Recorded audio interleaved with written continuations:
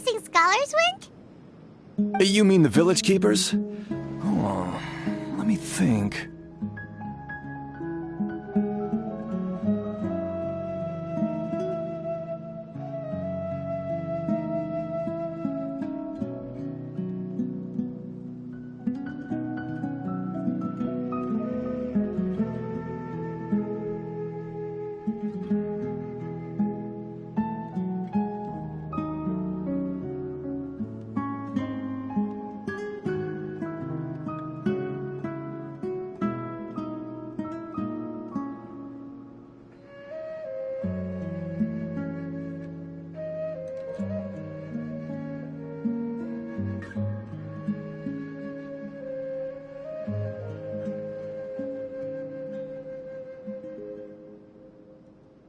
When I was eating dinner the other day, I saw one of them by the side of the road, muttering away and eating mushrooms and tree roots. They shouldn't go around eating that kind of stuff.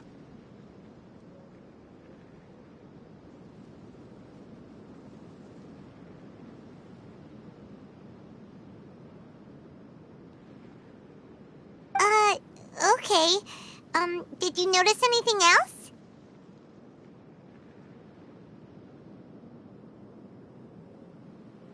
Anything else? No, I think that's all I have to tell you. Sorry.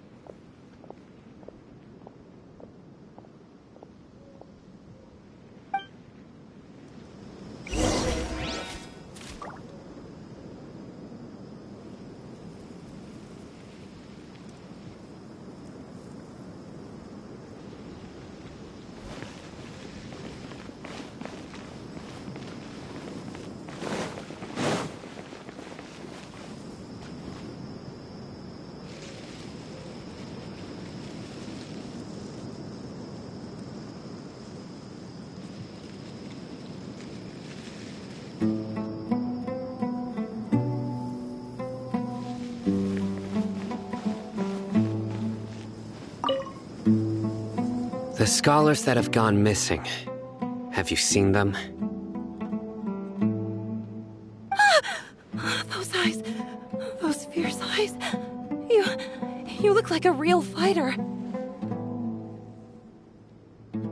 Don't change the subject. Right. You were asking about the the mad scholars. I think it's been a few days since I last saw them. I usually go to bed pretty early, so I'm not too familiar with what goes on at night. But honestly, I feel quite sympathetic towards them. Even though they act a little strange, they've helped me in the past. If it weren't for them, my house would have collapsed long ago.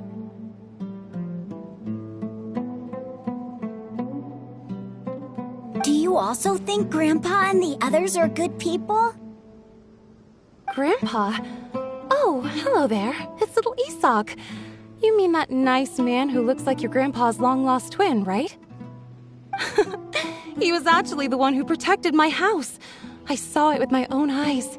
He happened to be staying near my house that day and was doing something with his hands on the ground. It still feels pretty surreal now that I think back on it. Did someone teach them how to do that?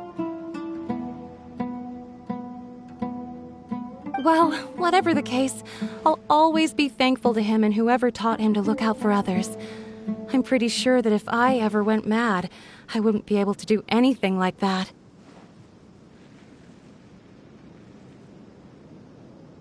Gotcha. Thank you.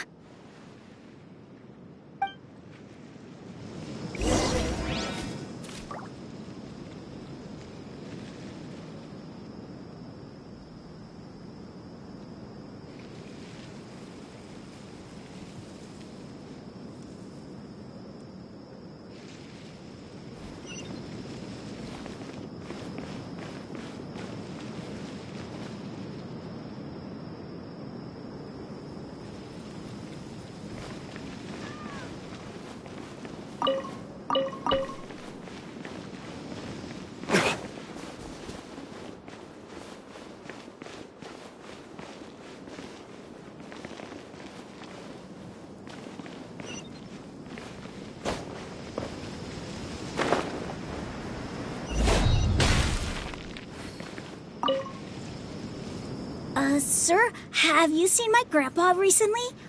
You know, the one who likes to sit and space out near the village entrance. Oh, well, if it isn't Isak. Oh, your grandpa, huh? It's been a while. The last time I saw him, he was spacing out by the road as usual. I went and asked him if he'd like any of the food I had prepared, despite my wife's protests. Like many people, she's really quite terrified of them.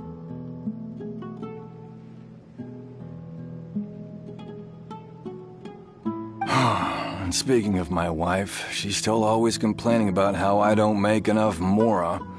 That might explain why she's always mad at me. Oh, thank you. Thank you for taking care of him. It was nothing. You're looking for him, right? Did he go for a walk and get lost?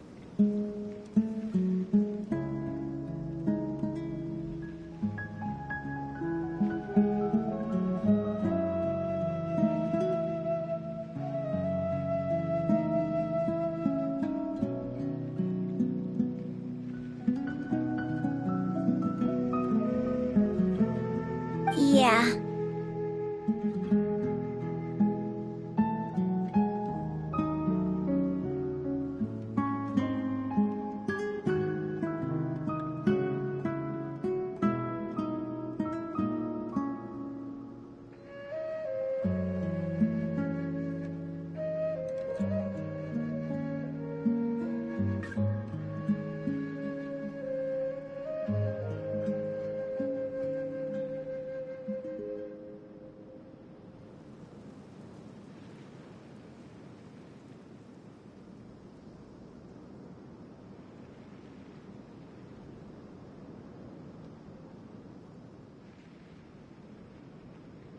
Ooh, that's no good. Well, once you found him, come by my place again and I'll cook a little something for the both of you.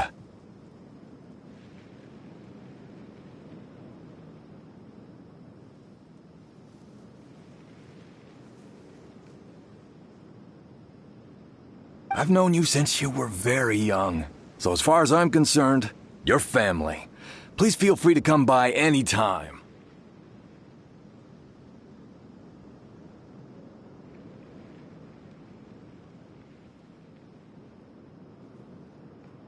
Wow, what a nice guy! Okay, thank you, sir.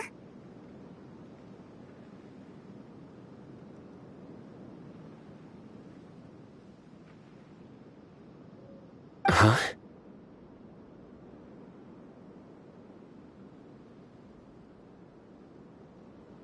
Don't say anything for now.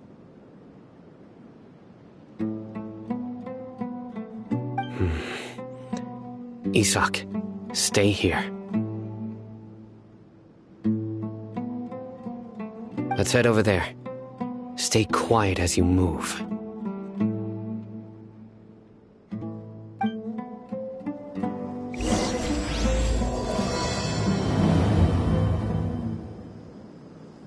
Join the Eremites and embrace a wonderful new life. I'm sorry.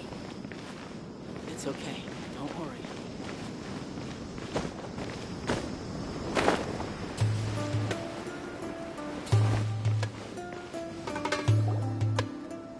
Listen, see if you can make out what they're saying. Have you heard? The mighty Scarlet King, the sovereign of our faith, will soon return to this world.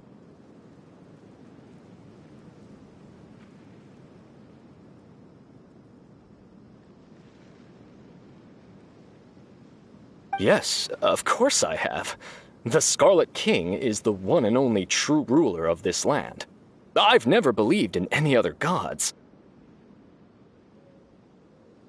Still, you say he's coming back, but it sure doesn't feel like life's about to change around here anytime soon. What's your proof?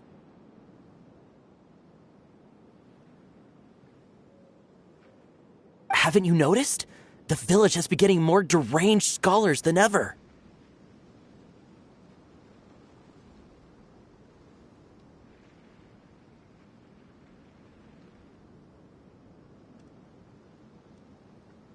Delavar was saying that many people also went insane just before the fall of the Scarlet King civilization in ancient times. We don't quite know why, but it seems like there's some sort of connection between insanity and the Scarlet King.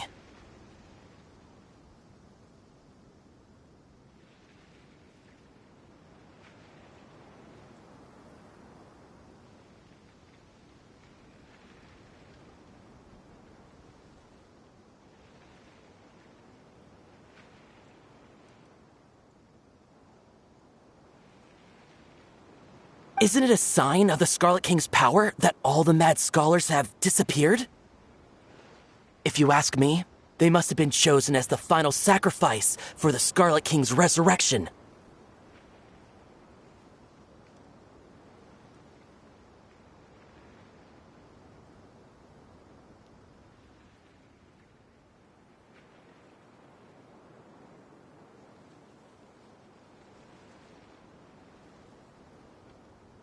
Huh. Now that you say it, that does make some sense. Does this mean our lives are finally going to take a turn for the better? Exactly. Those city folks will get what's coming to them.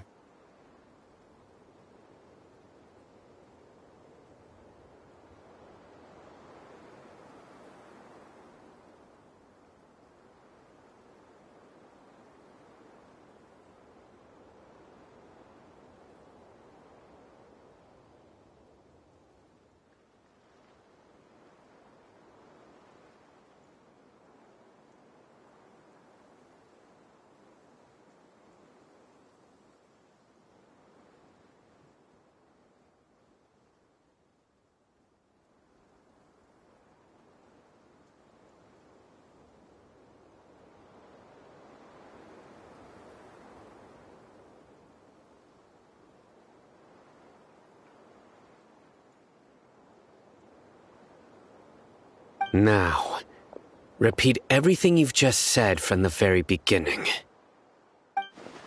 Huh? Who are you?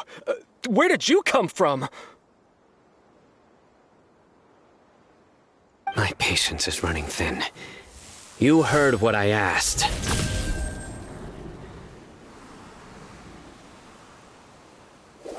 Yeah! Bro, this guy's something else. Just look at his eyes. One wrong move, and he's gonna flay us alive.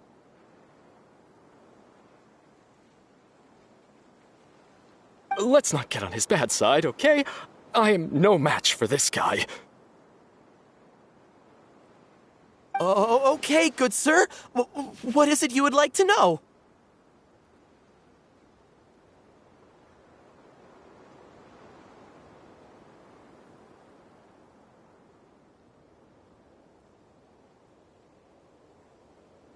Tell me about the Scarlet King's resurrection.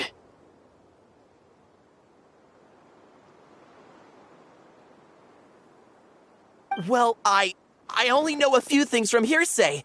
I went for a drink the other day and heard others talking about a rumor that the madmen will disappear and that the Scarlet King will return to this land. I'm not making this up, I swear!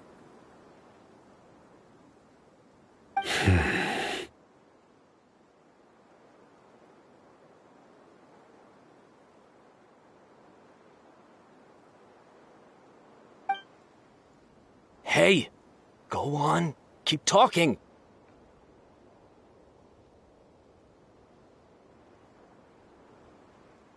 It's true. It's all true, sir. We desert folk have had more than enough of those people at the academia. They keep sending us all their mad scholars and won't let us have a good life.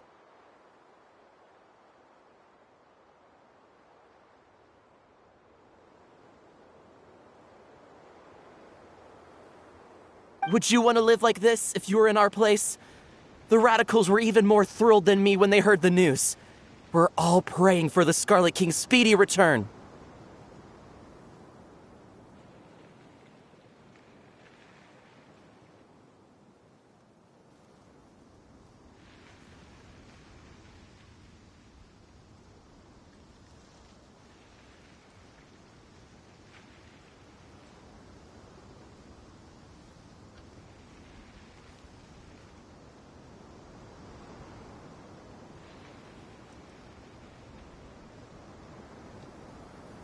Delavar also said that once the Scarlet King returns to our side, it's only a matter of time before we conquer the land on the other side of the wall. They're all willing to serve under the Scarlet King and fight for a share of the glory.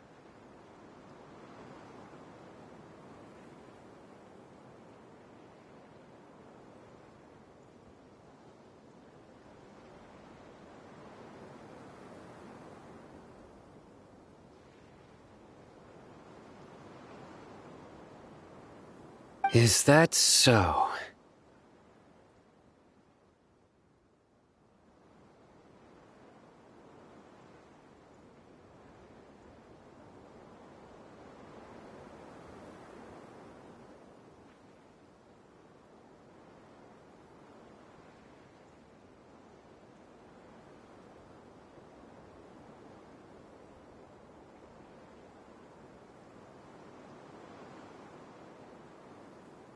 Seems like he still wants to know more. Keep talking.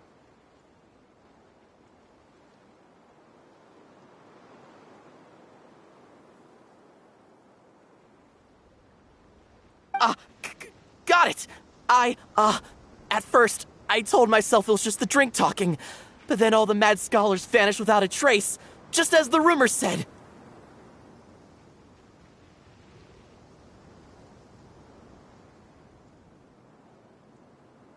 Please don't beat me up just for mentioning these rumors. If I'm guilty, then everyone else around here is also guilty. I'm just saying what the others said.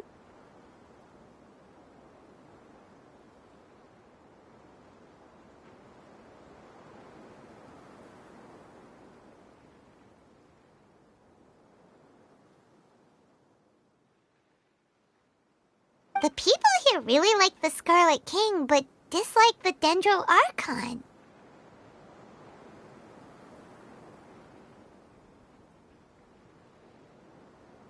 Where is this radical person you talked about?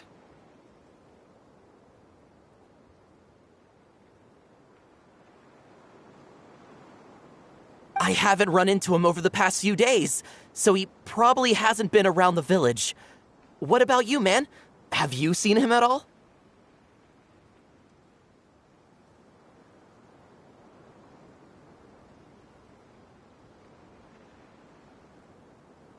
No, not at all. We wouldn't dare lie to you. He's really not here right now.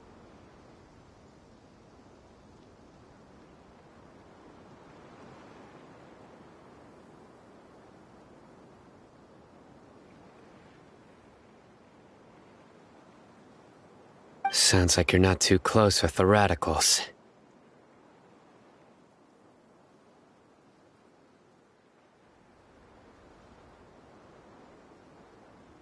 No, of course not. All we know are their names.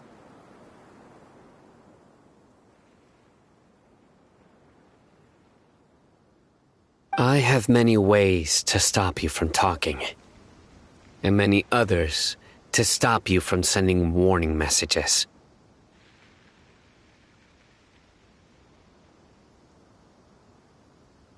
So you'd best just stay home and hope I don't hear of you trying to contact anybody. Don't do anything until I've gotten to the bottom of this. Try something foolish, and even Candace won't be able to protect you. Just as you say.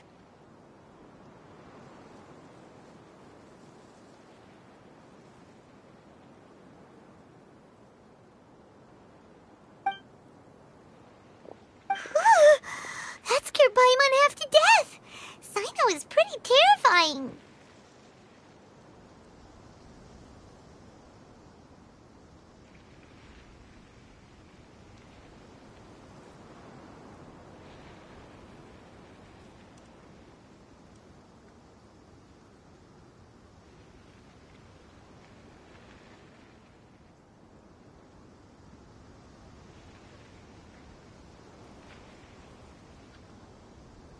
He didn't try to reassure us at all. It's like he's used to hearing that. Oh, Paimon bets lots of people have told him that before. I heard that.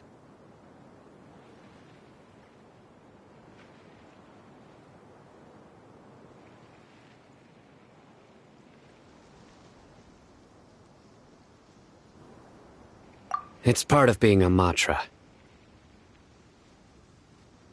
The rumor we heard just now seems like a strong lead, but we need to check a few more places.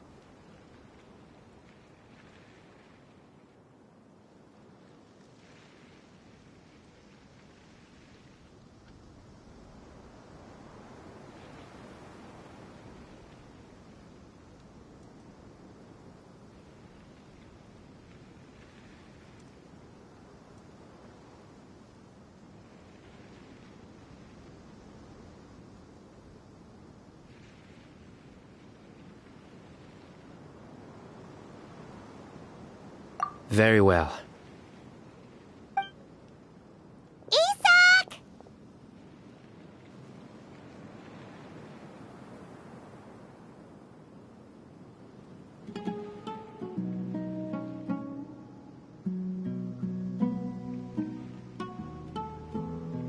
Where's your grandpa's house? Well, I can take you there. Just follow me.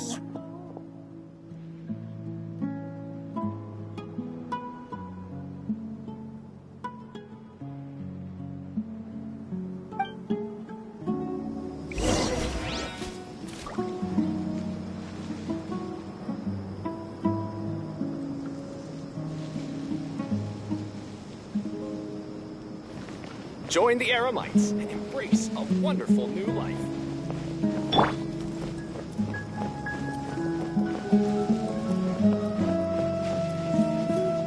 Grandpa? Oh, he likes to be alone. Sometimes he stares at the sky in a daze, and other times he just pokes at the ground with his fingers. Every now and then, he yells out at the top of his lungs, Grandpa.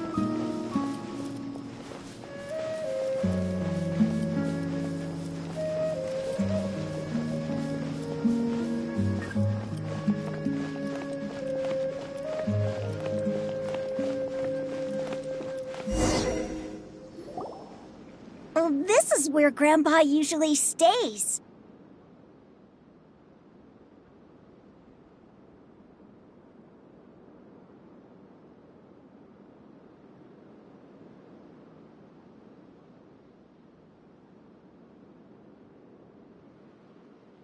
There sure isn't much here.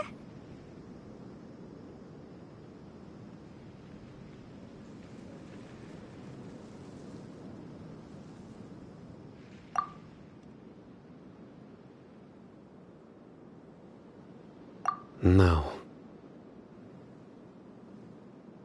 Incense? Please don't say it's the same one as before.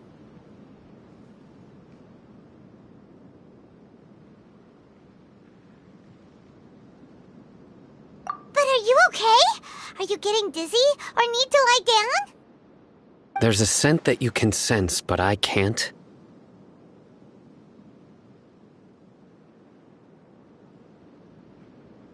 A certain traveler here once passed out from that smell. Thankfully, Tighnari saved the day.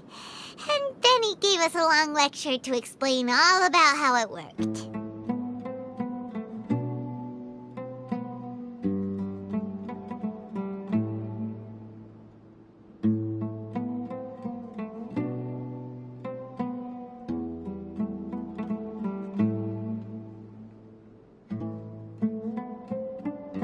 So, you know Tighnari. Huh? You know him too? Are you two friends?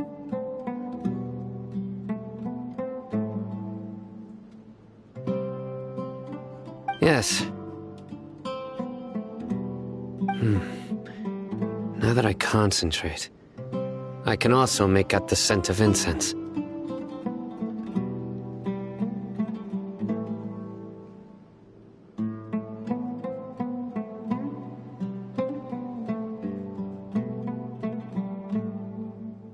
Wait, surely Tighnari didn't lecture you too.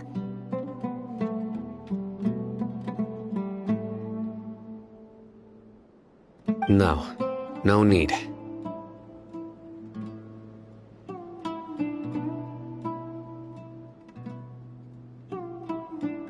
Did you first encounter this scent at Tainari's house?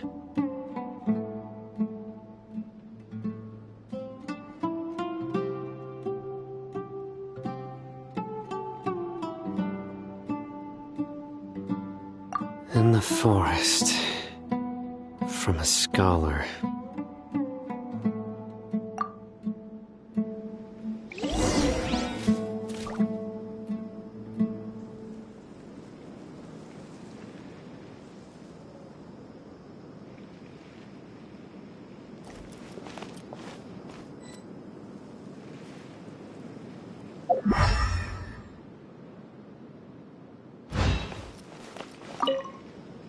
Oh, where did Grandpa go?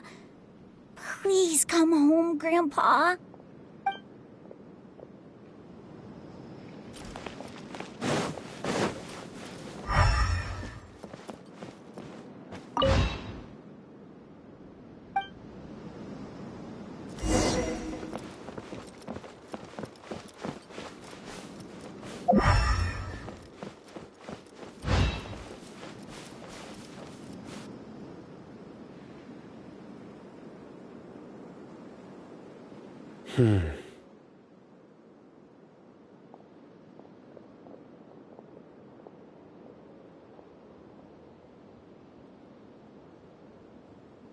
What are you looking for, Sino? Here it is.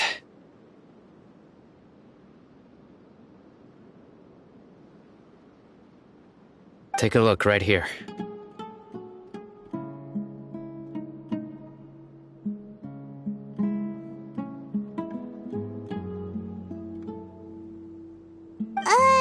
Paimon doesn't see anything. Although the traces have been completely buried in the sand, there are footprints here.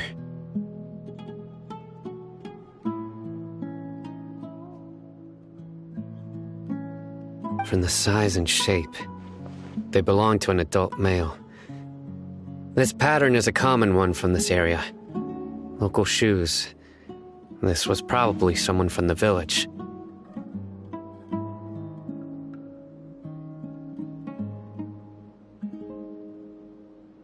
The scent is quite faint, but still extant. The footprints head in the direction of the door.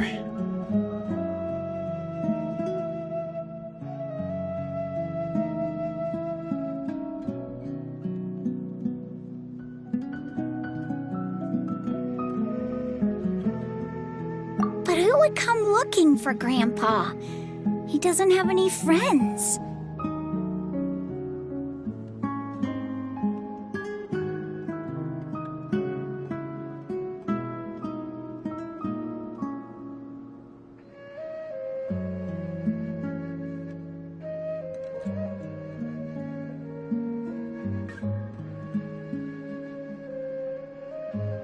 We'd have to ask whoever lured him away with the incense.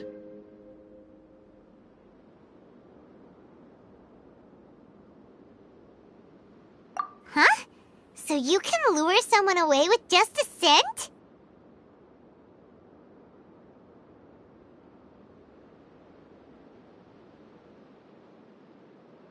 Hey! What's wrong with liking good food? Everyone's got something they love in life.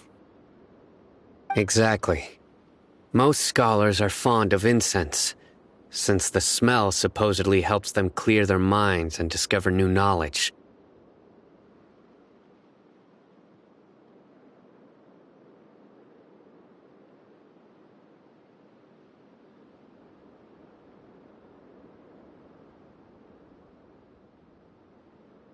Even deep within the clutches of madness, they still yearn for their knowledge-seeking days, and will follow the scent whenever it presents itself.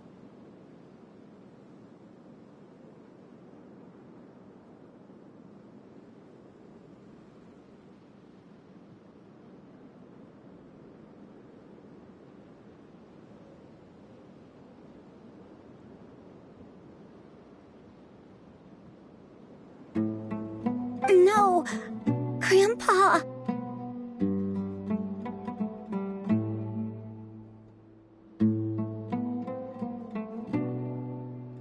So, someone's taking advantage of their weakness? Huh.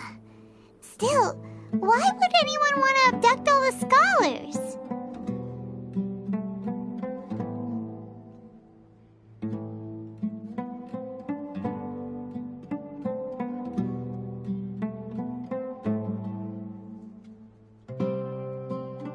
Are the rumors really true?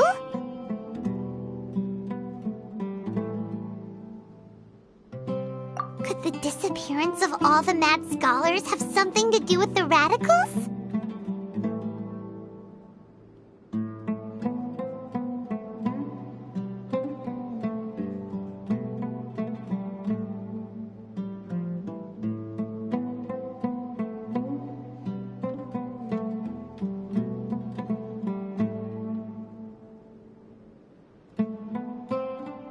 It's highly likely.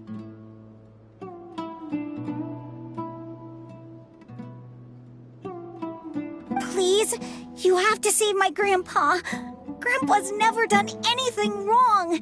Please help him.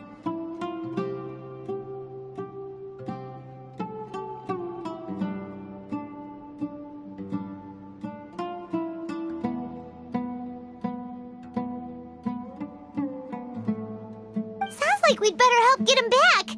Don't you worry, Isak. We won't let whoever took him get away with it.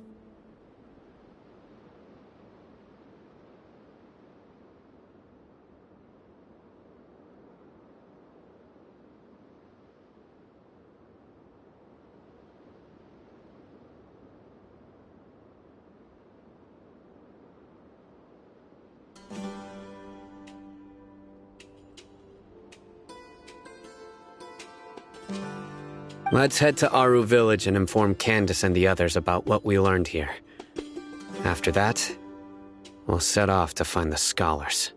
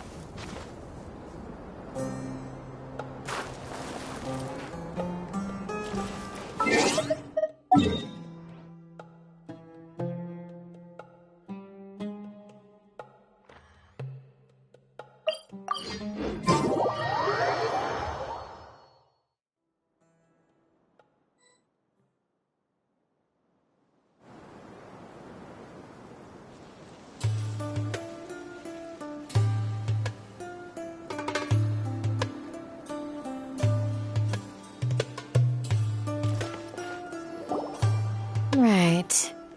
The darker fabric definitely looks a lot better. That'd be my choice, too.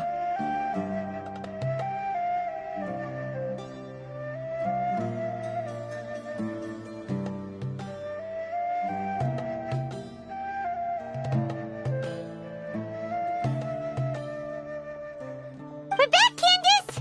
We've got a lot to tell you.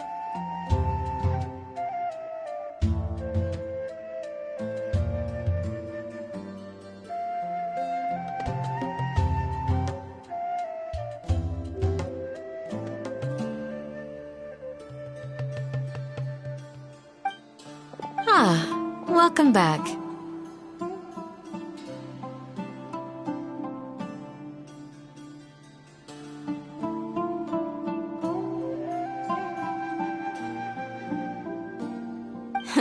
Sounds like everyone's friends already.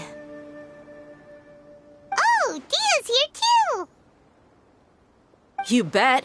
So, everything goes smoothly?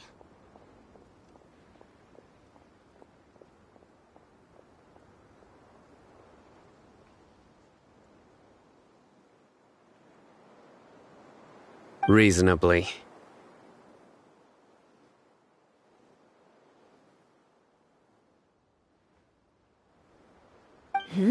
Alhaitham didn't go with you?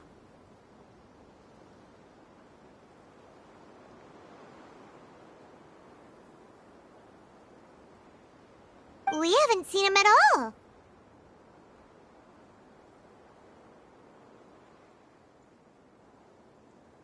Huh.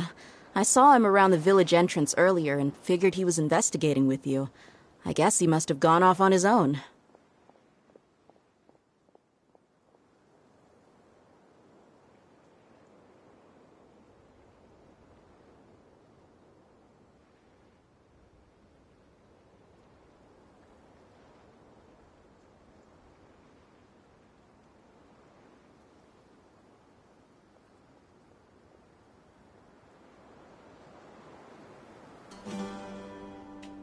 Did you find out anything useful?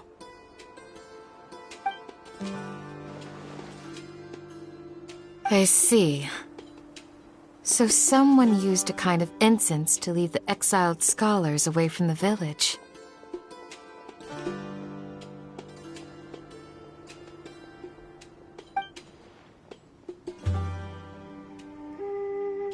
The resurrection of the Scarlet King? First I've heard of it. Far as I know, the kind of incense you just mentioned is only popular beyond the wall.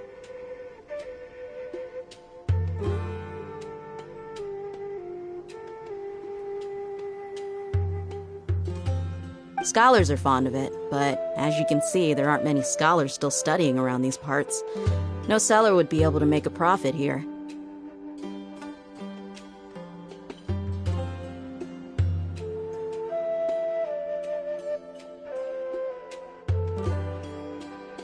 Not to mention, making incense is a labor-intensive process. You won't see anybody in the desert with the patience to make or sell something that requires that kind of effort. It seems someone from beyond the wall must have been supporting this.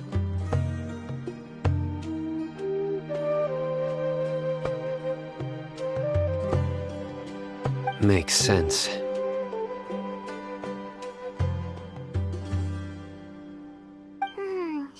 So what should we do then? Do we go back to the academia and search for leads there?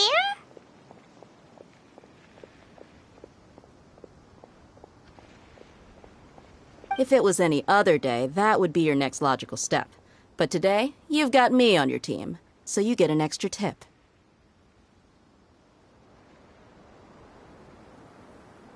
Didn't you say that the villager got his news from the tavern?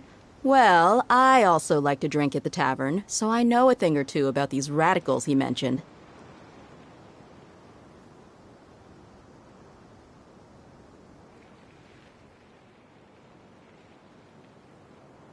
If Paimon remembers correctly, the leader of the radicals is some guy called Delavar.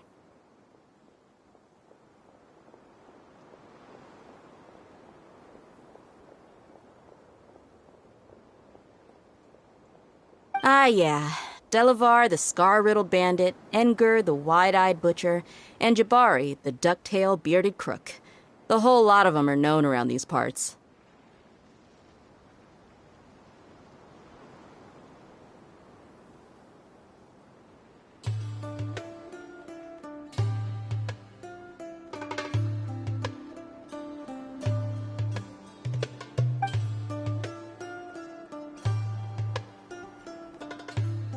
These guys have one thing in common, and that's being broke. The rougher life gets, the more they want to believe in the Scarlet King. Way they see it, the Scarlet King's resurrection is their only chance at overthrowing the Academia.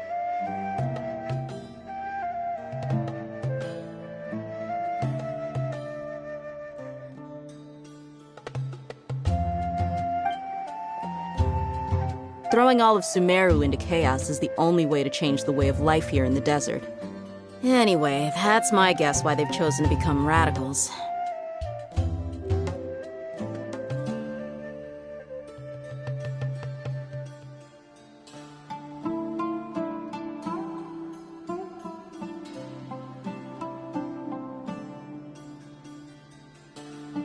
Tia! You're amazing!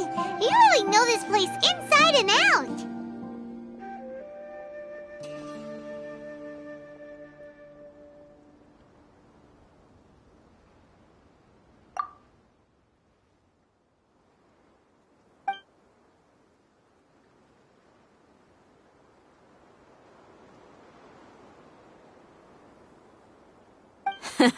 No merc can afford to slack off on gathering intelligence. Every more I've spent in the tavern has been a valuable investment.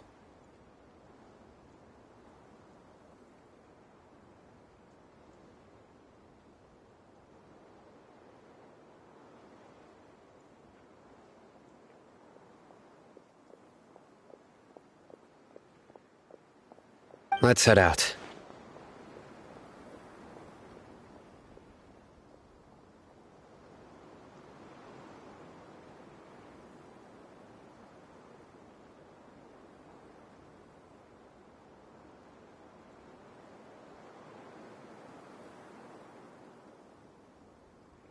Now hold on, you're staying right here, Sino.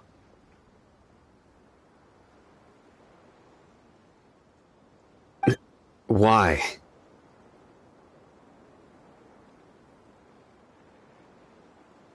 Aru Village is not a big place. Outsiders stand out here like a sore thumb. I'd bet word about you has already gotten out.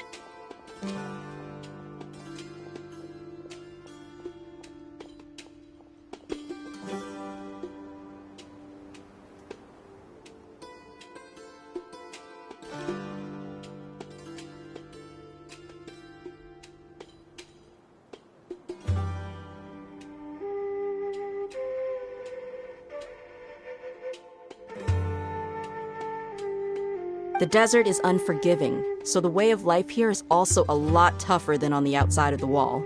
You survive on making connections out here.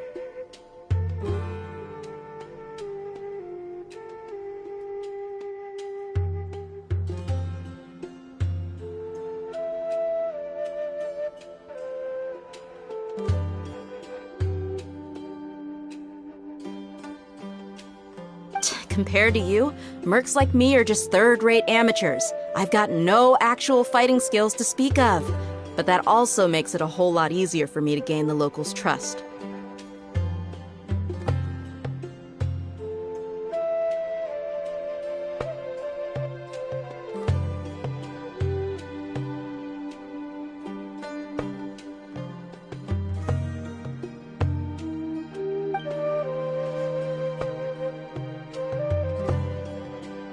I need to go around and ask some questions, but it'll be difficult if you're with me.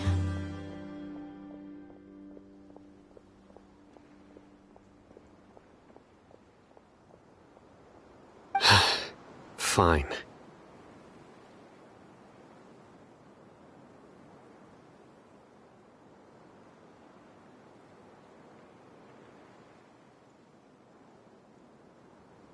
Good.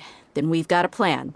The Traveler and Paimon will go to Caravan Rebot with me, and we'll try our best to figure out where the Mad Scholars have been taken. Sino, you'll have to stay in the village and continue investigating on your own.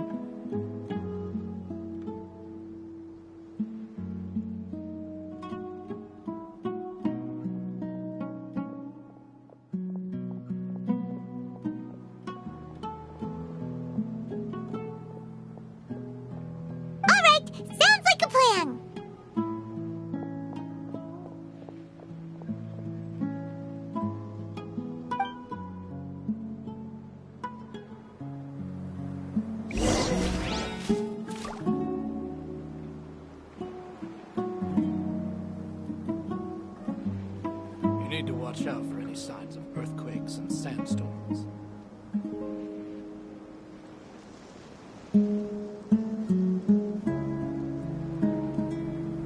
I hear the voice of fate, speaking my name in humble supplication.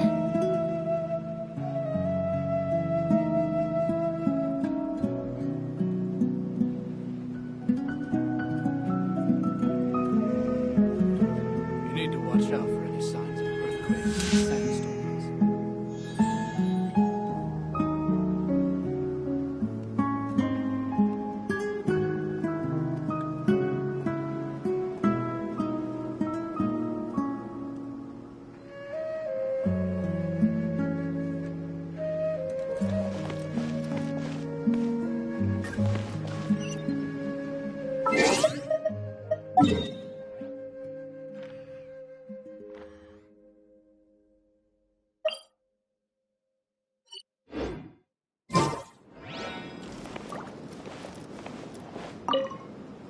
Sino, please don't take offense.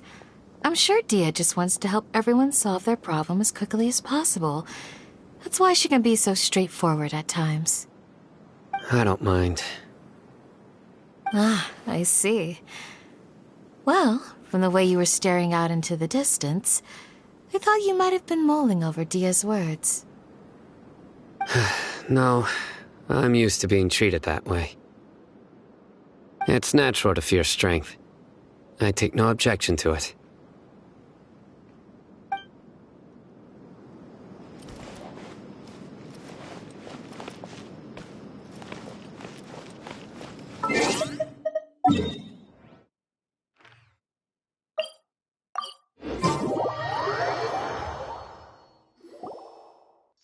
Well, here we are again.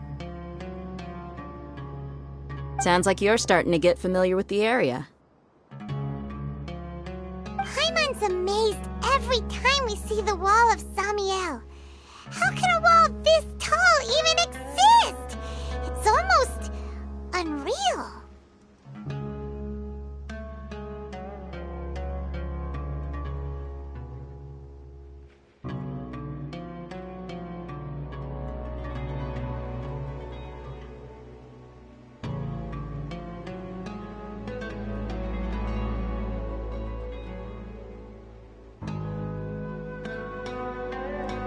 I know what you mean. I had the same question every time I walked this way when I was a kid.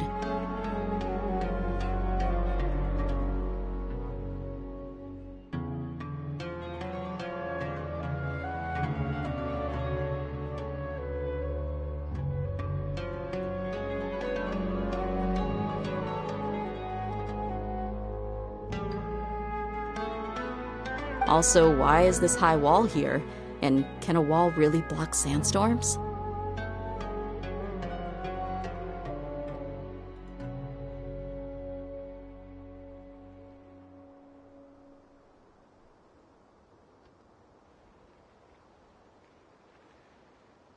It was only after I grew up that I realized the Wall of Samiel isn't just there to keep out the sandstorms.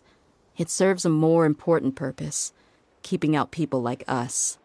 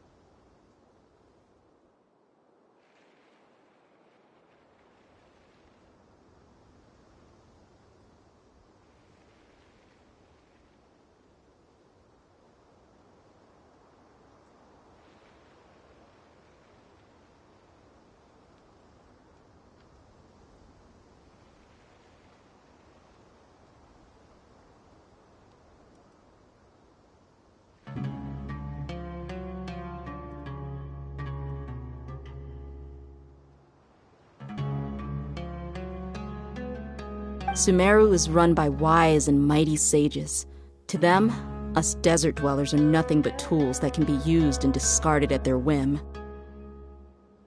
We're cheap labor, like livestock, but easier to control. Nothing more. Even if a child from the desert got the chance to obtain an Akasha terminal, almost all their requests for knowledge would be denied. The academia believes we're underserving. Geniuses like Sataria are 1 in a million. The other children never get a single chance to try and rewrite their fate, even though the academia knows very well that we're humans, just as they are.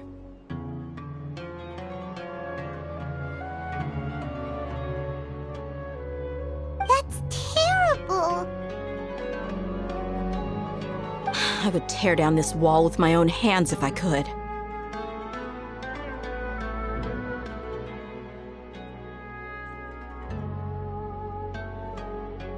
Hey, Dia. You're not thinking about doing anything scary, are you? No, not at all. This place just gets me thinking, that's all. Besides, we're here to procure information, aren't we? Yep, we gotta catch those... Shh. Caravan Rebot is crawling with people, so be careful what you say. We don't want anyone to find out what we're here for. Our mission started the moment we arrived here. Let's go check out the tavern. Maybe we'll find someone I know.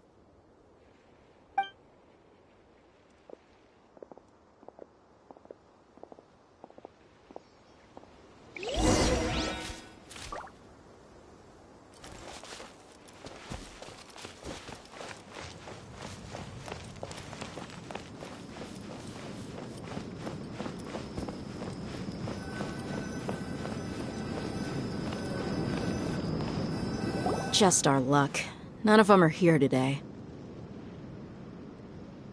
You mean, you don't see anyone you know?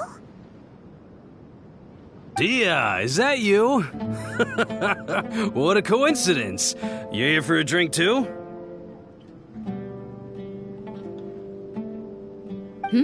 Zaki. Finally, a friendly face. Oh, and who do you have with you here? Guests from another land? Hello! I'm Zaki. Dia's, how would you put it? Drinking buddy? We've had drinks together a few times. You could say we go back a ways.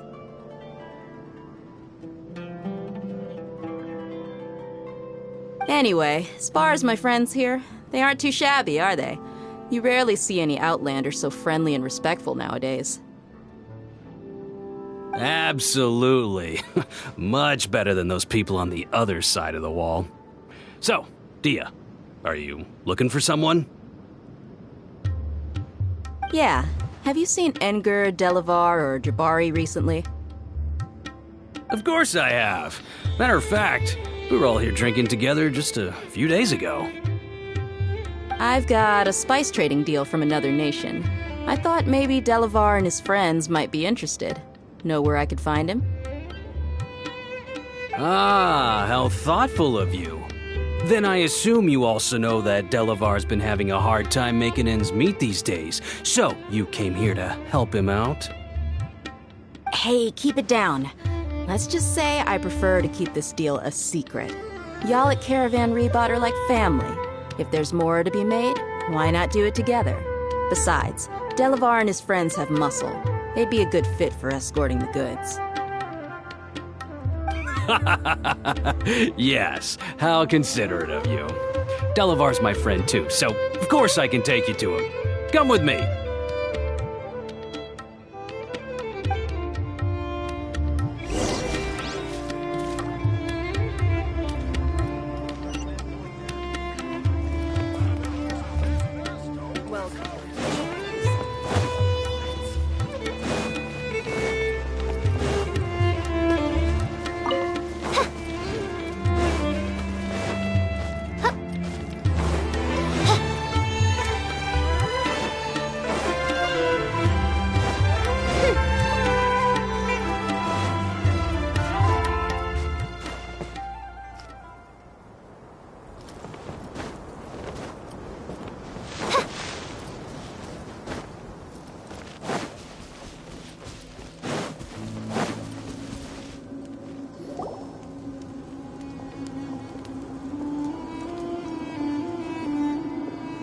we there yet?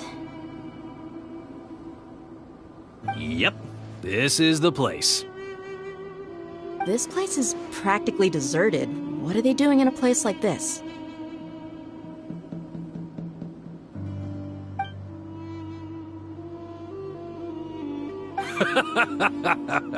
Why don't you take a guess? Go on, a wild stab in the dark. You're like lambs to the slaughter.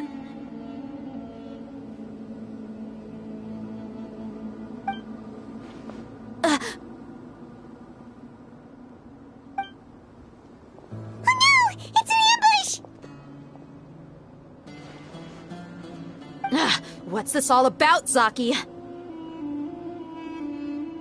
Come on, Dia. You really think we didn't hear about what you said back in Aru village? The boys have kept a close eye on you from the moment you set foot there.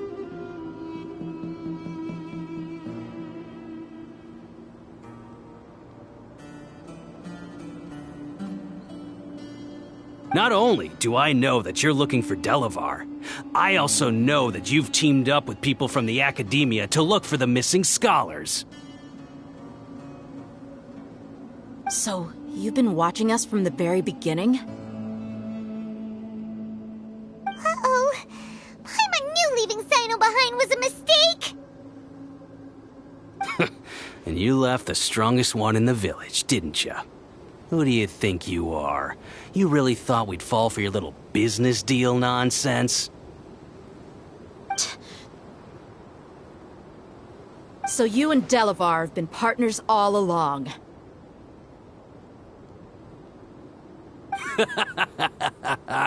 Dia, I guess it's only natural for a traveling mercenary like you to be out of the loop. Those of us who hang around the tavern have stronger bonds than you think.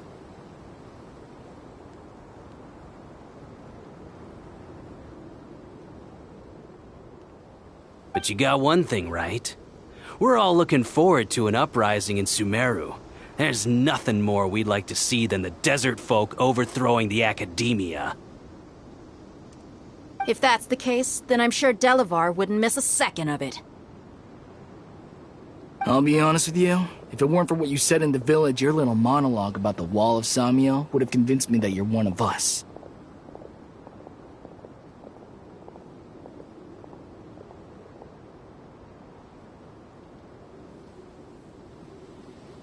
Delavar. And Enger, you're here too, huh?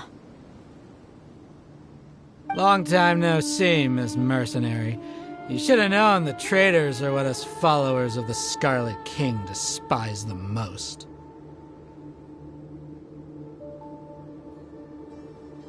Dia, I thought that you, a fellow desert dweller, would understand that the Scarlet King is greater than the Dendro Archon. Little did I know, you don't deserve to join us.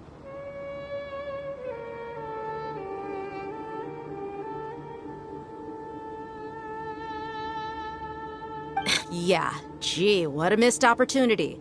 Adopting radical views and kidnapping innocent scholars, all because of some baseless rumors. Anything else I'm missing out on? See? There you have it. Mercenaries are just a bunch of faithless scum with only one thing on their minds. Mora. Pathetic. You're all like a pack of street rats. You're not wrong. Mercenaries are driven by Mora, and my faith lies with whoever's paying me. As long as there's a profit to be made, anyone can become my friend. Enough talking! Get him! Just as I expected. Let's teach him a lesson, traveler.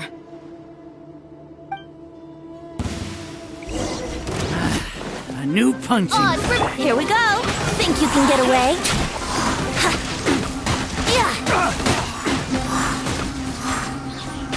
Off we go.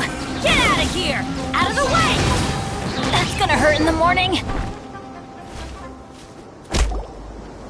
Impossible!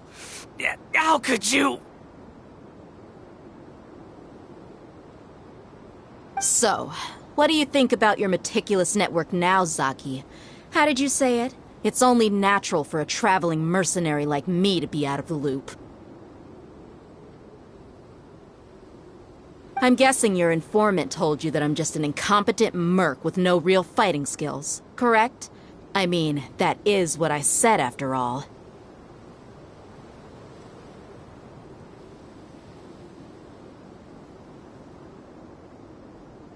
And of course you would believe everything he reported. The only thing you know about me is that I'm a mercenary, but you've never seen me in action. Even though you heard we went to handle monsters together, you believed that Candace was the only one doing all the real fighting. That so-called Flame Mane is just a fraud. She admitted it herself. She just uses her connections to gain the trust of others.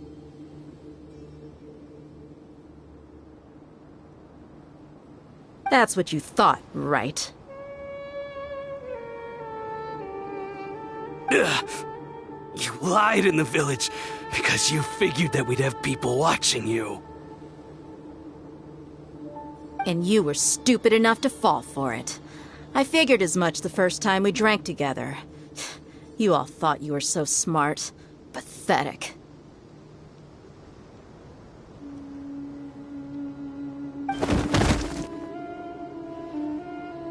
Okay, that should be all of them. Whoa! So you've been planning this since we were in Aru Village? No task can be done without preparation. I just happened to notice a couple suspicious-looking people while you were out investigating. Oh, but instead of catching them right away, you let them report back! Those two who were snooping around were just a couple small fries. If we want to get the real catch, we have to be patient and give it some time. Oh, you mean the funny name she mentioned back in Uncle Ampu's house? The wide-eyed butcher, scar-riddled bandit,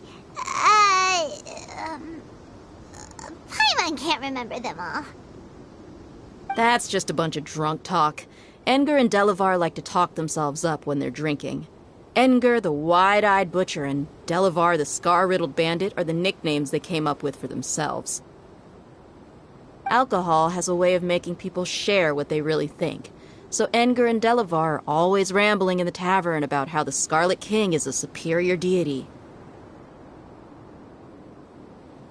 What about Zaki?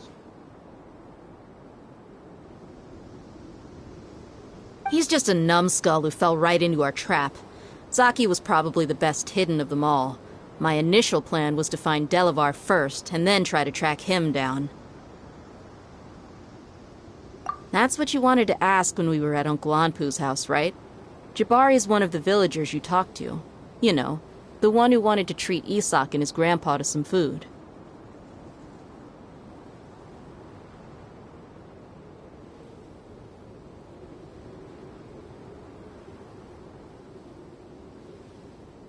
Wait, so he's a radical too?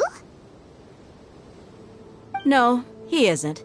I just needed to tack on a random villager name to make the eavesdropper think that I was making some wild guesses based on my impressions. Wow, what a genius idea! Well, that's an expert mercenary for you. Ah, you're too kind. It was straight from the usual playbook, if I'm honest. So, that thing you were saying before, is it really true? About what?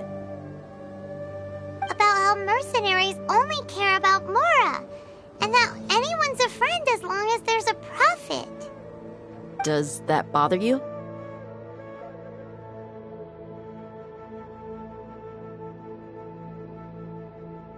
What makes you so sure?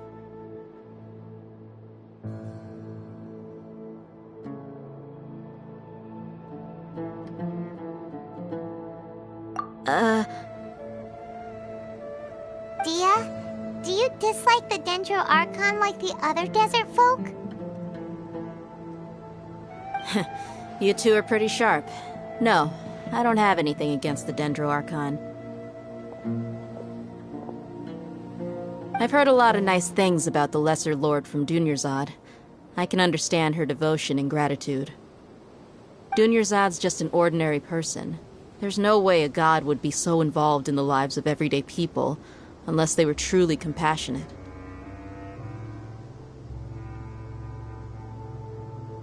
I've begun to realize that the sages are behind everything that's happened recently. The radicals' blind belief in the Scarlet King, making the Dendro Archon out to be an enemy. It's all the Academia's trickery. But I see through it all, and unlike them, I can never be hostile towards anyone who's never done anything wrong. Dia. Anyway, looks like we're done with business here. Traveler, lend me a hand. Let's tie him up and bring him to the village.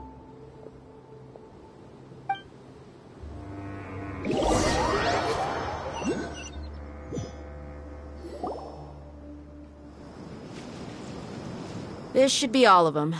I'll let you take it from here. All right. I'll be in touch. Until then, please stand by. Candace, do you need any help? Candace will be okay on her own. I trust her, so you can too. She's been guarding Aru village for quite some time now. If anyone is qualified to question the offenders, it's her. While I'm questioning them, why don't you pass some time by exploring the area? I'll meet you back here tomorrow morning, Traveler. As for these idiots, let's just hope they live to see another day.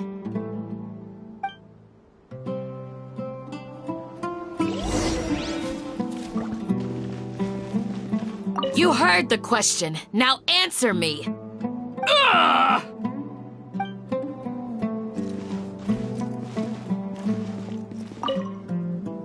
Candace is an expert at dealing with people like this. All we have to do is wait for her word.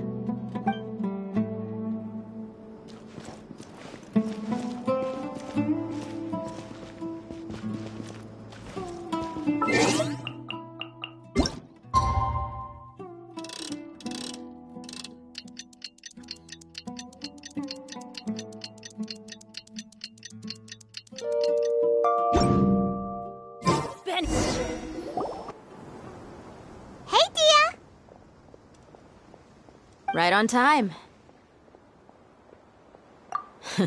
We'll know any moment now. Paimon's been wondering. You seem to know Candace pretty well. Have you been friends for a long time? We've known each other for some time now. She's a pretty interesting person. Even though she's an extremely strong warrior, she never misuses her powers against others. Knows what you mean. Like a lot of martial artists say, never take the fight outside the ring. Yep, I guess you can put it that way. It takes strong convictions to be as dedicated as she is, and shoulder that kind of responsibility. Us mercs, on the other hand, we pretty much live from one day to the next. Well, Paimon thinks you're great, too. Really? Thanks for that.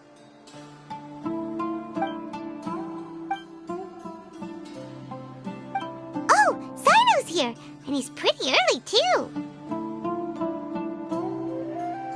Yes, I was here yesterday to help out a little.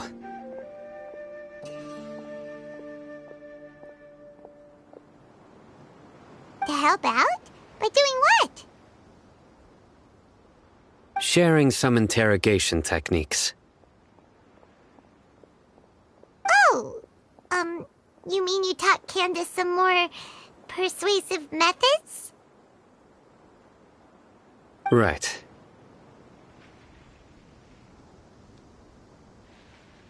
Come on in, everyone.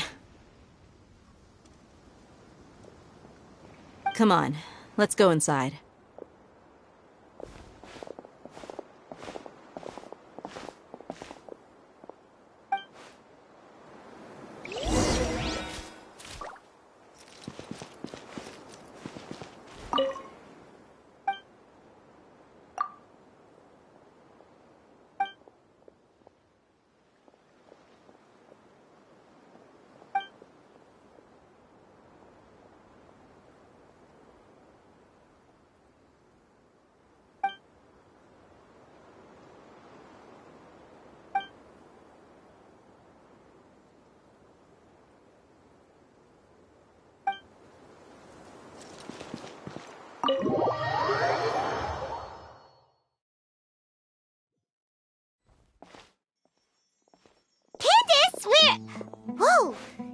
furious. Do I? Huh. What gave it away? Oh, there's no mask that can hide true bloodlust. Cover up your eyes, and it'll still show itself at the corners of your mouth. Perhaps I need to work on my composure. Still, it's perfectly understandable why I'm angry. I'm sure everyone present would agree. Yes, ma'am. Please, don't beat us anymore. We're gonna die. Well, looks like Sino taught her well.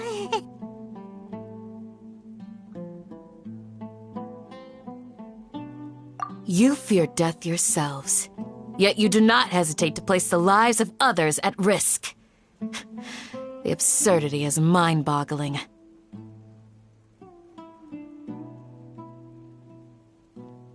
The ones you call mad scholars are known to us as the Village Keepers. They are vital members of our community, and some even count them as family. You come here, to my village, and you treat my people as nothing more than stepping stones towards your goal. Tell me, what would you do to you in my position? Mercy! Please, have mercy! You've made your bed. We may both be desert dwellers, but there is one thing that I understand better than you. The resurrection of the Scarlet King will only result in war. And war serves no one. The people of Aru Village care little about which god is in power. Life may be tough and tiring, but we wish to preserve our way of life. A war would only cause us to lose all that we have. And that is not a responsibility that you can afford to shoulder.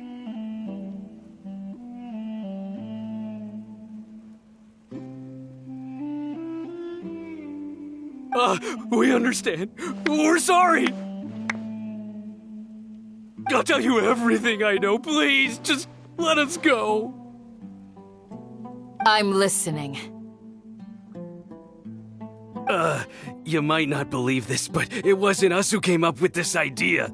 Someone was spreading rumors in the tavern. That's how we ended up hearing about the Scarlet King's resurrection. Some mystery man told us that mad scholars will make the perfect sacrifice to usher in the Scarlet King's resurrection. They give their lives, and we can get anything we wish for.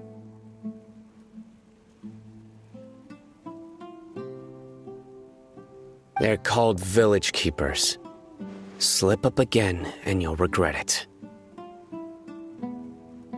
Yes, sorry!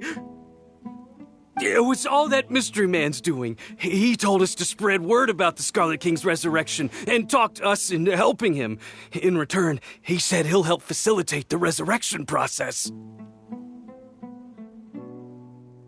I'm not sure.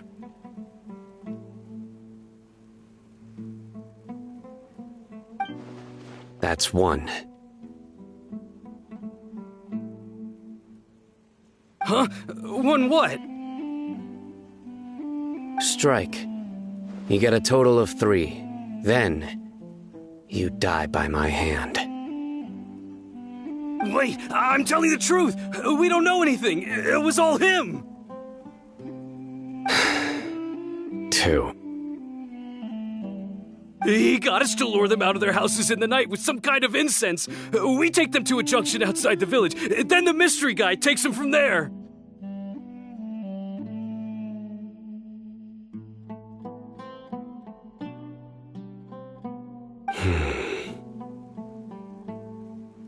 You gotta believe me, please. I'm telling the truth, I swear. Just ask them if you don't believe me.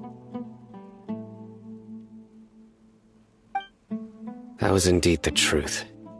Traveler, go on.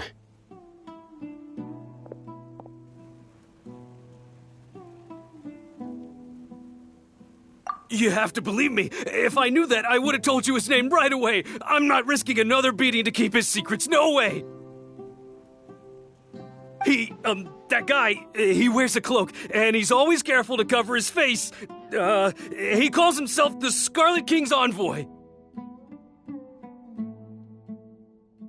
I believe I may know what's going on. Uncle Anpu? What do you mean?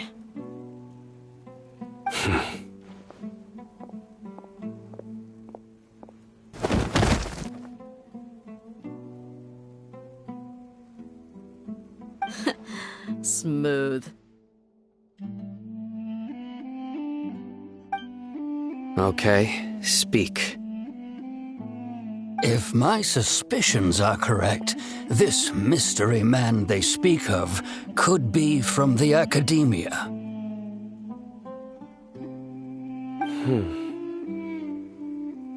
Some time ago, people from the academia attempted to take the village keepers away. I refused, insisting that they are part of our community.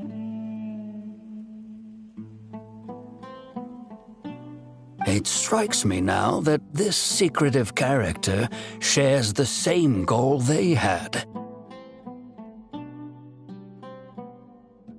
Which means it's highly likely that the academia was purposely spreading a false rumor to trick the radicals into delivering the village keepers right into their hands. They were the ones who brought them here to begin with. Now they're trying to take them back? We aren't gonna let that happen. Not the academia again.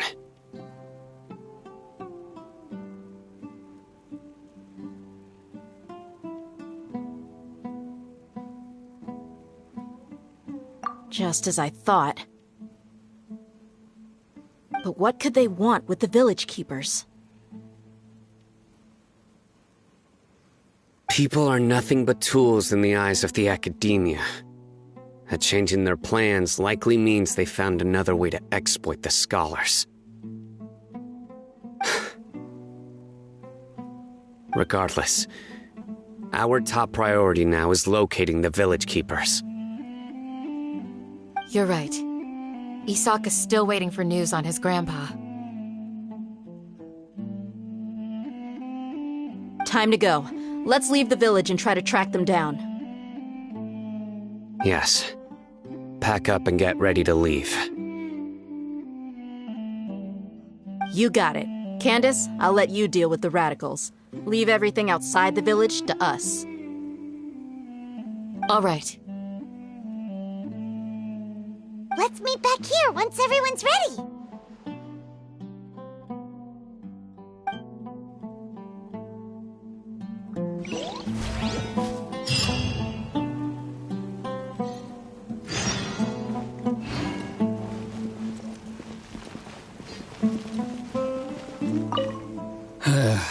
I just hope everyone's all right.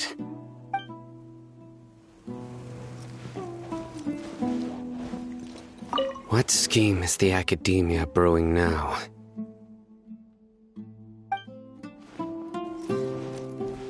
You look worried. Thinking about the village keepers? Yes. I'd look for them myself if I could. As members of our village, each one of them is very important to me. You have a strong sense of belonging here. I guess I'm the opposite. Mercs are stray dogs, wherever they go. Dia, don't say that. You can be a part of this community, too. Thanks. I'll let you know when I feel like joining.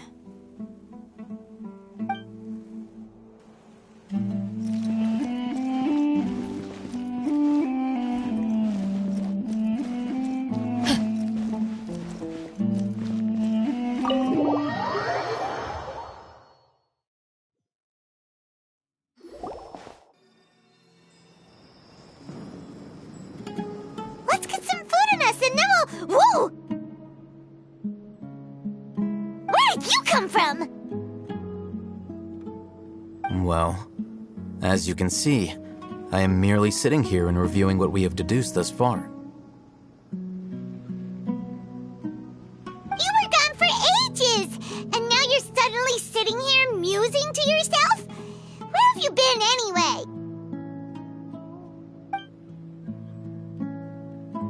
Hey, what's with the silence? You never think things through before asking questions.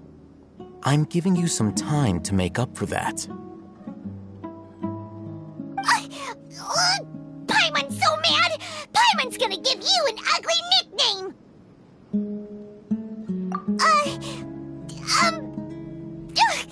Never mind! Paimon's got nothing. There's just nothing super obvious to pick with this guy. It makes it so hard. Well, you've heard nothing to suggest I left this whole time, so clearly I stayed in the village to investigate.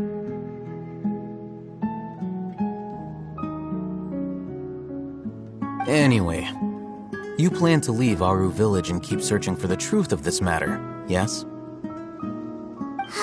Yep. We're not gonna find out anything more by staying here, so we thought that we might as well take the search elsewhere.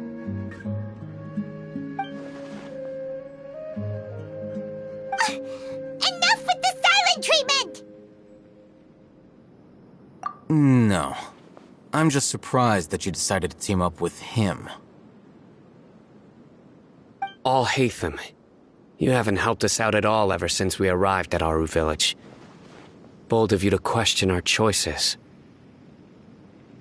Yeah, you're all talk!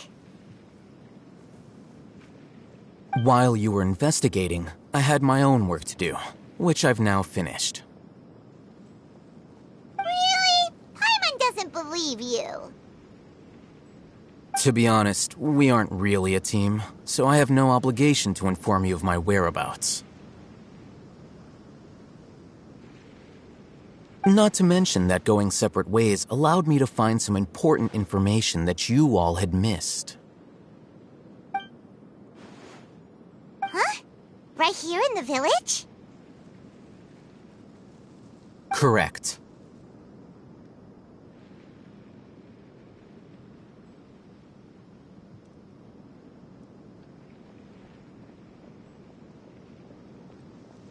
What did you learn? I'm going to take you to someone. But before that, you need to understand where she's coming from.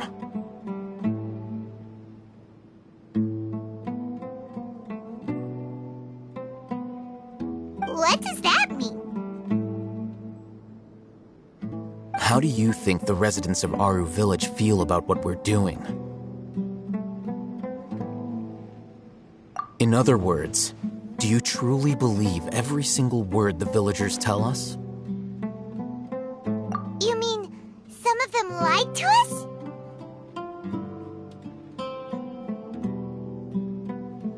Hiding the truth does not necessarily equate to lying. Again, these people have their reasons. Remember what Gandis said? Most people in Aru Village don't necessarily care which deity is in charge of Sumeru. That's because whether the Scarlet King or the Dendro Archon has power is of little significance to them.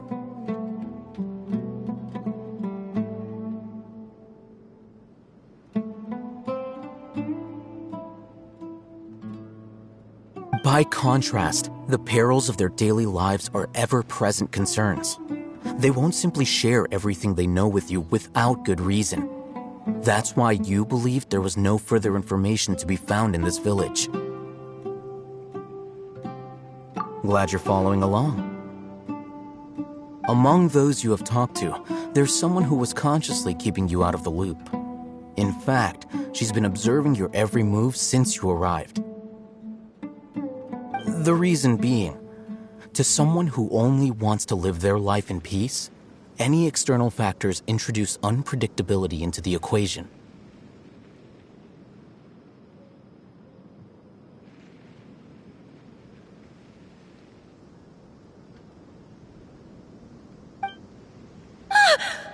Those eyes. Those fierce eyes. You look like a real fighter. Don't change the subject. It's quite obvious that she's intimidated by Sino's authority and strength. Right. You were asking about the Mad Scholars. She corrected herself mid-sentence because she's aware that there are Scarlet King fanatics in the village. If she sounds too friendly towards the village keepers, she could easily make herself the Radicals' next target.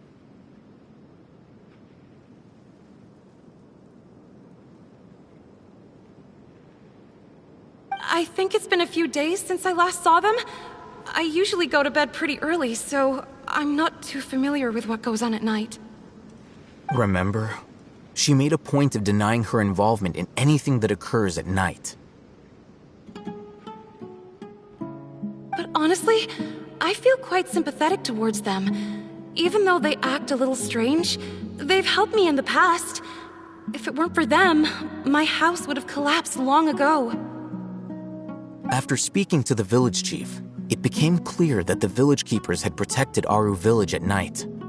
In other words, the young miss was very much awake during that time.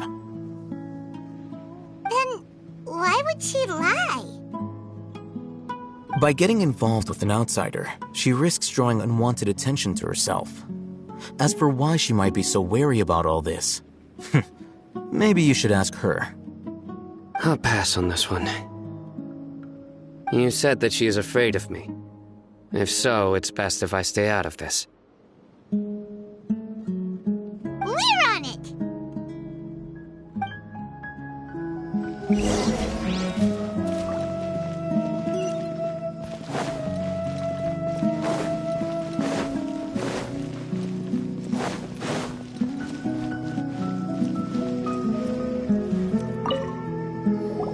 Miss Shawnee, as we discussed earlier, I've brought someone with me.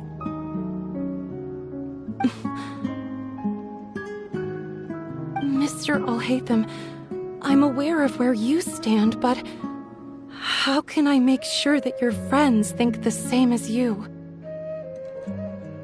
Huh? What do you mean? We need to clarify our stance or something? Go ahead and talk to her. You'll get the answers you want. Go on. Earn her trust. Is it really that simple?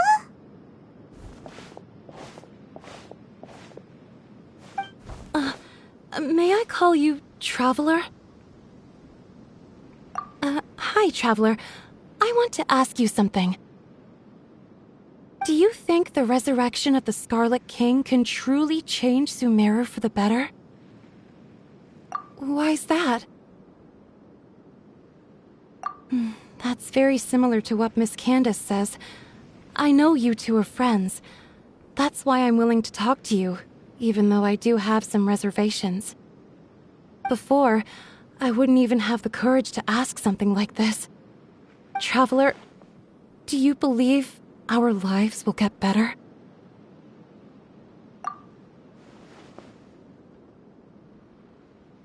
Yeah! We came here from another nation, so it isn't wrong of you to be weary. And we aren't really residents of any one nation. But even so, we've met lots of people from different places, and we've always fought for what we believed in. We have friends in Sumeru, and we want to help them. That's why we decided to stay here for a while.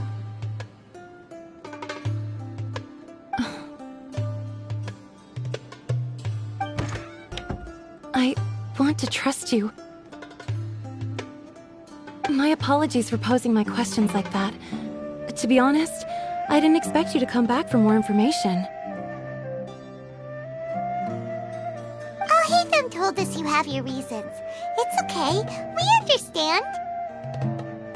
The fact is that only one side of my family is desert folk. I don't really fit in anywhere in Sumeru. Some believe in the Dendro Archon, while others believe in the Scarlet King. I don't belong to either side, and neither side would want me. of which, the radicals mentioned that they despise traitors.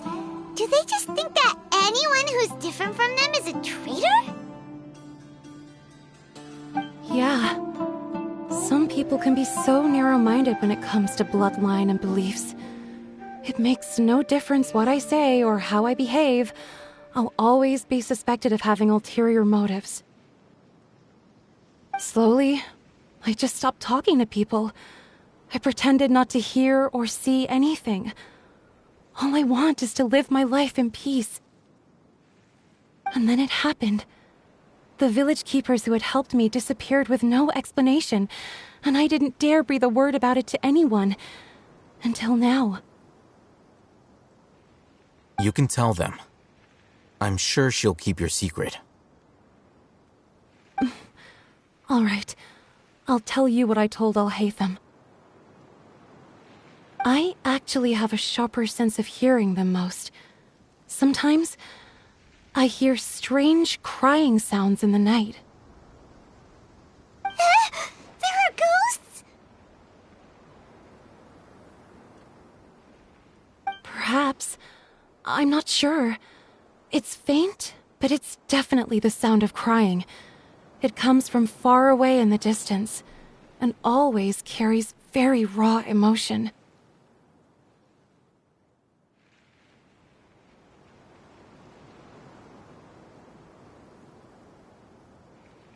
It used to be louder and more frequent, but ever since you arrived in the village, it doesn't seem to happen as often, and when it does, it's much quieter.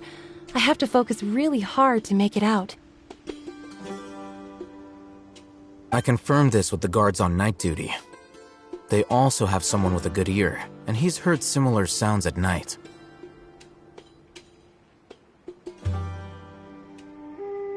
But because we're in the middle of a desert, he would rather believe that they are the cries of beasts than ghosts. There's really nothing around these parts, except for an old hospital not far from the village. I think they used to use it for treating Elazar, but it's been abandoned for years. Yeah, let's go!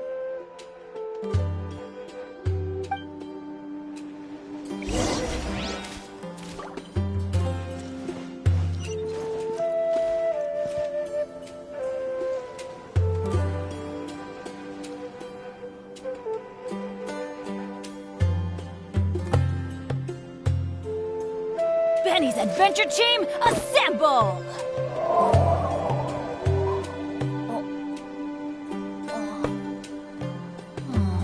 Or not.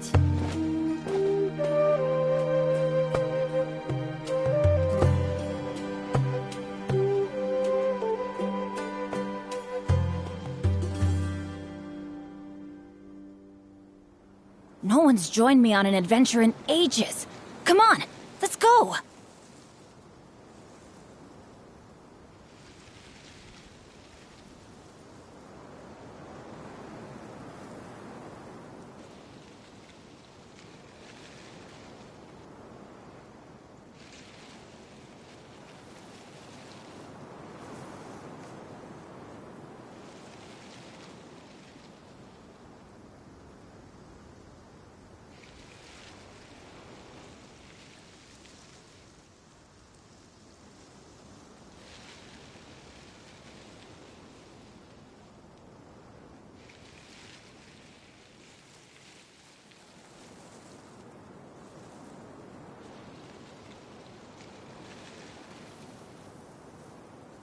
Good things come to those who don't wait around. That's what they say anyway. Knowing my luck, the opposite is probably true for me.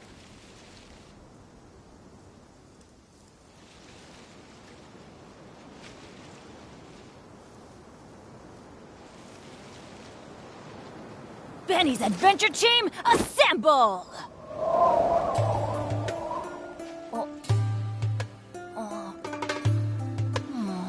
Or not.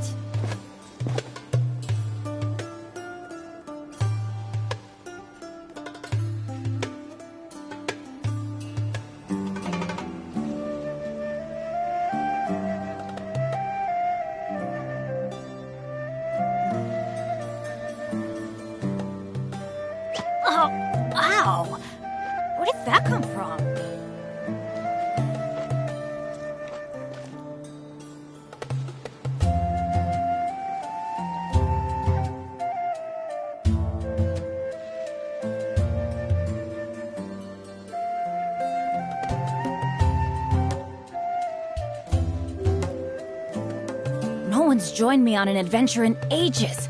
Come on, let's go!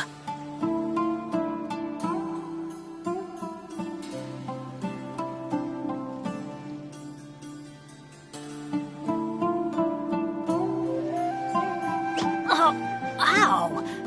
Where did that come from?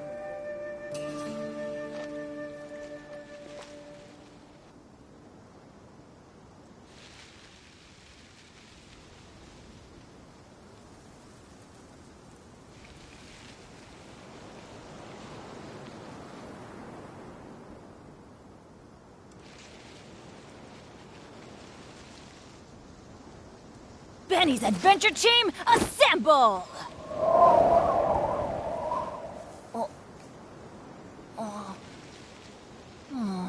Or not.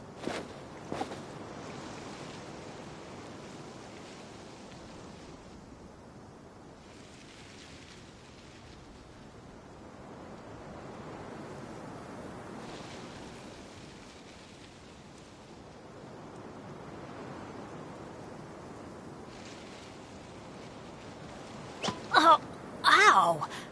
Where did that come from?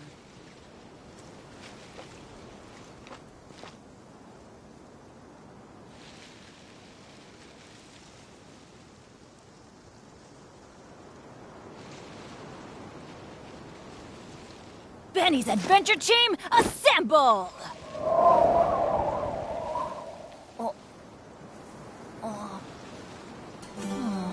Or not.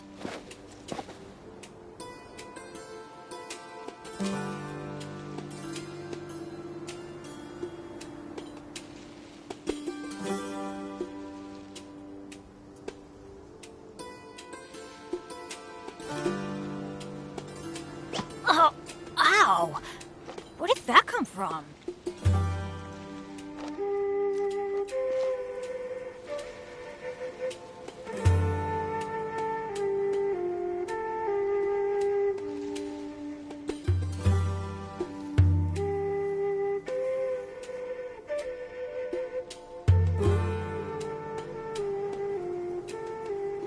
Good things come to those who don't wait around.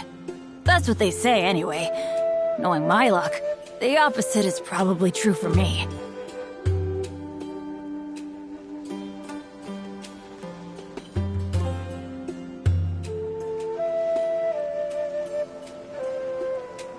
Benny's adventure team, assemble!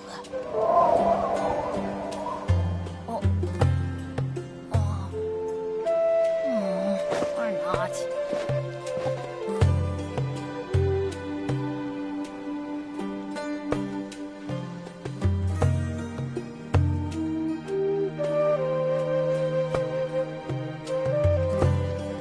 No one's joined me on an adventure in ages.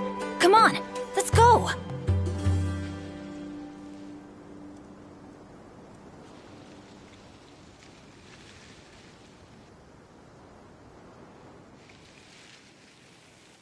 Oh, ow!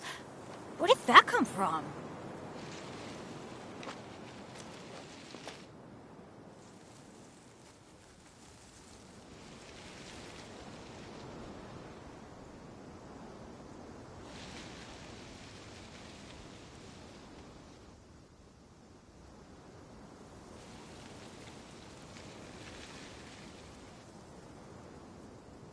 Good things come to those who don't wait around. That's what they say anyway. Knowing my luck, the opposite is probably true for me.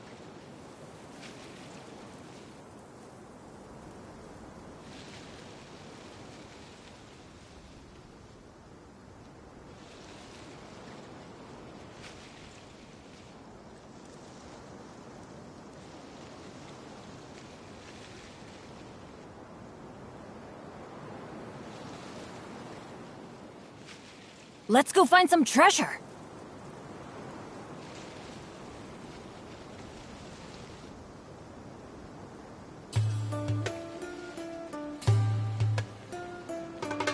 Oh, ow! Where did that come from?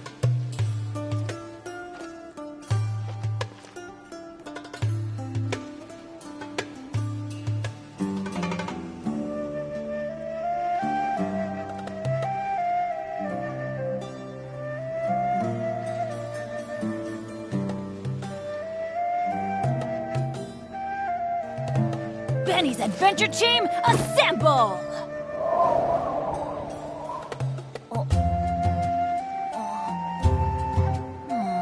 Or not.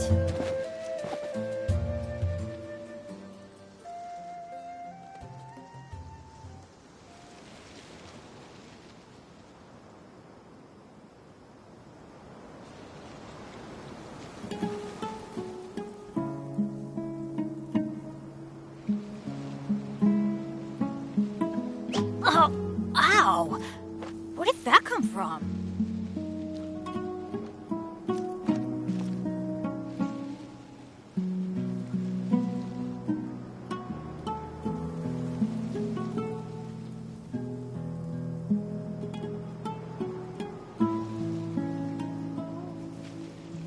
Benny's Adventure Team, assemble!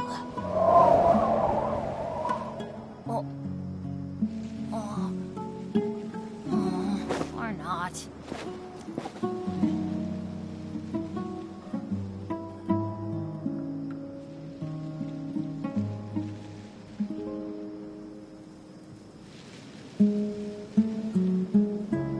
Good things come to those who don't wait around. That's what they say anyway.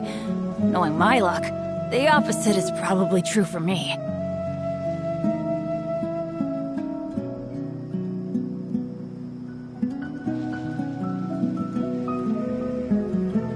Oh, ow!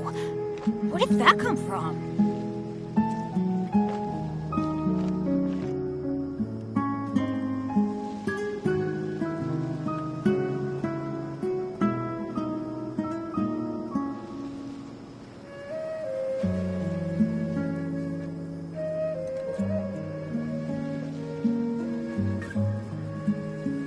Benny's Adventure Team, assemble!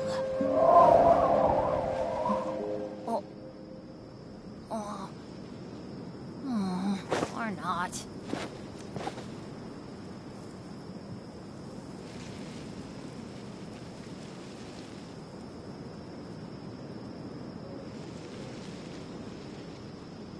No one's joined me on an adventure in ages. Come on, let's go!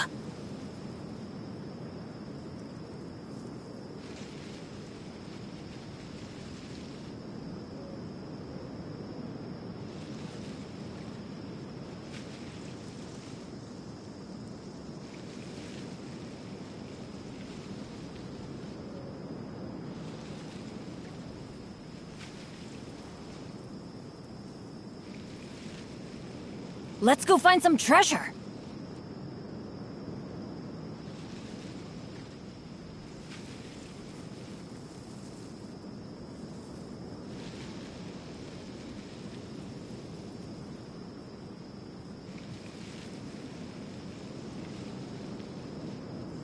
Benny's Adventure Team, assemble!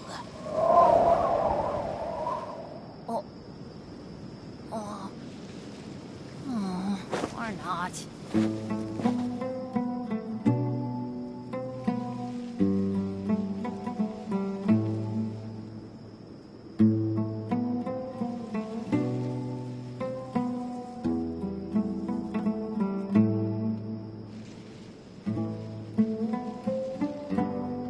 Oh, ow!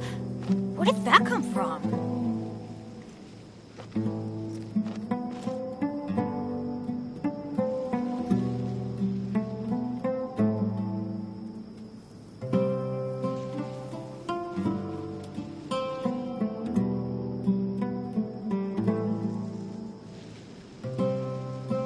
Benny's Adventure Team, assemble!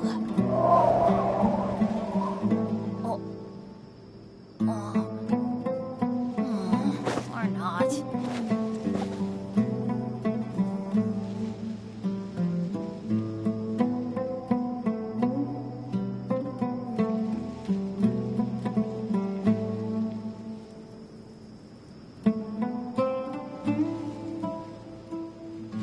Good things come to those who don't wait around. That's what they say anyway. Knowing my luck, the opposite is probably true for me.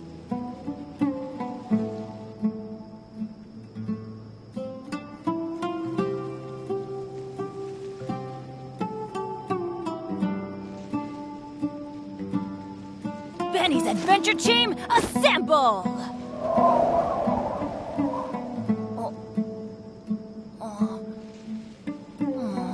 Or not.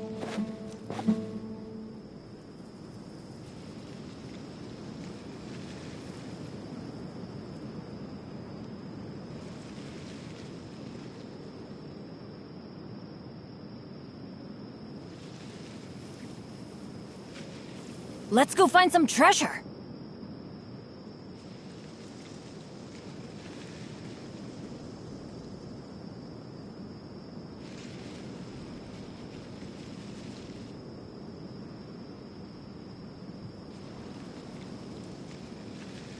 Oh, ow! Where did that come from?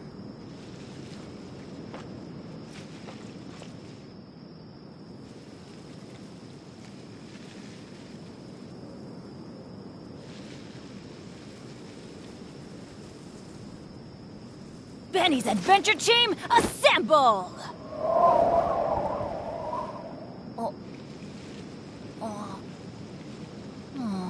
Or not.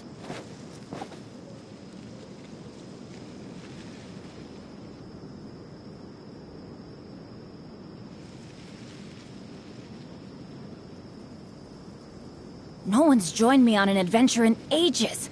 Come on, let's go!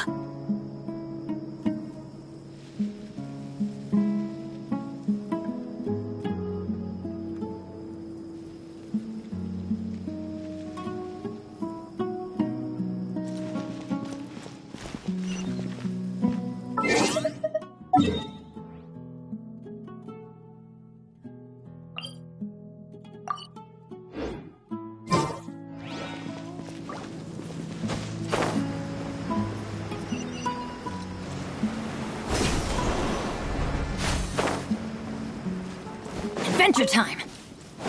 Off we go!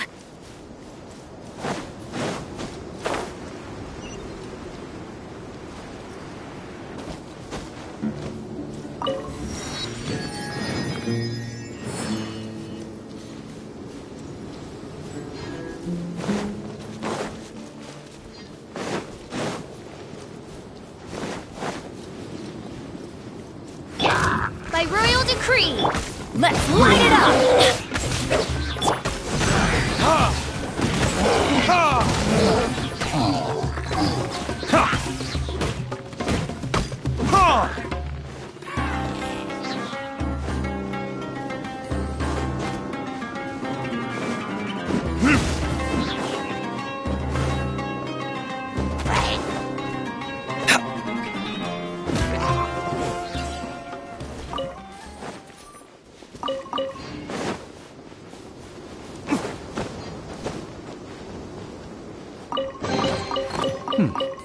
Better than nothing.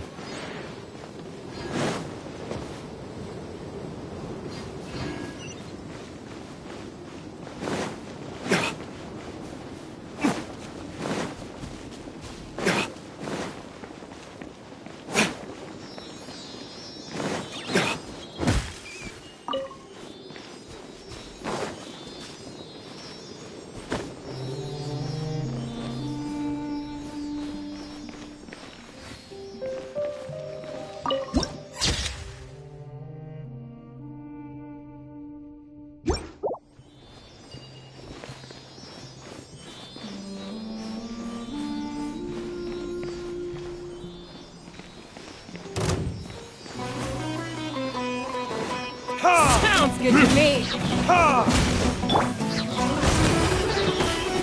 Brace yourselves! Yeah! No rest for the wicked.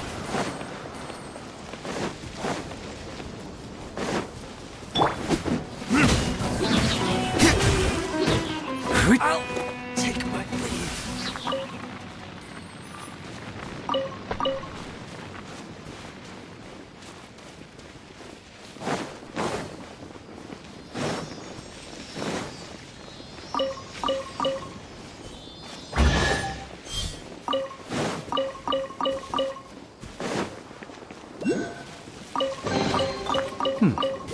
Better than nothing.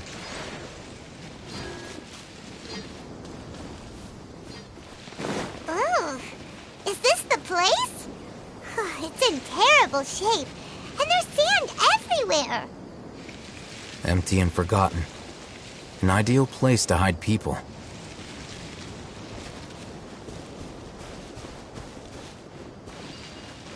Monsters! Watch out!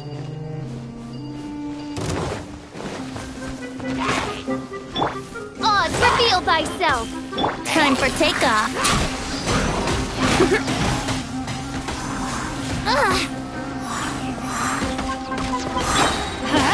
Teamwork is true. Here we go.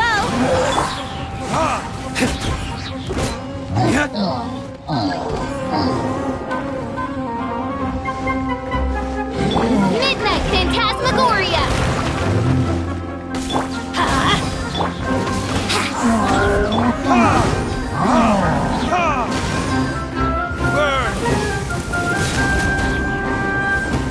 Going in. By royal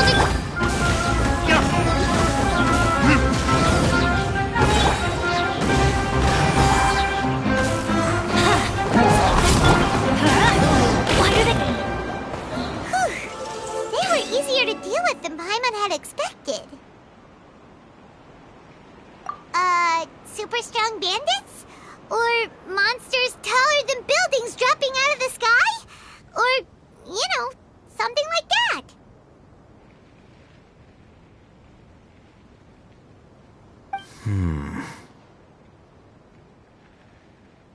He looks super serious.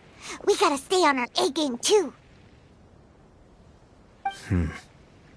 This is the one.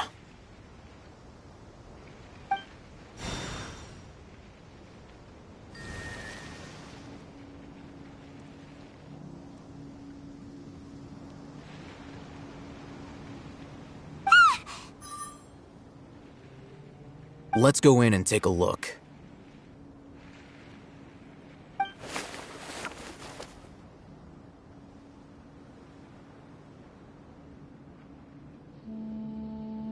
Hey, Hatham, we haven't found squat. Are you sure we aren't wasting our time here?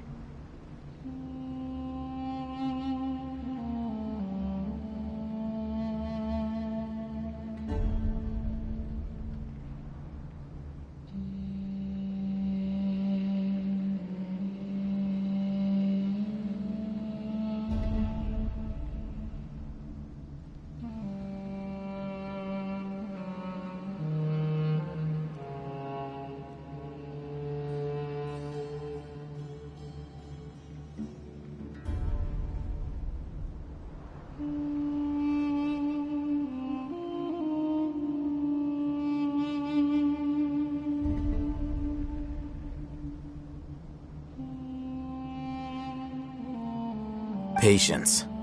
Shawnee says she only hears the crying at night. We have time to burn.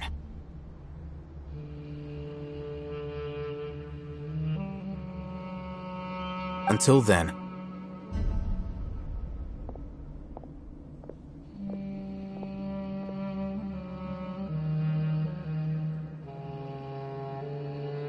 I'm taking a break.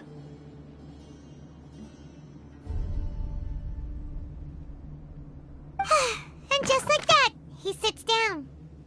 Wait, he even brought a book to read?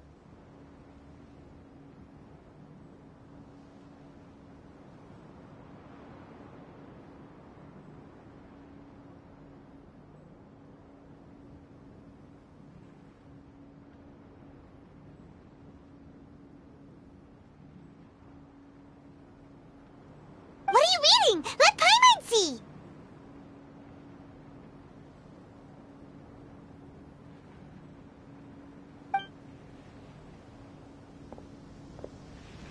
Okay, sure.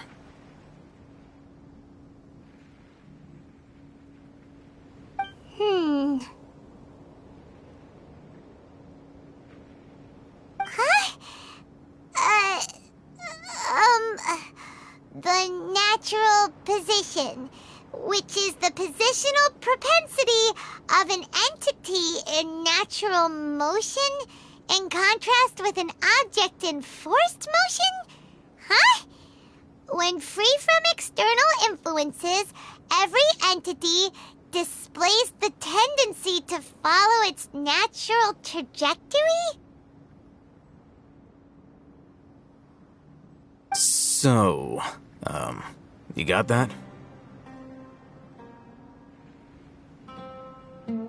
Oh, Paimon gives up. You keep reading your book. See ya!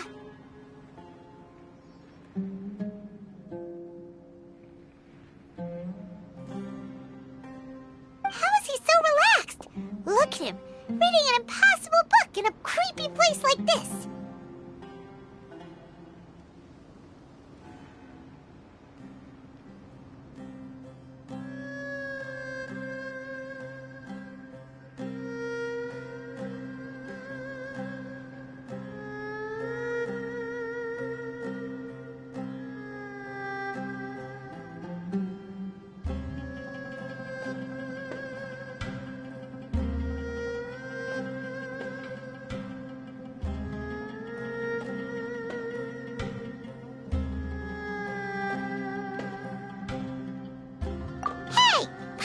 To that travel guide.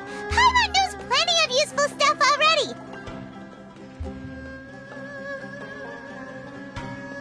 And anyway, is that Paimon's fault that the books people read in Sumeru are so complicated?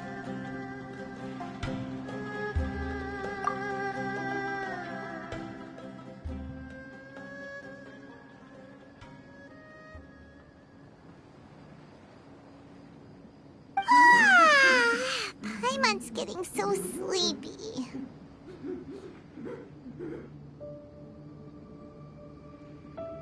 Huh?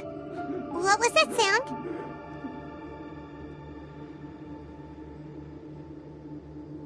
There it is.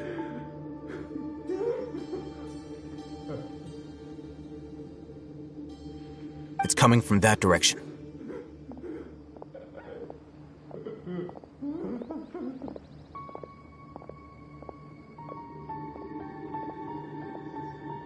Is the sound coming from here? Huh. Paimon's not seeing anything.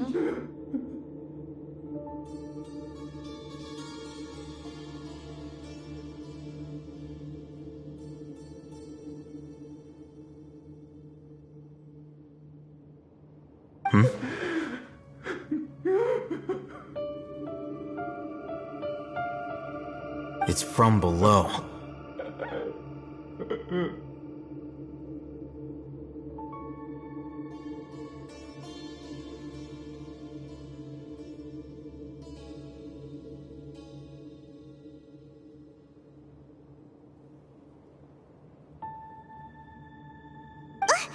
But there's no way we can get down there. Something is off about the interior here.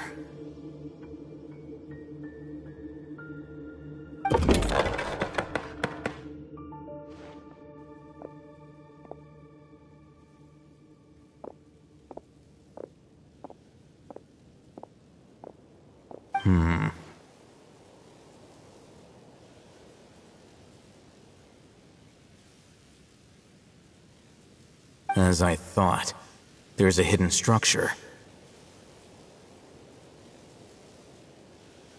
Wow. It's like they tucked another hospital into this one.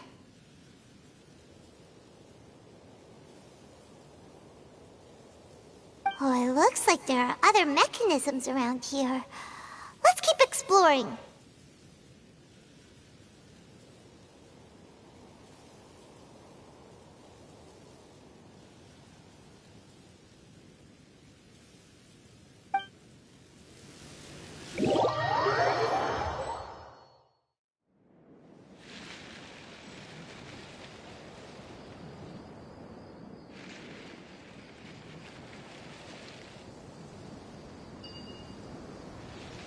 Oh, ow! Where did that come from?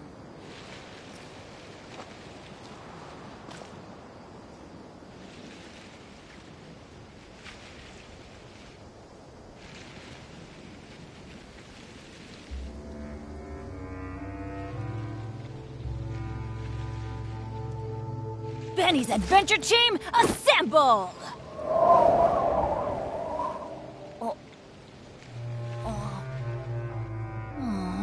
Or not.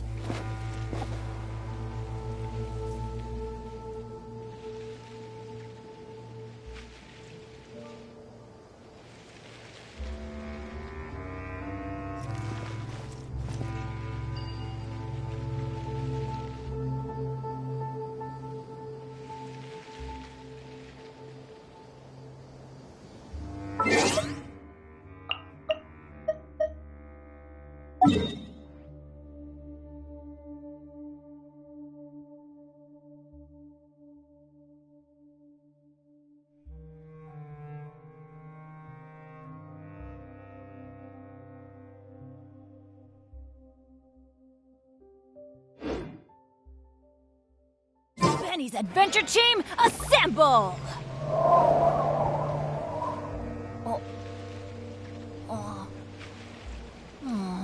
Or not.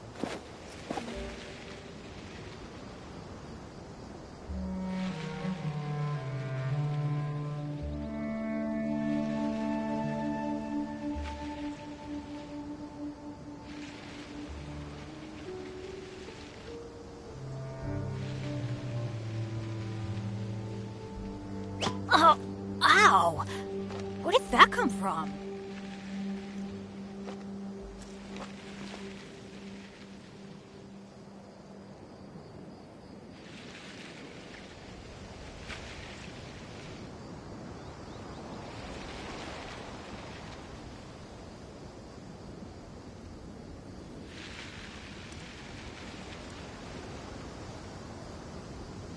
Good things come to those who don't wait around. That's what they say, anyway. Knowing my luck, the opposite is probably true for me.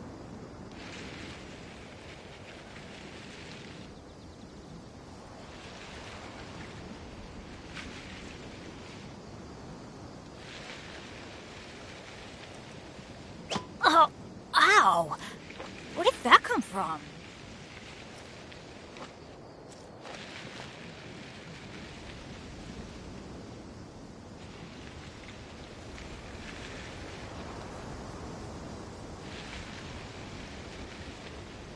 Let's go find some treasure.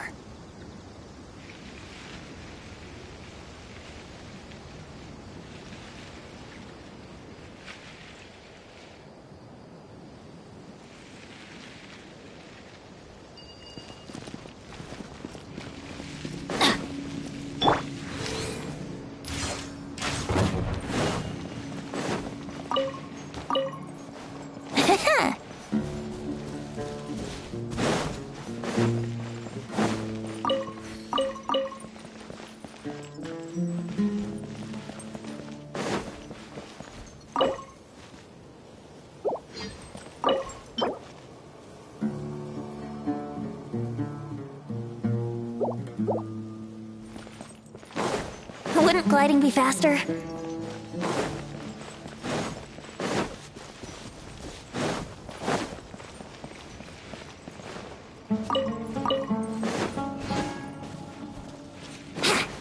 Wouldn't gliding be faster?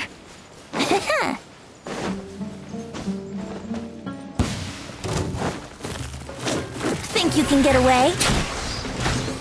Yahoo! Yeah! Ha! Yeah!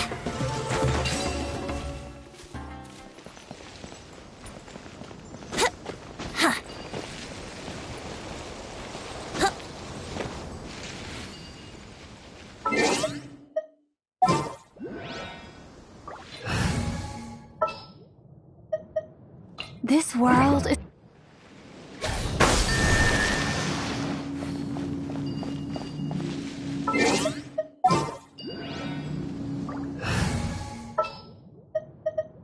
Give me a moment to compose.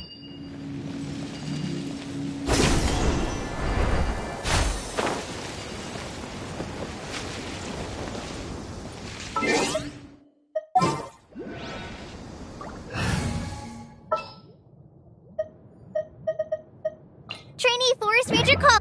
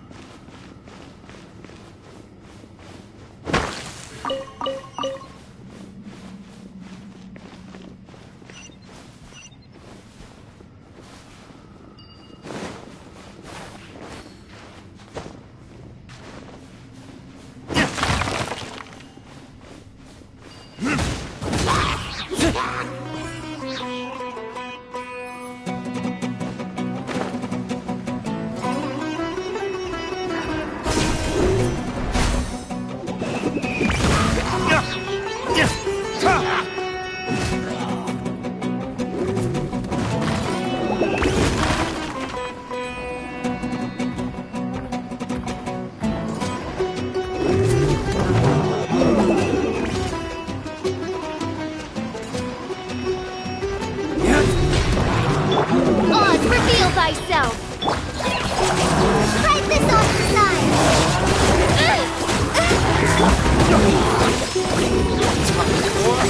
Retribution! Everybody stand back! Shadow Raven, let night move. Fallen Emma, help! Another kiss? Going in! Let's light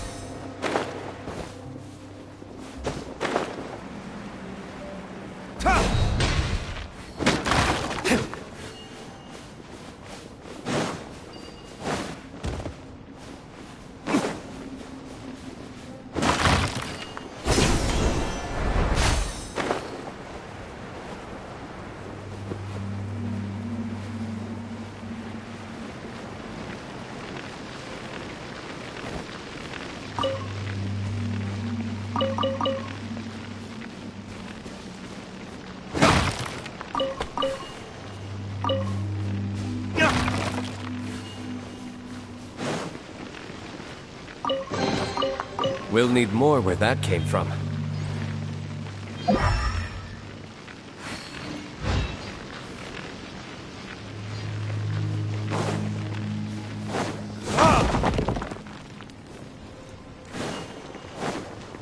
Oz revealed by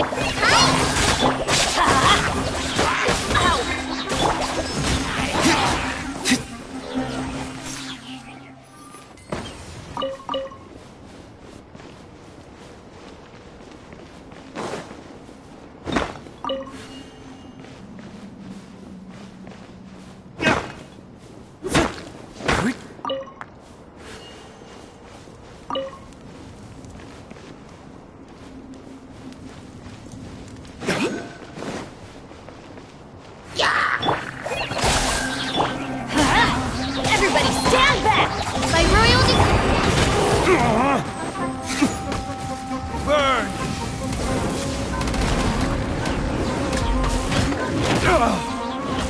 Midnight Phantasmagoria!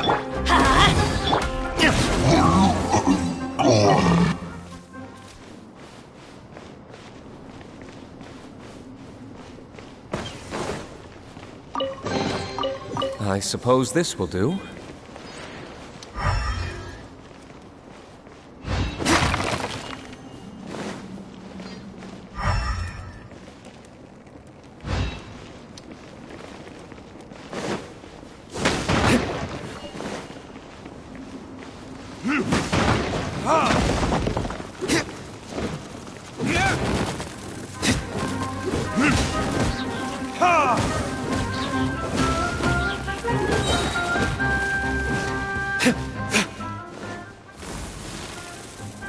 Let's light it up! Oz, reveal thyself!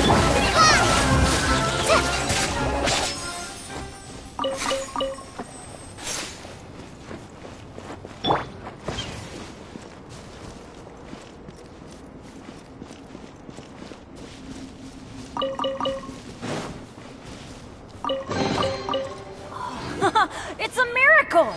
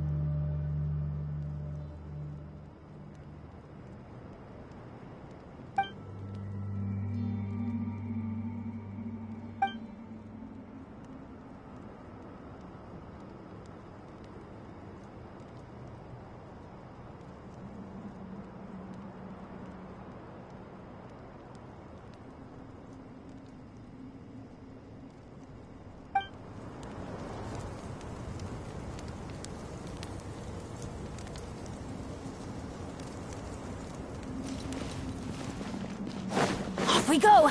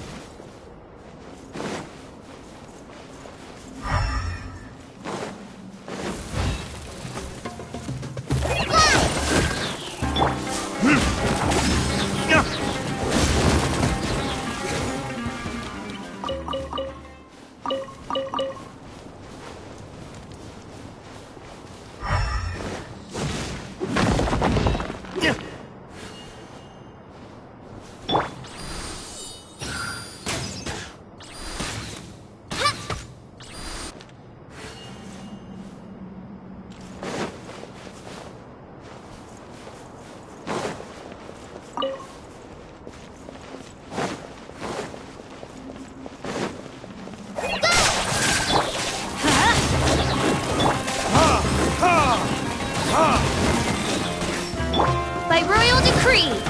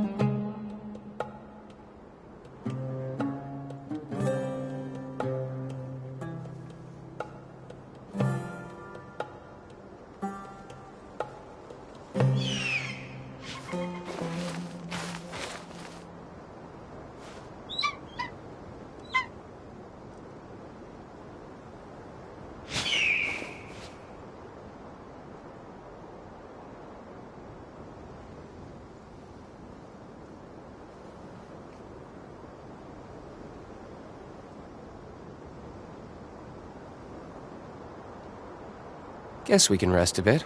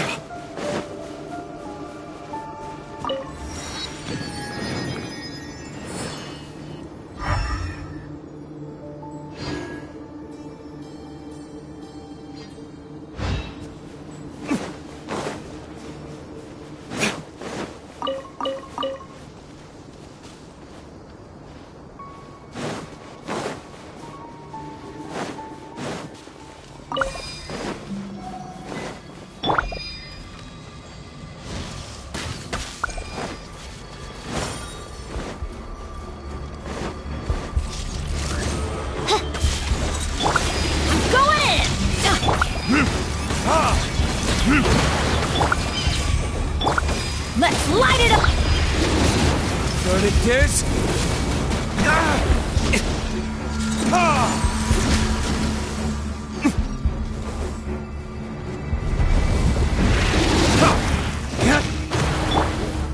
Shadow Raven, let night fall.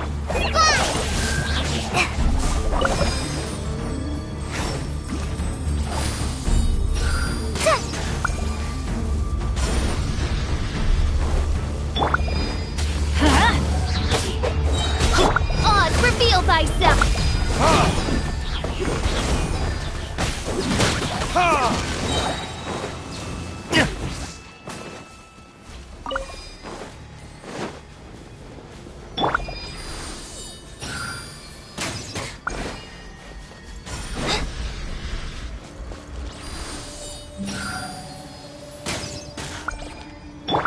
Adventure time!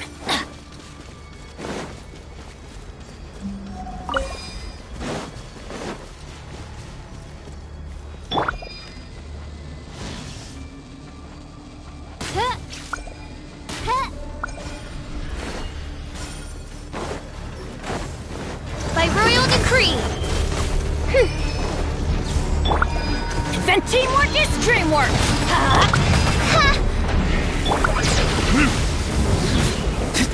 Burn! Just like we rehearsed.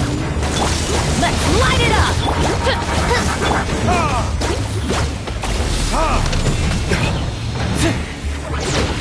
I'm going in! Time for retribution!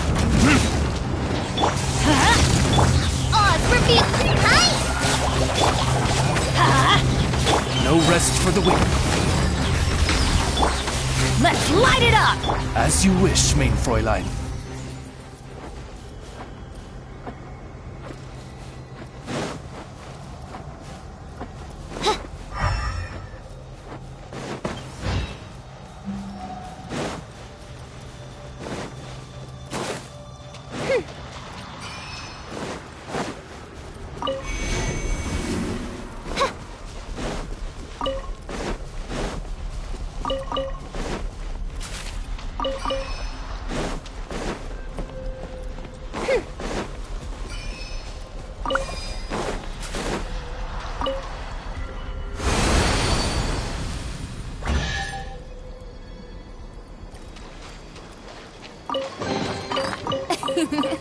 Cry out my illustrious name.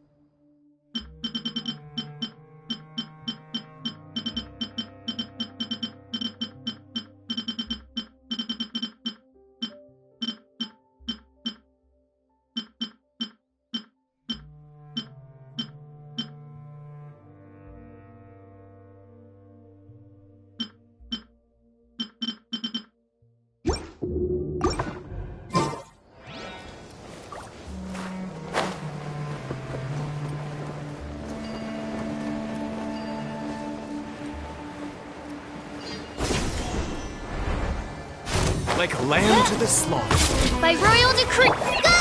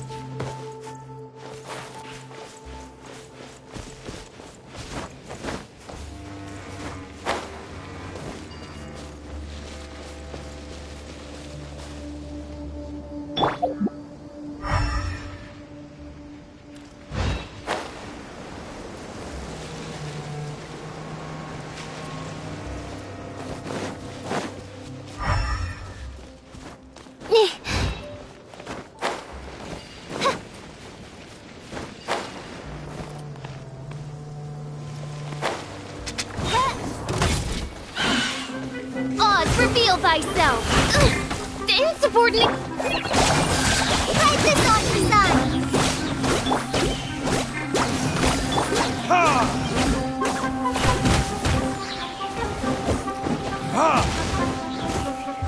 Verdict is...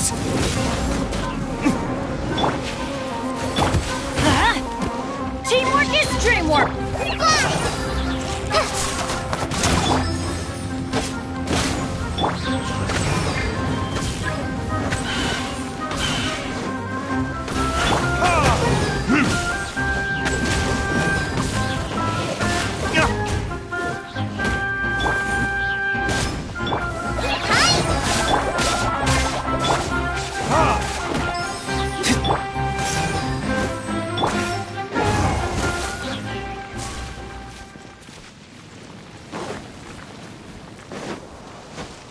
We go!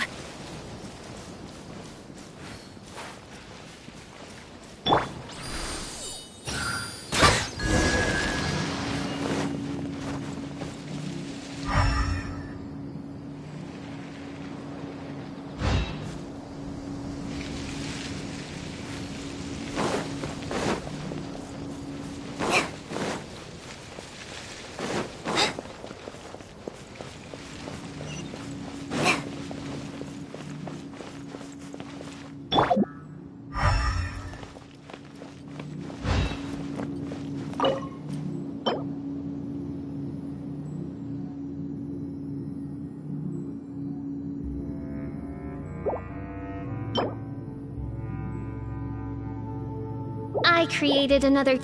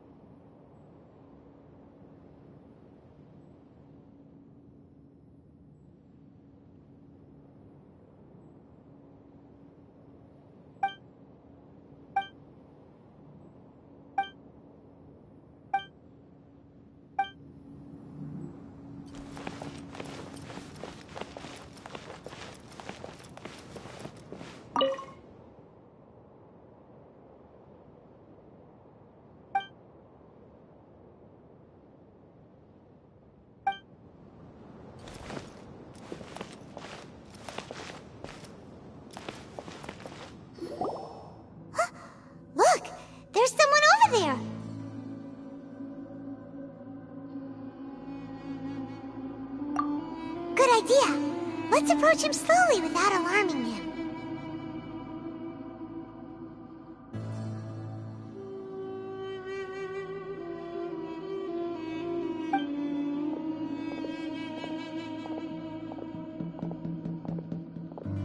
Wait.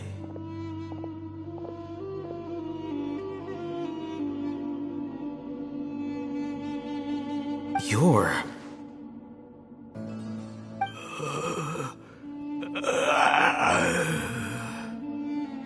He can't speak, and his eyes are unfocused. But he looks too young to be anyone's grandfather. Also, why is he the only one here? Didn't expect to see him here. You know him?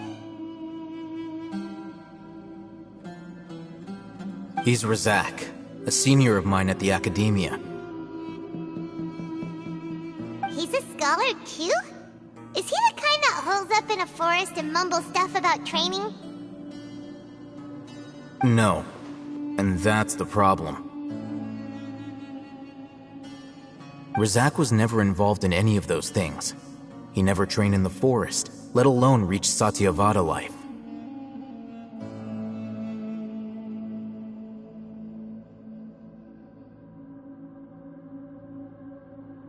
Leaving that question aside for the moment, him being here alone means that we might be too late.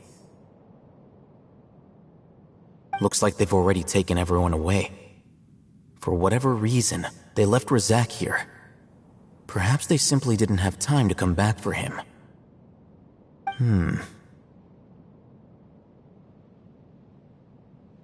There are drag marks on the ground. They're clearer by the doorway. Someone was forcefully drawing a cart that was loaded with something heavy. Loaded with people? That is one possibility. It looks like they were in a hurry, as if they were afraid of being caught. In their haste, they failed to notice Razak hiding in a corner.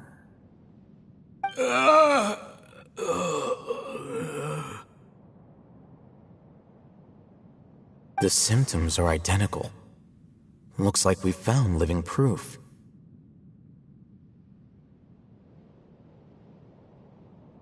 Huh? Why do you say that?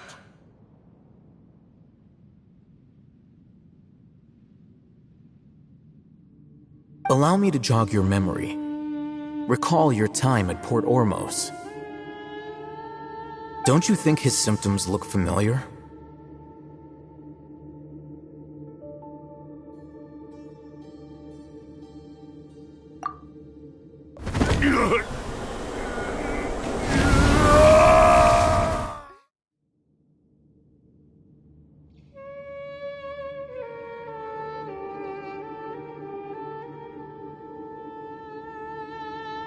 Oh, now that you mention it, they're acting the same way.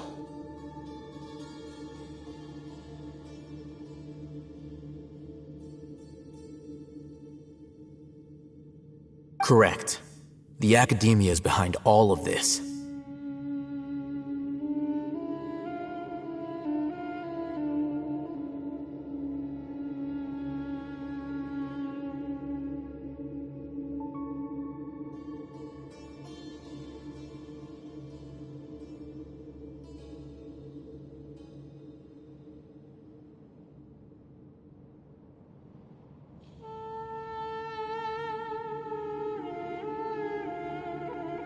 It isn't difficult to deduce their rationale. First, the Academia spread a false rumor of the Scarlet King's resurrection, emphasizing the role of the village keepers, the mad scholars who were exiled to Aru village. These rumors were all the persuasion that the radicals needed, and those based in Aru village leapt into action. Unbeknownst to them, of course, through rounding up the scholars, they were actually helping the Academia. As well as being able to exploit the radicals for their own ends, this scheme has one further advantage to the Academia. All the risks and responsibilities are offloaded onto the Scarlet King's followers. Life for the Desert Dwellers has been brutal ever since the Scarlet King's death all those years ago. Beneath the surface, feelings of desperation are widespread. Many would give everything they have for the prospect of something better. Anyone looking to exploit that for their own ends simply needs to make a few empty promises.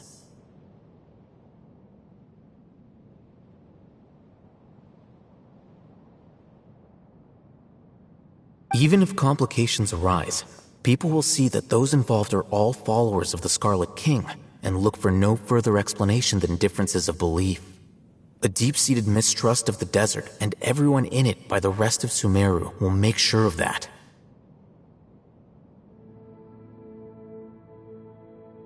The notion of an academia plot wouldn't even cross their minds. It may seem like a simple strategy, but it is able to work wonders under Sumeru's current circumstances. Oh, that makes a lot of sense. It's in line with the village chief's theory, too. But there's still one very important question. Wasn't it the academia that brought the scholars to Aru village in the first place? Why does it want them back now?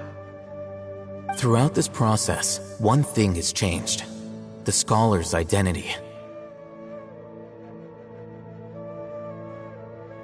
First, they were scholars. Then, they became lunatics. After that, they were exiles. And finally, they become missing persons.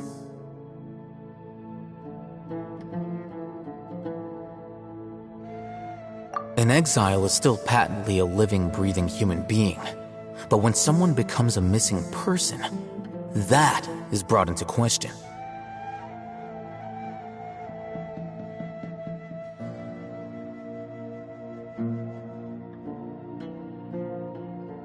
If you can't find someone, you have no way of knowing what exactly happened to them. That makes missing people an ideal resource.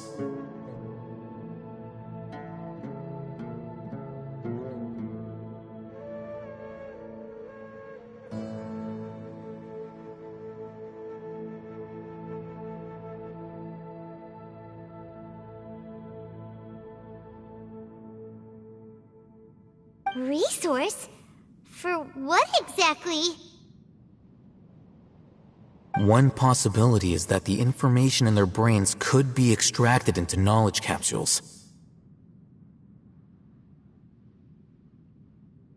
Extracted? You mean canned knowledge comes from people's brains?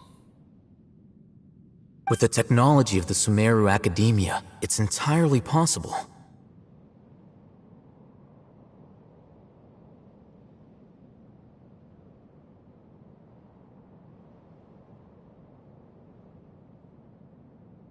Perhaps the process caused them great suffering, which is why they cry out in the dead of night when no one is watching them.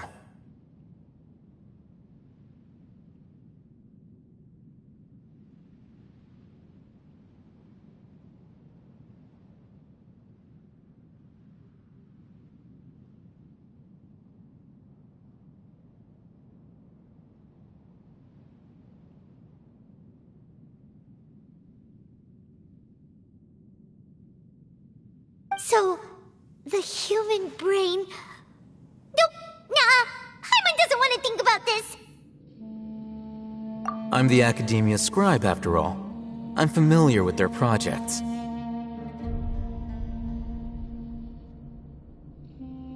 Anyway, judging by Razak's state, the contents of a divine knowledge capsule were extracted from his mind.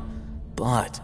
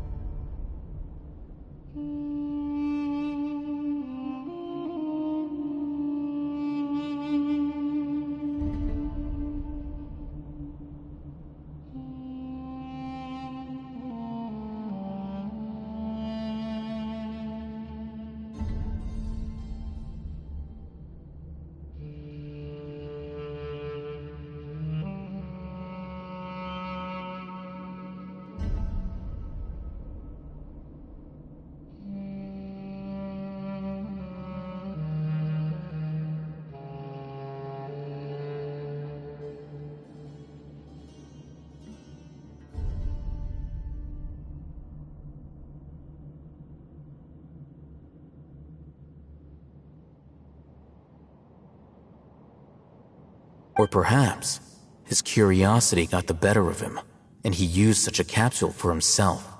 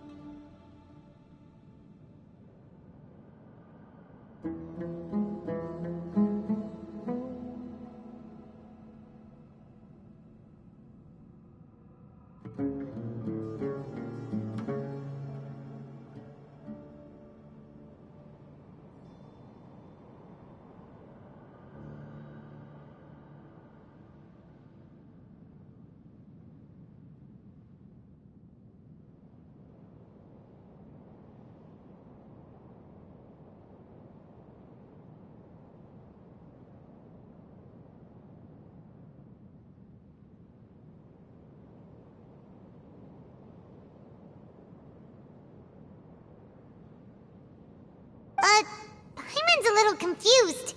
Can they just use anyone's brain?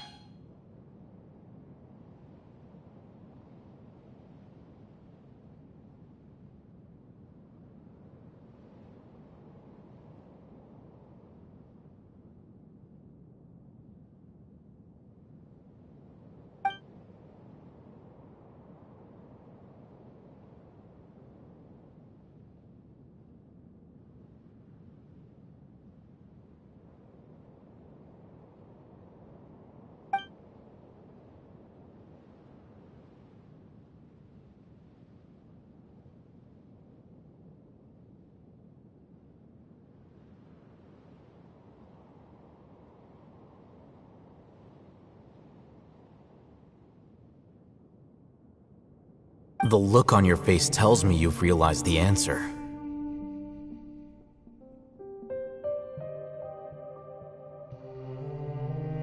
That's right. To some scholars, gaining knowledge about the gods is their entire life's pursuit. Extracting canned knowledge is just one of the extreme measures they turn to.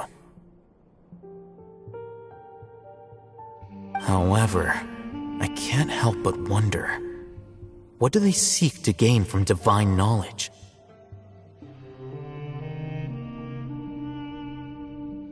The academia is going out of their way to look for forbidden knowledge, but what is their ultimate goal?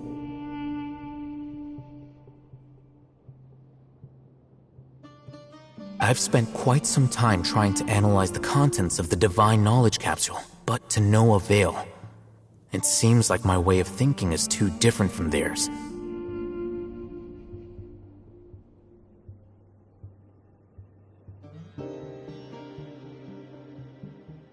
You mean you're not even slightly interested in getting your hands on this forbidden stuff?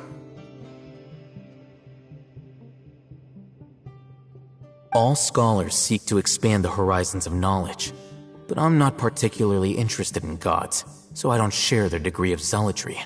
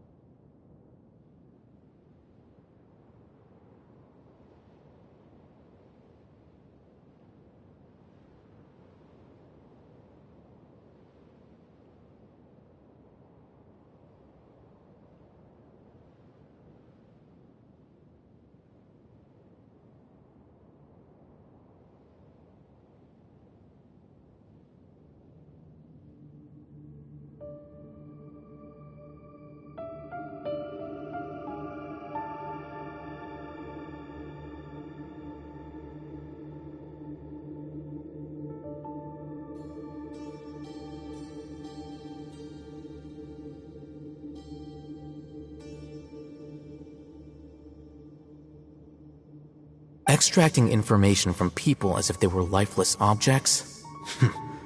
If this is the direction of academic progress, then the academia may as well shut its doors.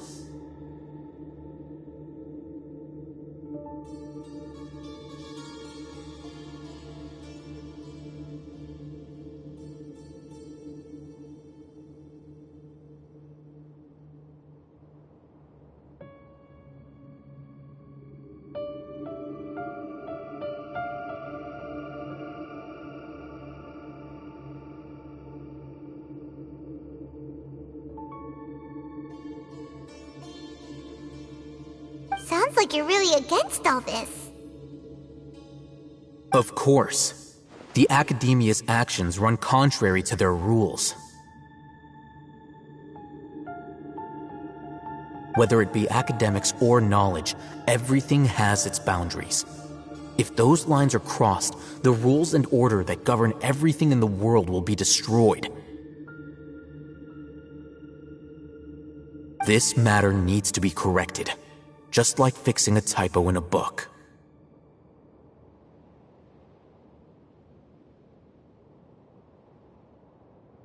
Wait, didn't you step in to help because you felt sympathy for those poor people?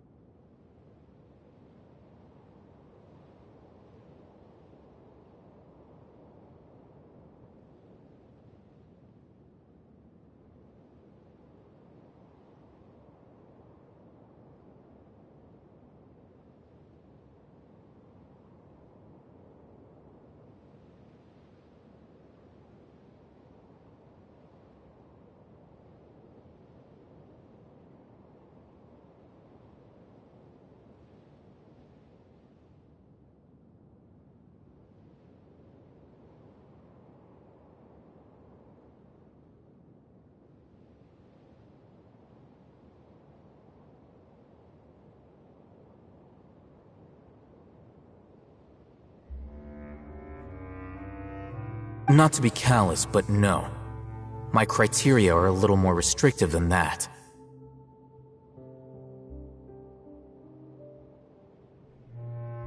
There is no shortage of suffering in Sumeru, and the same can be said for the rest of Teyvat as well. What do you plan to do about that? Save every last person? Probably not.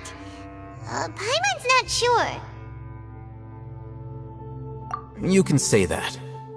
Simply put, I don't blindly place my faith into strength or heroism.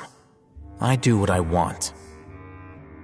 The Divine Knowledge Capsule is something I want to investigate in full. That doesn't mean I'm willing to take action for the sake of a few strangers.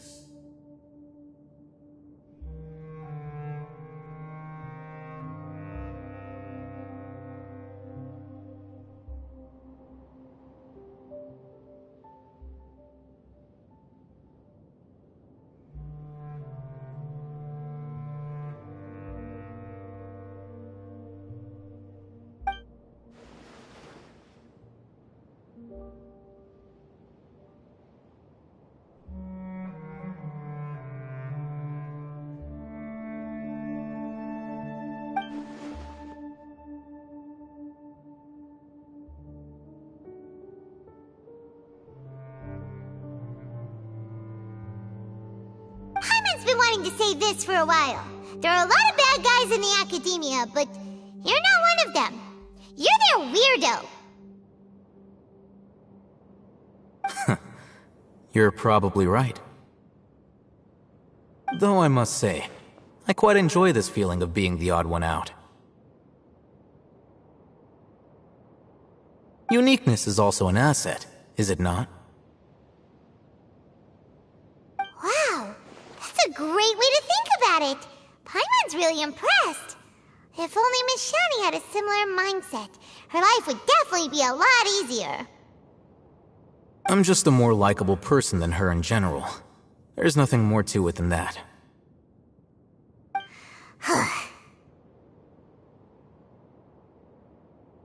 He won't last long if we leave him here. Let's take him with us. We'll work out our next step after we return to Aru Village.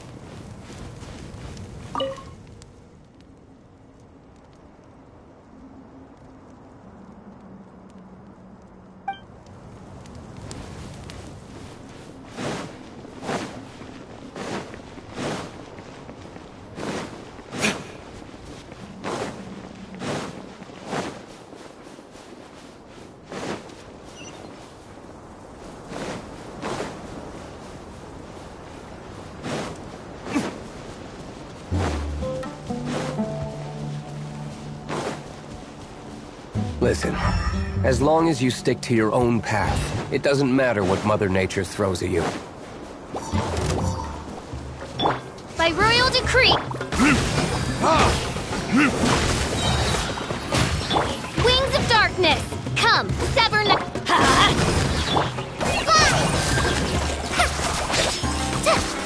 Let's light it up! Everybody stand back!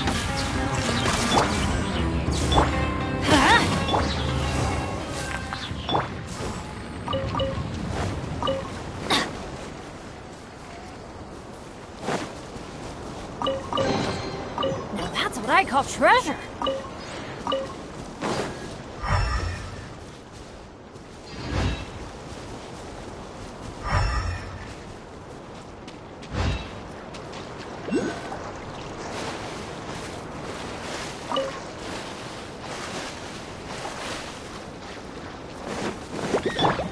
odds revealed by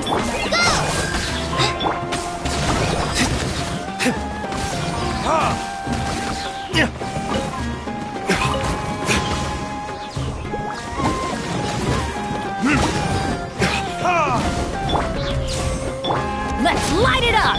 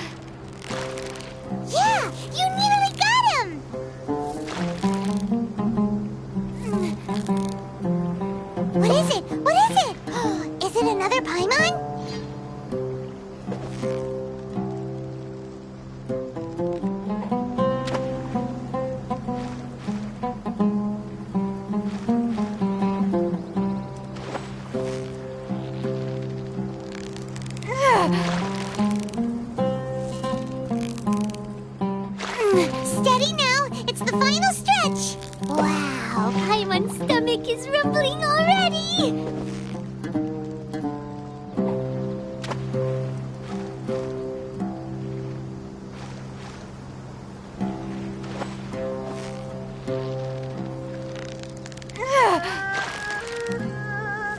So close, so close.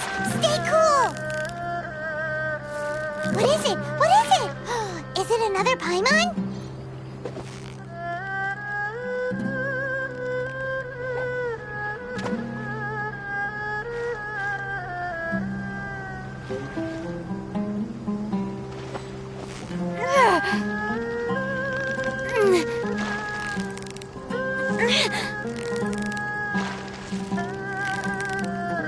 Yeah, you nearly got him!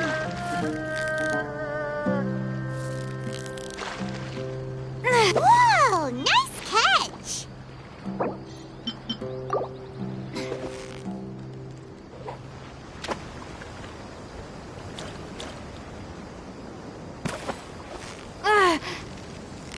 You've got it! You got... Wow, Paimon's stomach is rumbling already!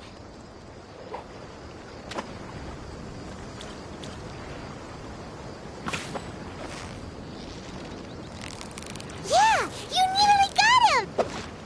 Whoa, nice catch!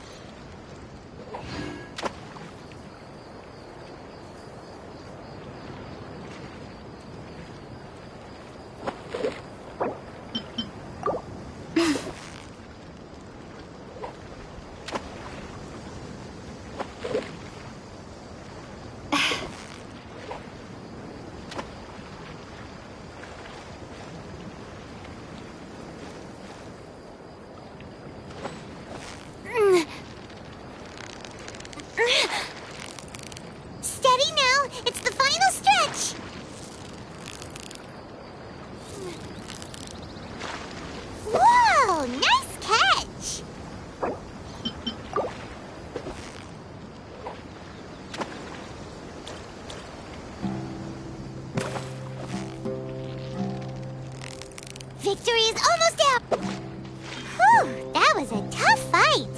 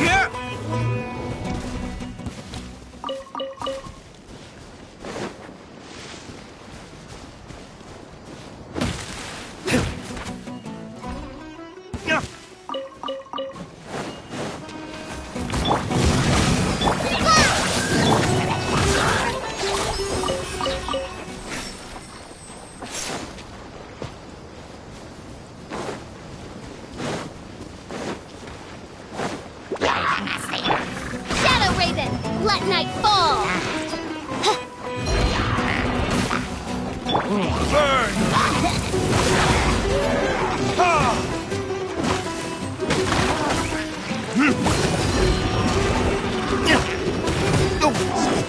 Just like we rehearsed! Teamwork is dreamwork!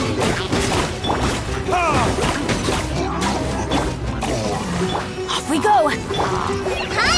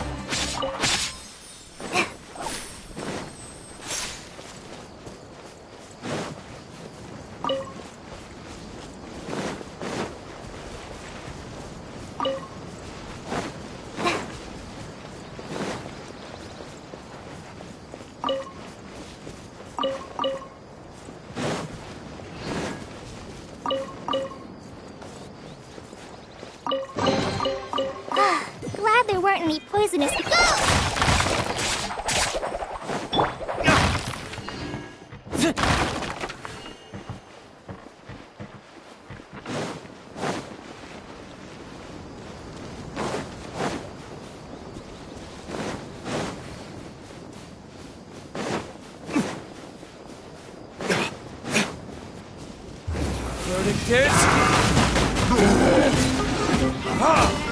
By royal decree!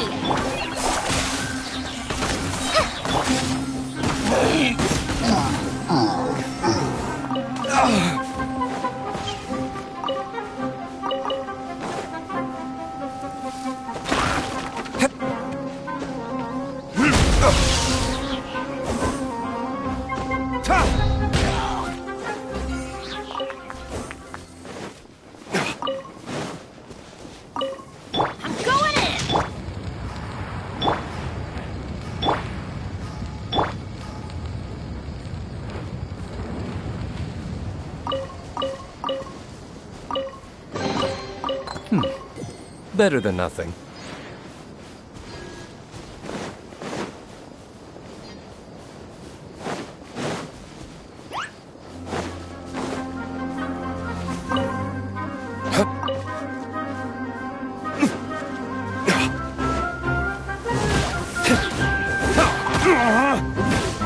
Oz, reveal thyself!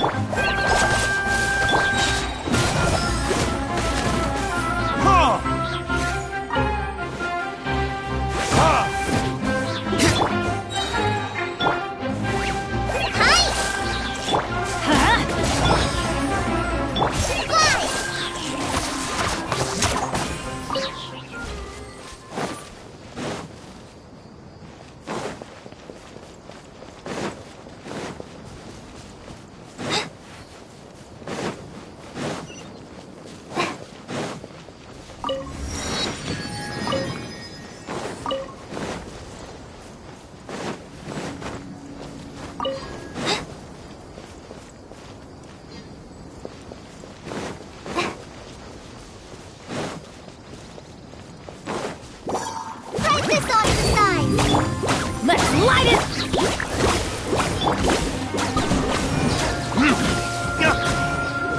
As you wish, mein Fräulein.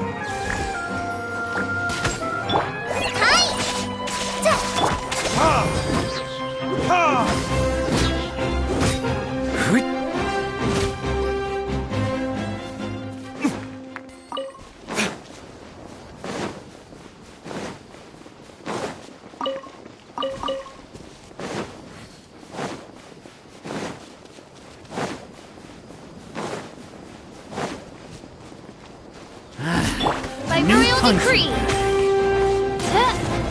I summon... Time for retribution!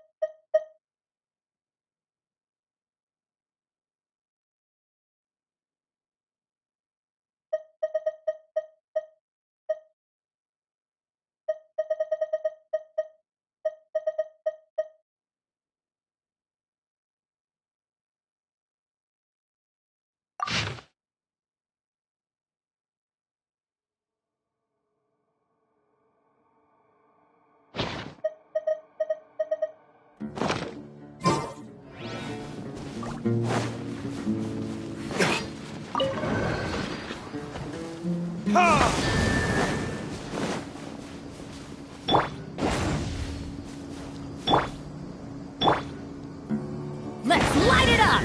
Adventure time!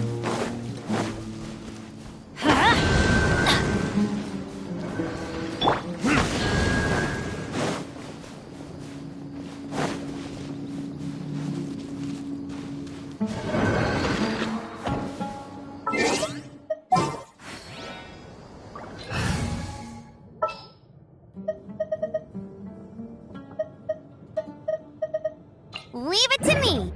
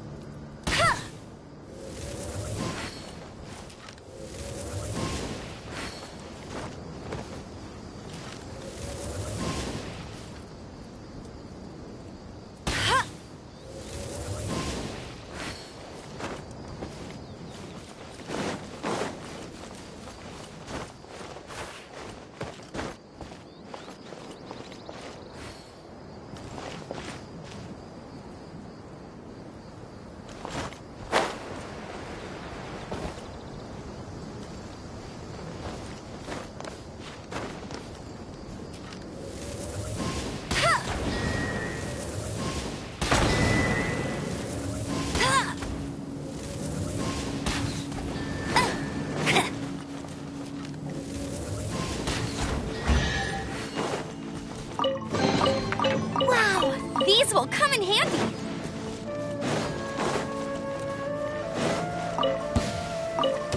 Get him!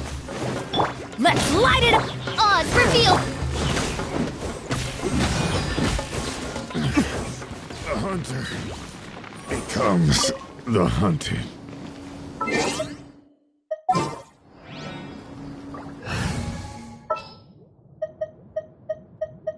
I'll ensure you're safe.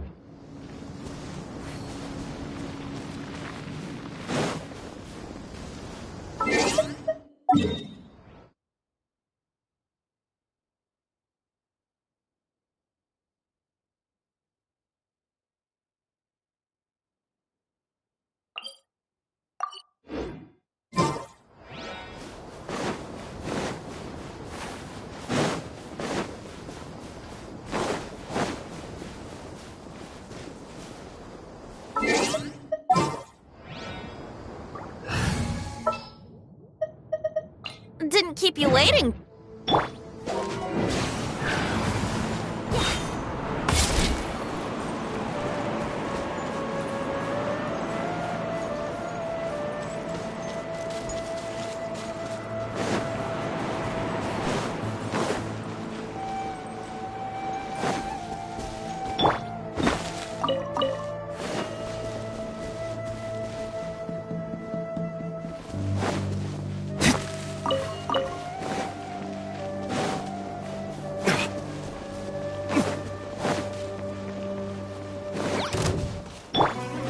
By royal decree! Yahoo! Everybody stand back!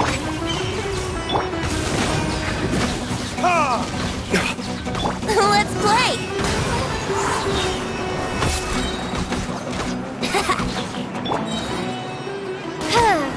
Midnight Phantasmagoria!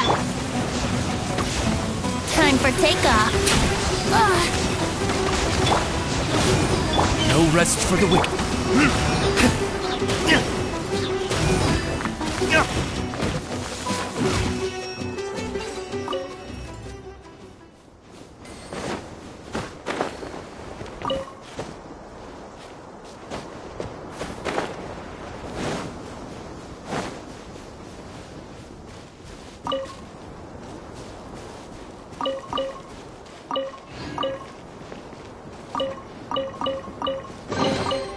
We'll need more where that came from.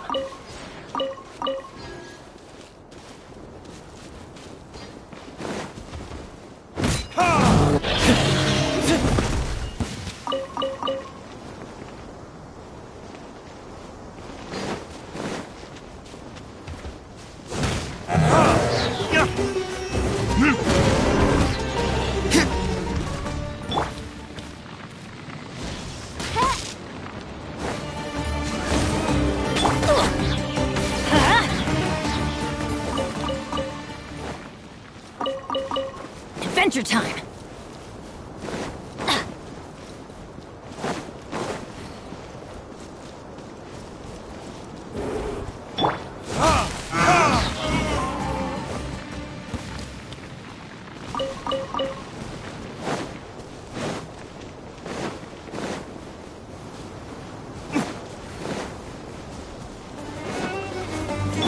Oz, reveal thyself!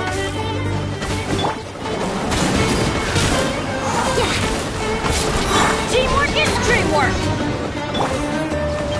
Think you can get away?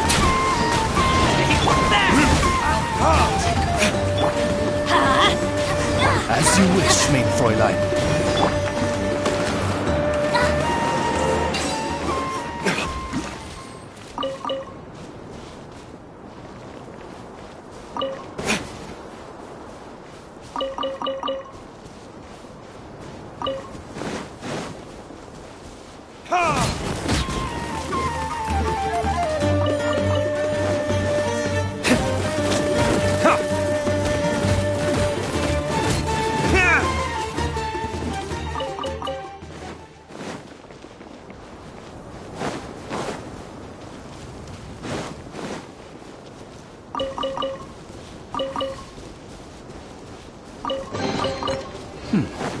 Better than nothing.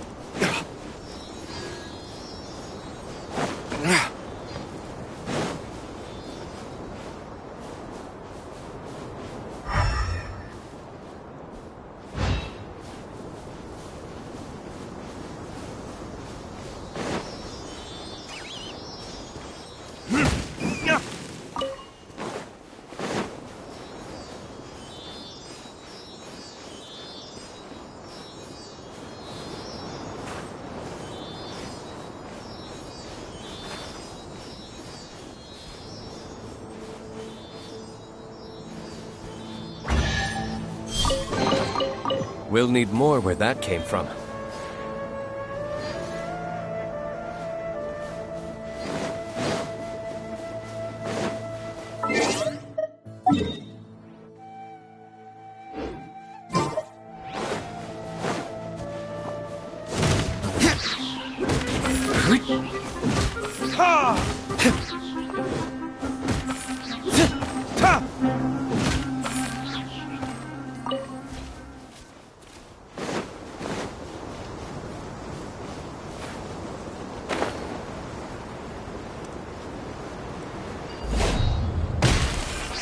By royal decree!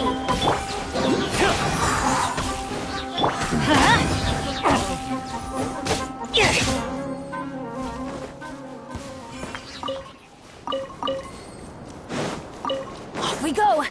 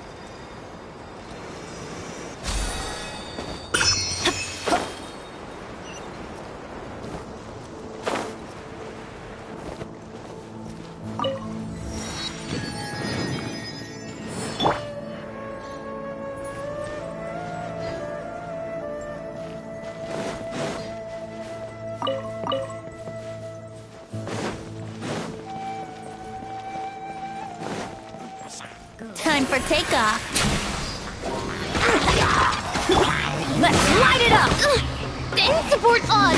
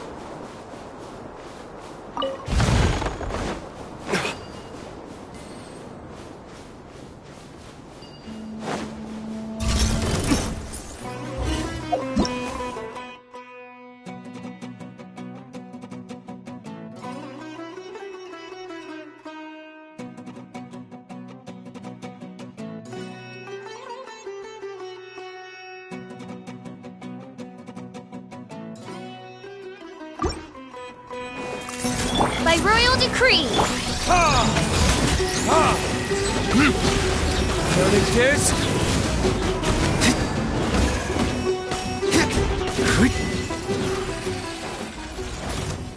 Adventure time! Everybody stand back! Yahoo!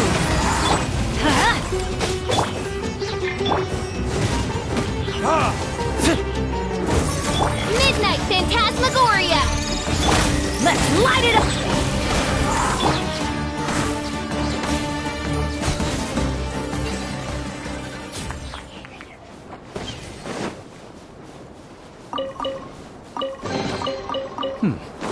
Better than nothing.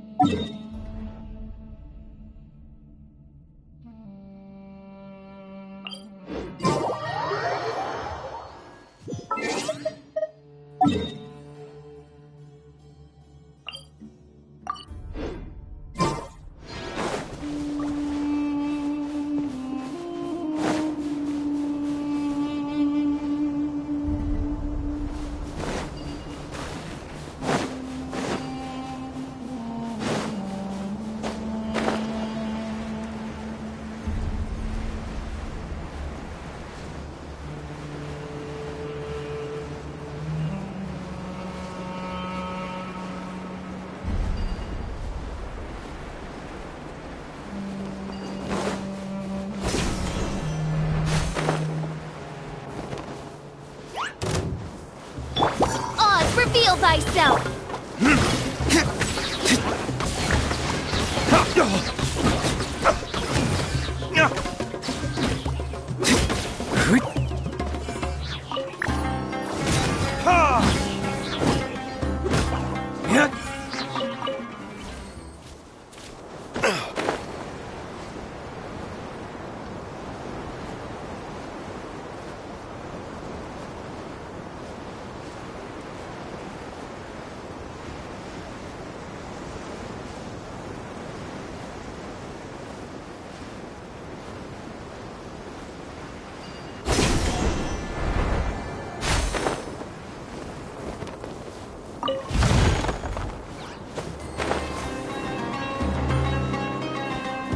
By royal decree. Think you can get away? Yeah.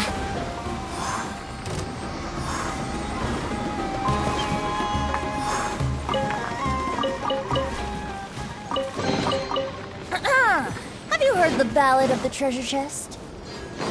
Wouldn't gliding be faster?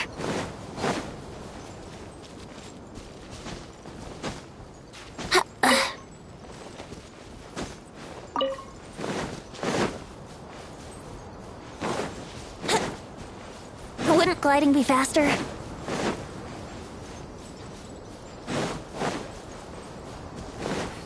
Brace yourselves! Odds for me! I'll take my burn!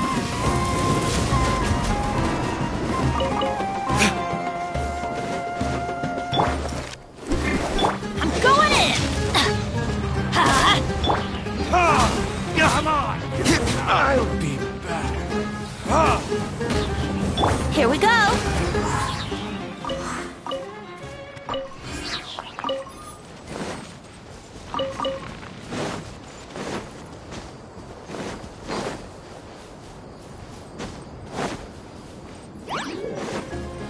As you wish, mein Fräulein. Brace yourselves! Time for takeoff!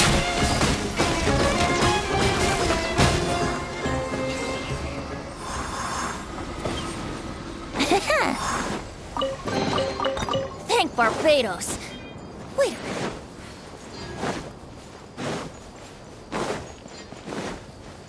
Wouldn't gliding be faster?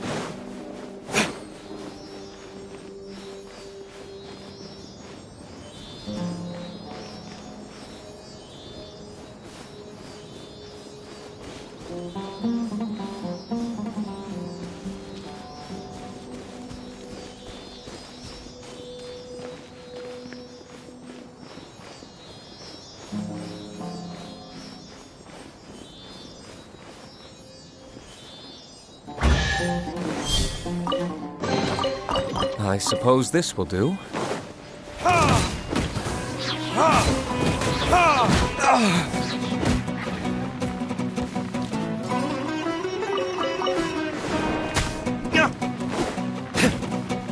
I'll take my leave.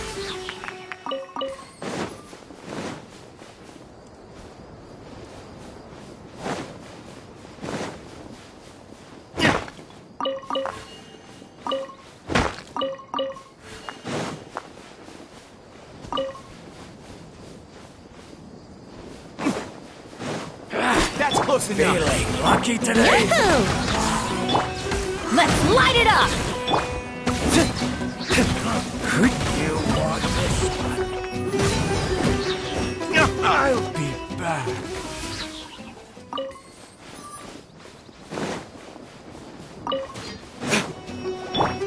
Think you can get away?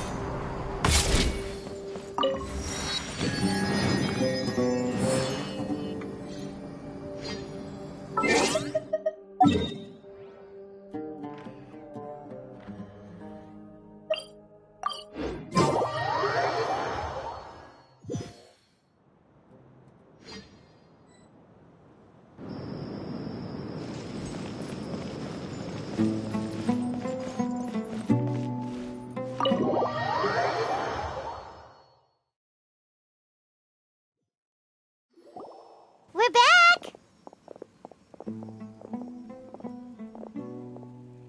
You must be tired. You should rest and take some water.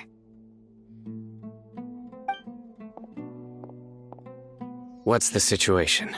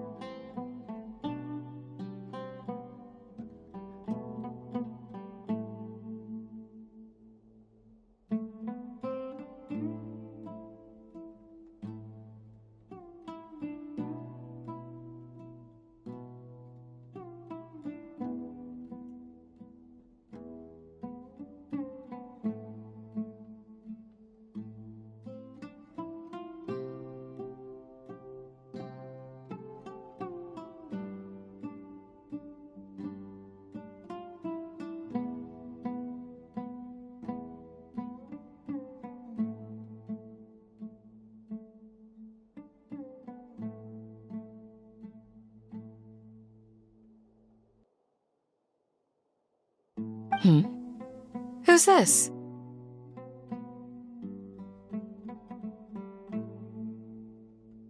Unfortunately, somebody who's too young to take on the role of Isak's grandfather.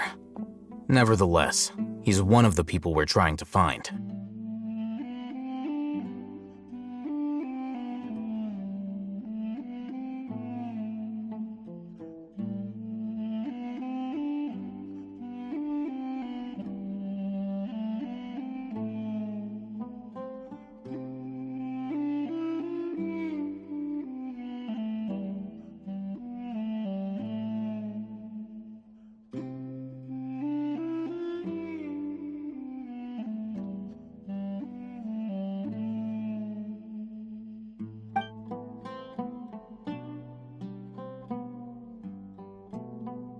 So, at one point in time, the abandoned Elazar Hospital served as the Academia's site for extracting divine cant knowledge.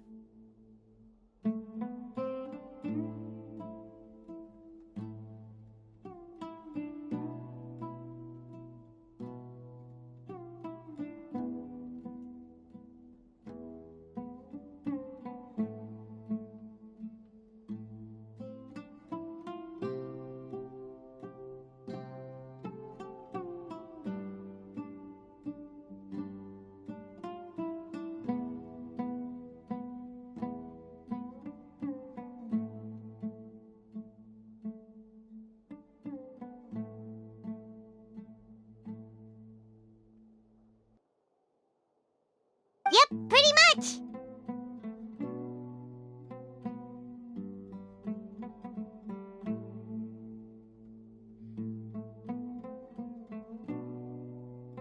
Their plan must have been implemented at some point before we arrived at Aru Village, since divine cant knowledge has been in circulation for a while now.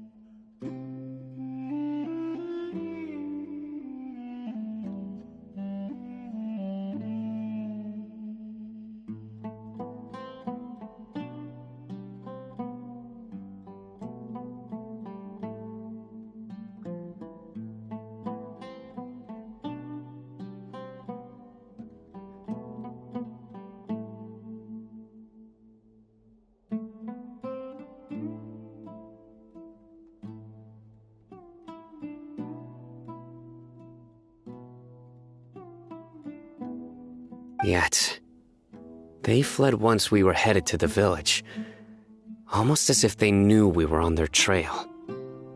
Why is that?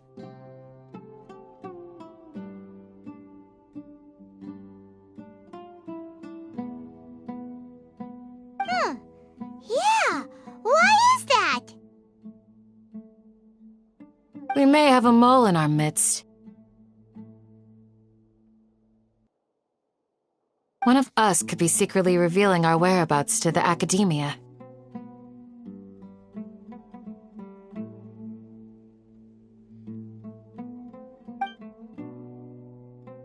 Huh? Are our friendships that shallow?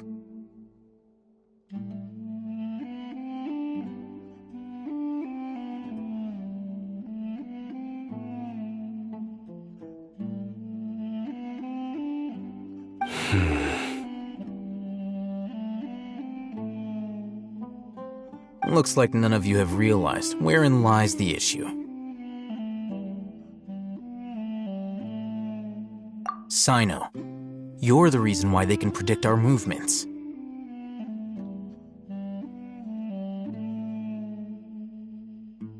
Wait, what's that supposed to mean? Choose your next words very carefully. It is simply a logical inference. I have my reasons. So what you're saying is, Sino's the mole. Interesting. And here I thought you were the most suspicious one, Alhaitham, since you were always acting alone. I know.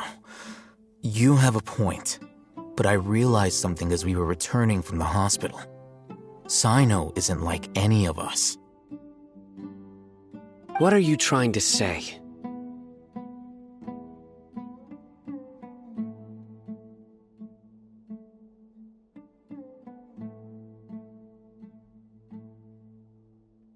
Do you still remember who you are, General Mahamatra?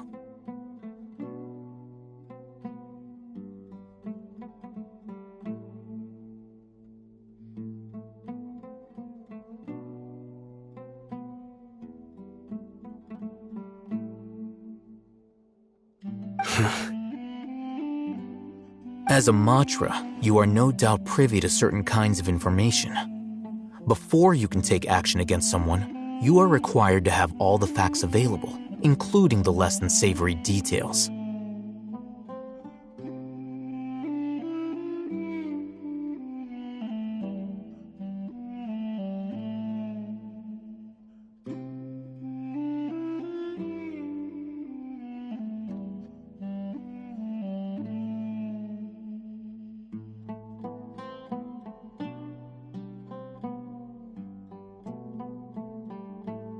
Simply put, the academia has traditionally allowed you access to a wealth of sensitive information. Knowing their modus operandi, wouldn't you expect them to take precautions against you? If you want to raise a vicious wolf, you need to make sure that you can avoid its bite.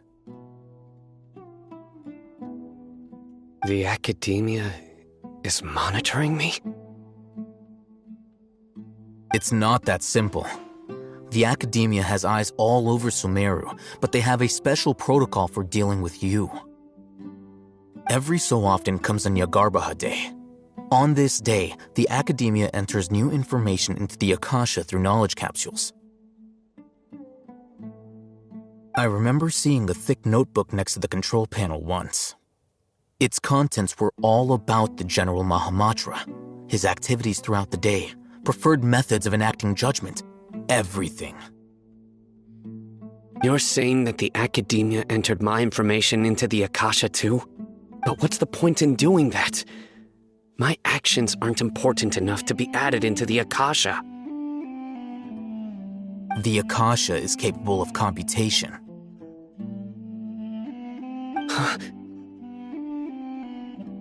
The Akasha's algorithms are entirely capable of predicting your movements using the data entered. When you would depart, the route you would follow, your destination. It knew all of this. It predicted my every move. The academia has been watching you longer than you think. So that's how it is. Sino adheres to his principles so strongly that he's actually a thorn in their side. Tenacity of will and steadfast faith are worthless to the academia. They need scholars who are easily pliable and mindlessly go after anything they can profit from. Sino, don't take it to heart. This just proves how much of a trustworthy ally you are.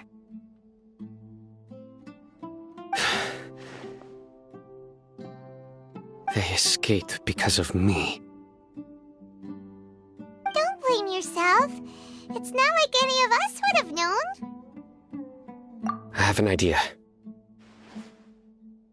If they predicted my movements, then I might be able to guess where they went.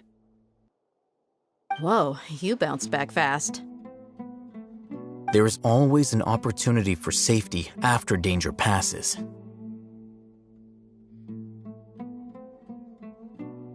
Oh, so that's how it is! Paimon gets it now!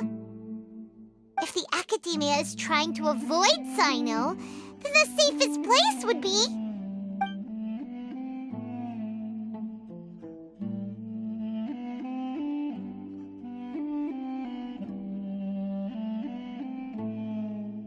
Yep, that's right!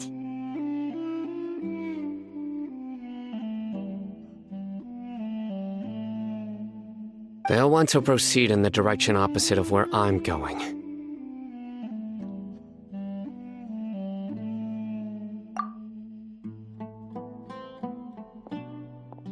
I must go.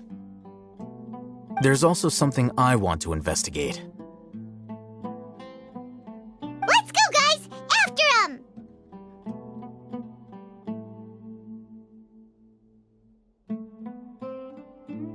Please, wait! I want to go too! You want to go too? If so, you have to promise you'll stay safe. I want to find Grandpa. I promise I'll be careful and not cause any trouble. Everyone, I leave him in your hands. Yay! Let's go! Remember to pack some food with you! Paimon feels like we're missing someone, though.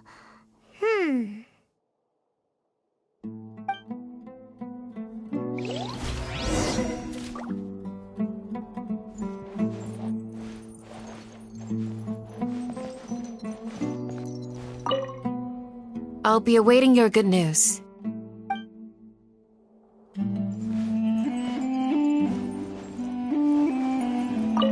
Please, stay safe, everyone.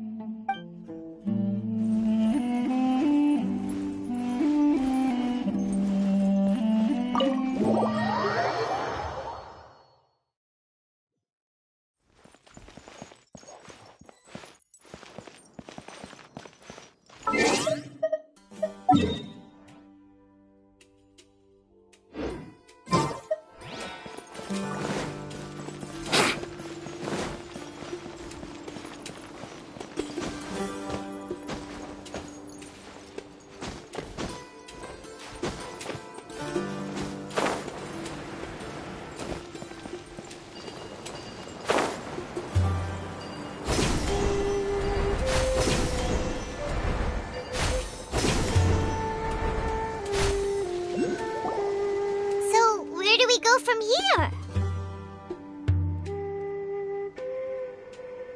Yes. After leaving the village, we should head straight toward the desert.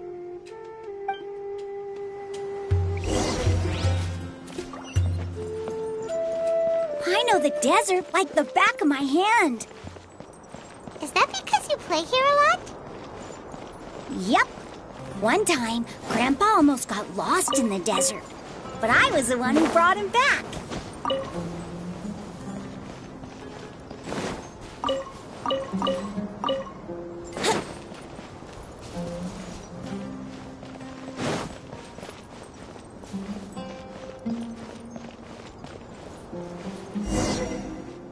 There's something here. What's this? It's buried in the sand. Looks like we'll need to roll up our sleeves and do some work. And Paimon thought running around everywhere was already enough work. Okay. So, we have to dig it out? Whatever's down there, it looks like it's buried really deep.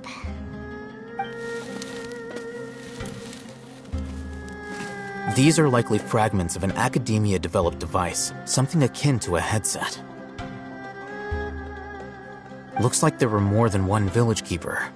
They must have been escorted this way because there are device fragments scattered around here. Let's split up and search the area. Chances are that we'll find other things nearby.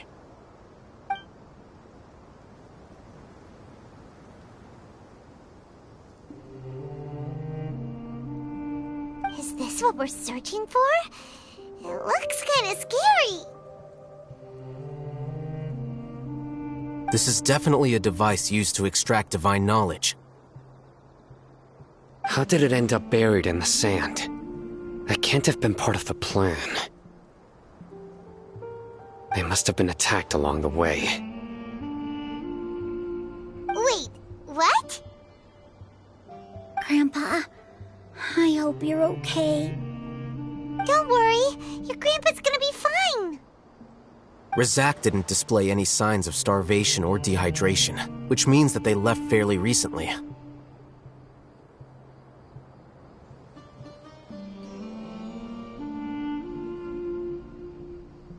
We should be able to catch up.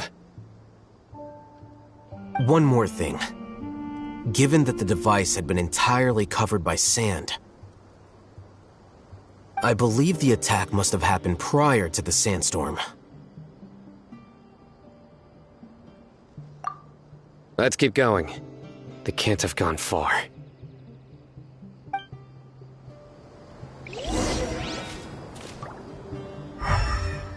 Ugh, but running on sand is so tiring. But you're flying, aren't you, Paimon? Is flying over sand tiring too? Ugh, of course it is.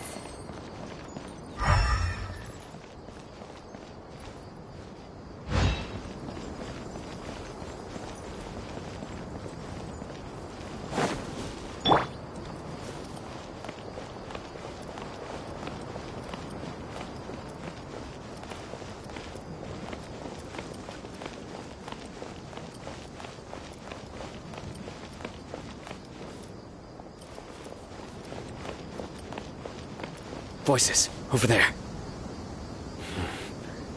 It sounds like an argument. Whoa, you have really good ears. Don't get any closer. They'll notice us. Dia's talking with the Eremites? Very interesting. Let's listen in.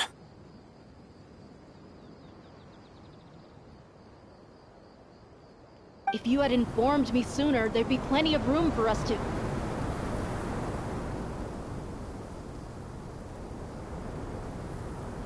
You're one of us. We would never lie. Scholars. You don't know as much as I do. Need me to... I knew it. That's our Dia.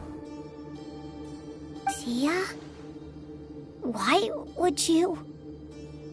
Dia! Hey, what are you doing? Huh? Didn't you say you'd help me find Grandpa? Why are you on their side? Well, look who's here. Ain't that something? This complicates things. You've betrayed Aru village?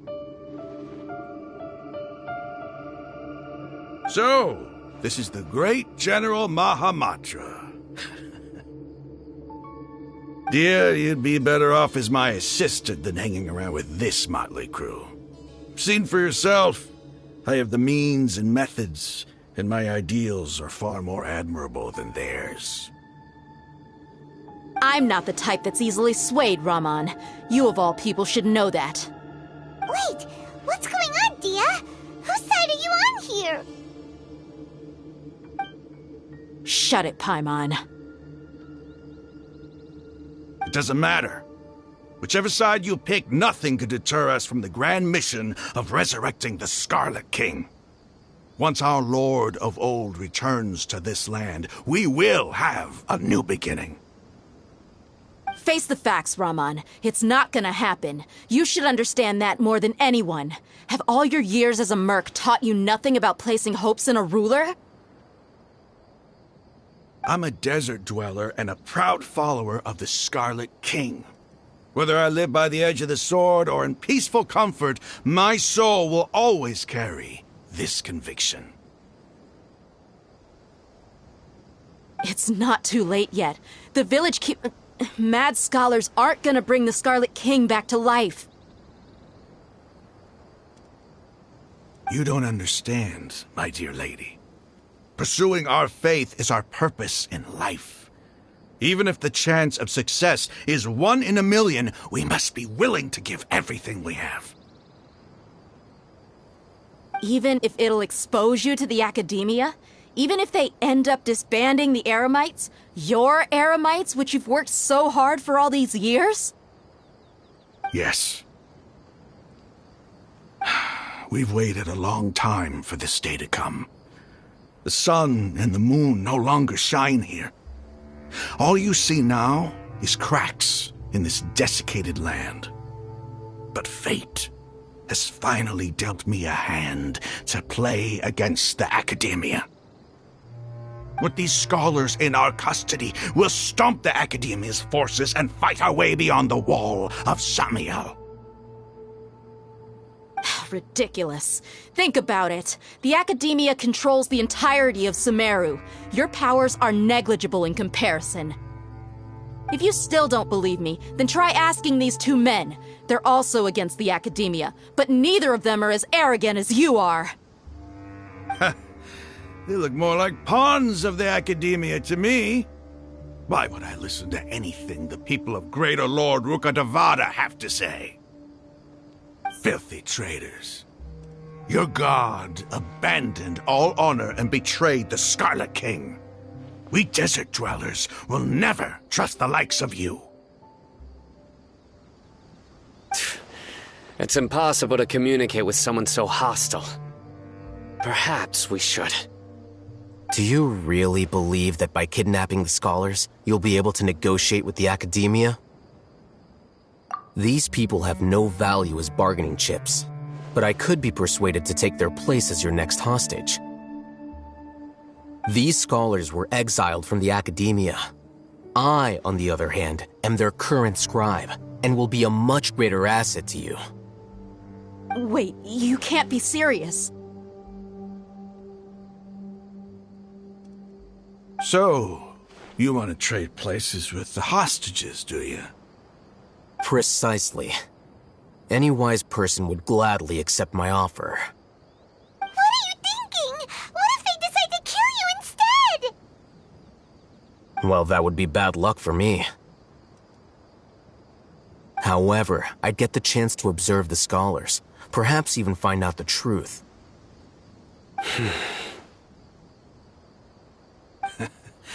Think you can talk me over with that confident look of yours? I'm not trying to persuade you.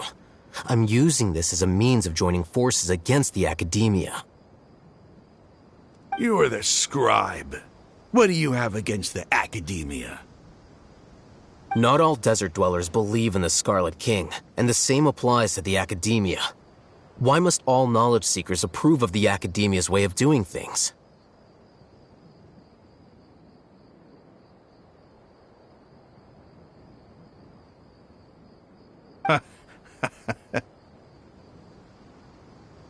You Academia scum.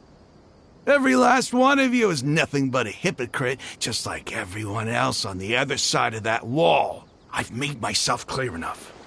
I won't listen to another word from the Dendro Archon's people. Not so fast. I'll hate them.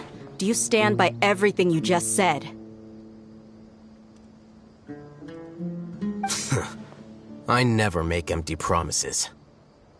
You know you're making a dangerous decision, right? I do. Good. Raman, hear me out. These people are my friends. Maybe you can't take the followers of the Dendro Archon at their word, but what about me? Do you trust me? We've known each other for years. Of course I do. In that case, I'm willing to vouch for their honesty with my right arm.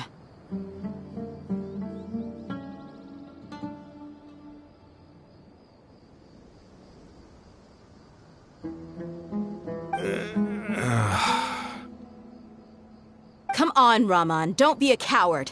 If you're serious about taking on the Academia, you need to steel yourself. You can't be afraid. An arm from the Flame Mane. You've piqued my interest. But what if you refuse to oblige? What should I do then? No one's a fool here, Dia. We're mercs. And mercs don't tend to live long unless they have their wits about them. You're not wrong, but this is different. I promised my friends that we'd bring back the village keepers together. Let's do it right here, then. Give me your right arm as proof of your resolve. Don't listen to him! He's not even trying to negotiate! He just wants to make things more difficult! That's fine. Are you crazy? We came here to save lives. One arm for that many people is still a pretty good deal, if you ask me. Rahman, I'm holding up my end of the deal here. You'd better not let me down. Sure. Go ahead and cut off her right arm.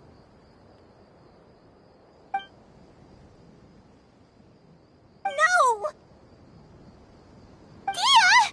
What are you gonna do? Think of something! You don't have to go this far. That's not for you to decide. Do it! Dia! Run!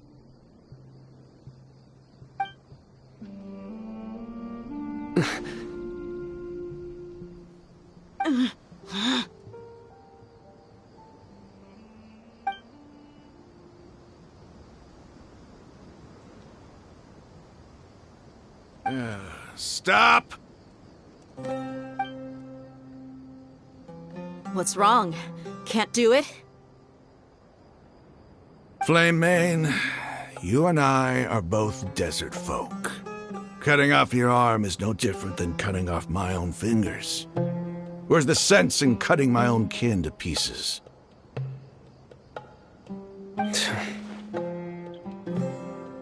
You've shown me that you're serious. Go on now, take your friends and leave. Meet me in the desert at noon tomorrow.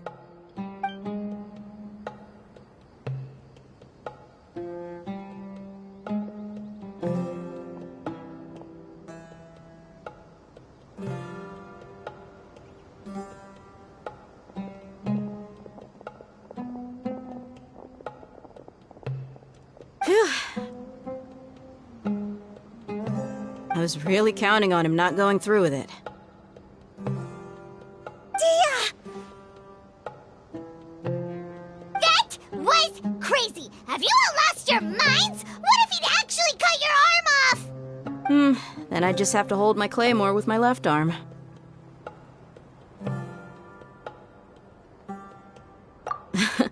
Okay, I'm sorry. But sometimes when you're out on a limb, you gotta double down to seal the deal, you know? Don't ever make a promise like that again. I can deal with the likes of them. If it came down to it, you would not lose to them either. I don't doubt it, Sino. But this is about more than me and them. There's a lot more where they came from. Even if we got rid of one bunch of radicals, there are others out there. Wiping them out would do more harm than good. As you wish. I'm sorry, Dia. I should have stayed put and listened. I should have trusted you. It's okay. I promised you I'd help find your grandpa, so I'll do whatever it takes. Whatever it takes? You just might be scholar material. Huh? Are you serious? The Eremites once said that I was a lunatic. Perhaps a little madness is essential to be successful in research. Why does it feel like he's using his praise for me as an excuse to brag about himself?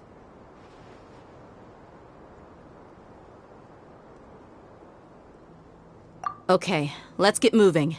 We should head back to the village and rest up. Today was just a trial run. Noon tomorrow is gonna be the hard part.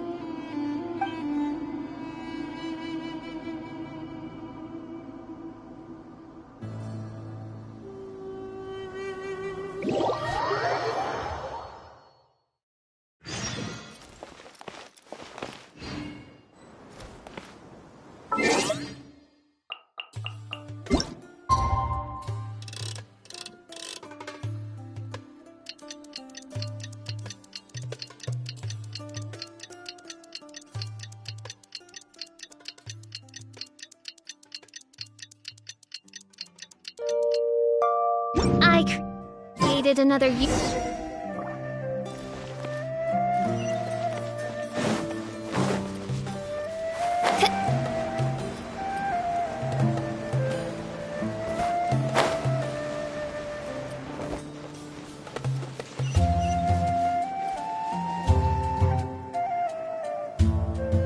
You're all here so early.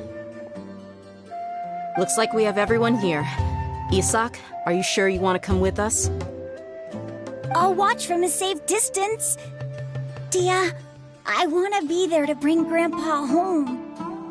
Okay, let's go then. Dia, wait. What's the matter? I heard that you were quite reckless yesterday. No more of that today, understood? Or I'll be very upset with you. Fine.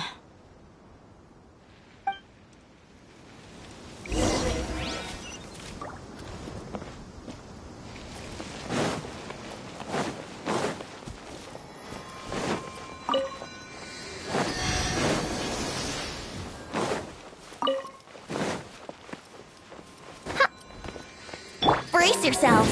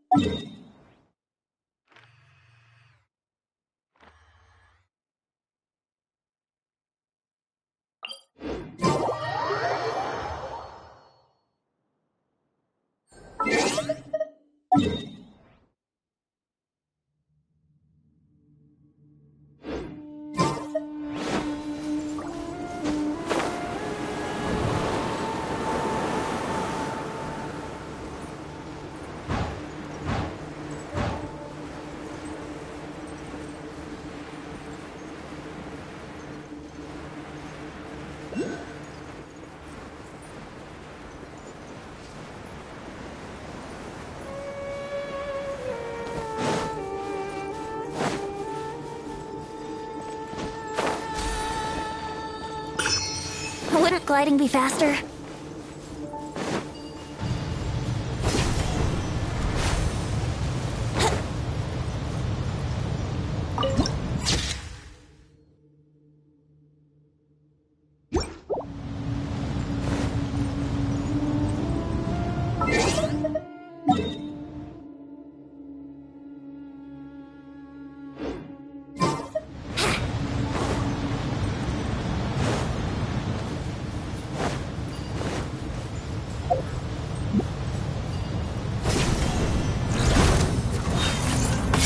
Wouldn't gliding be faster?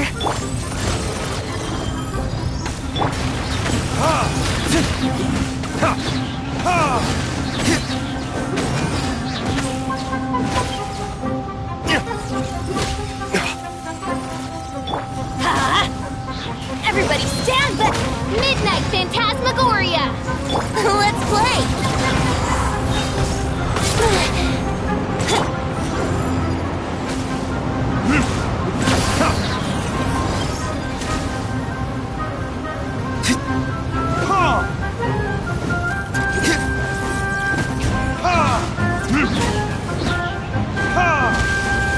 Verdict is... By royal decree!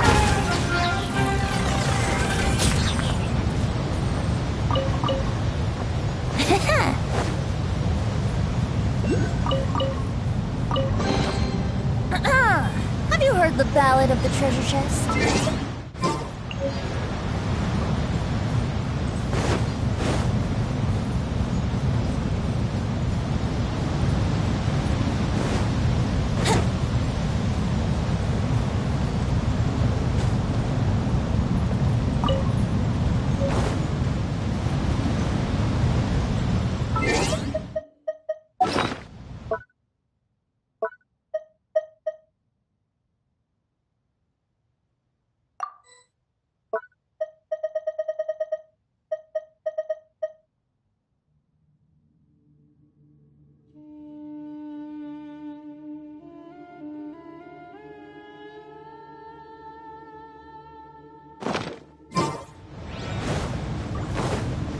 Wouldn't gliding be faster?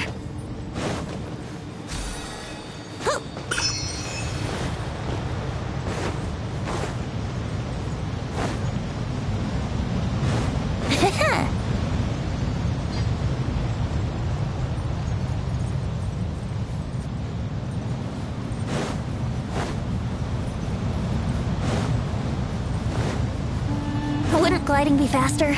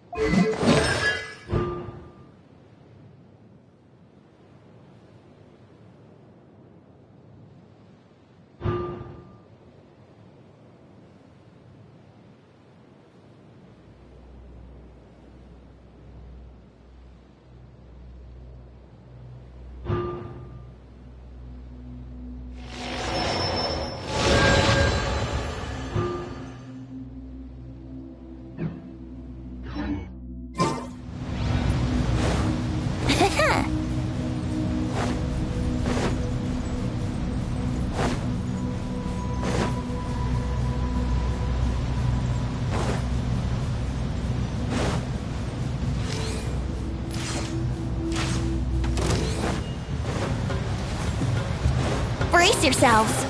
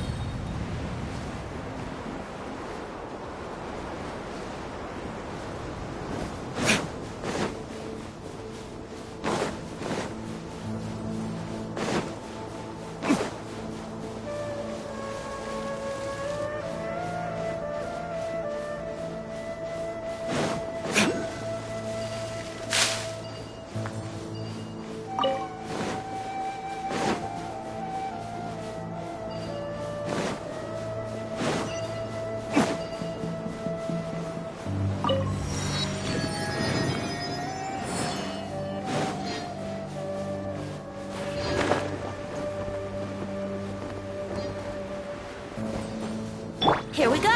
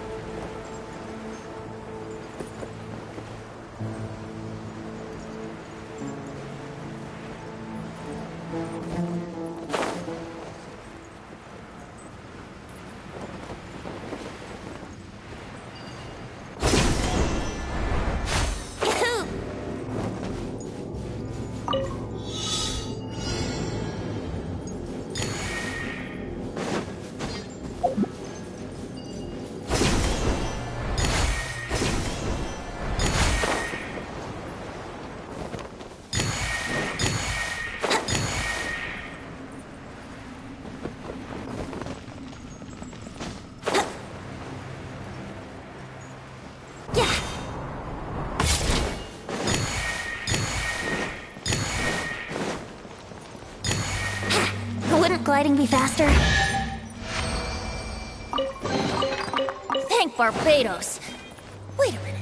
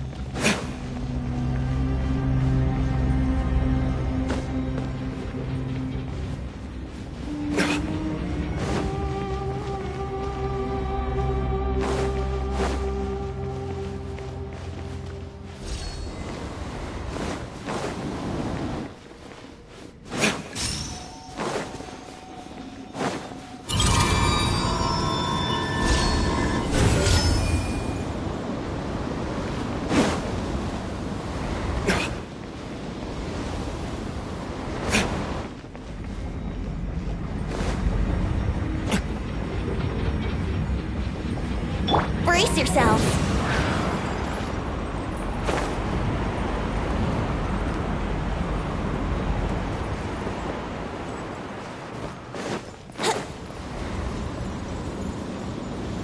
Wouldn't gliding be faster?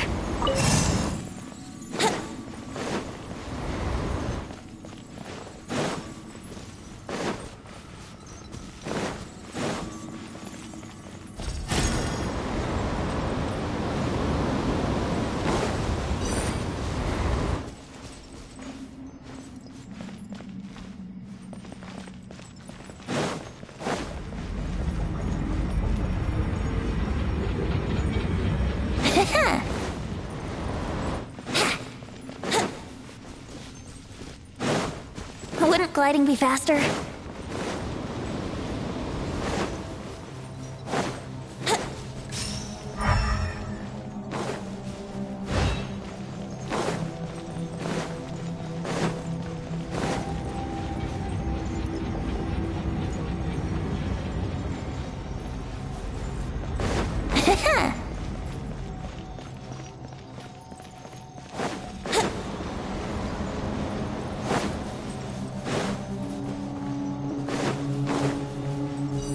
Shouldn't gliding be faster?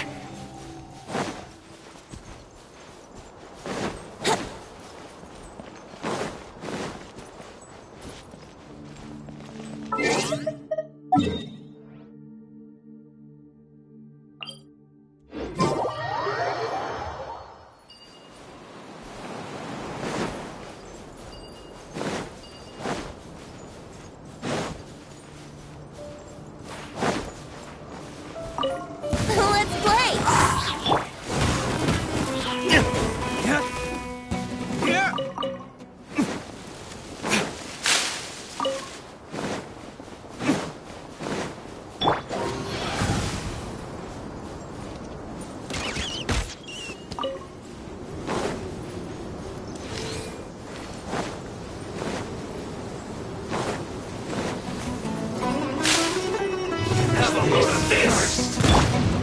Oz, reveal thyself!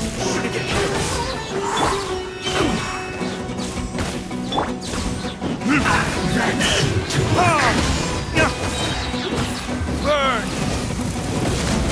Harden up.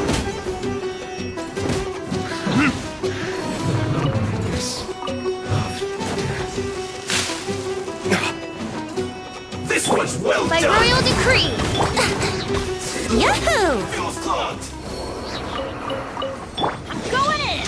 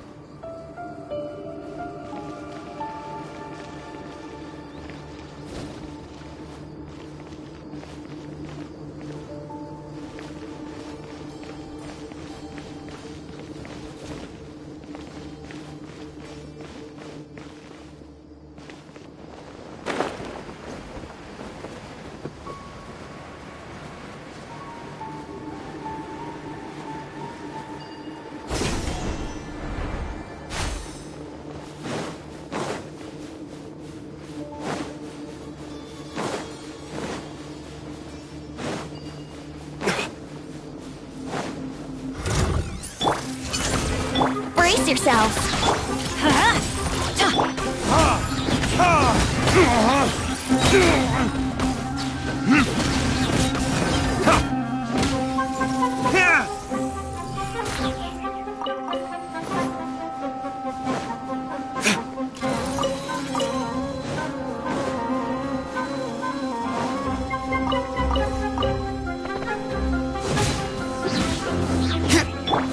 Oz, reveal thyself!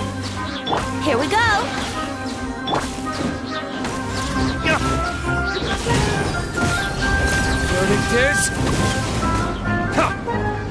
Teamwork is strength! Yahoo! As you wish, mein Fräulein.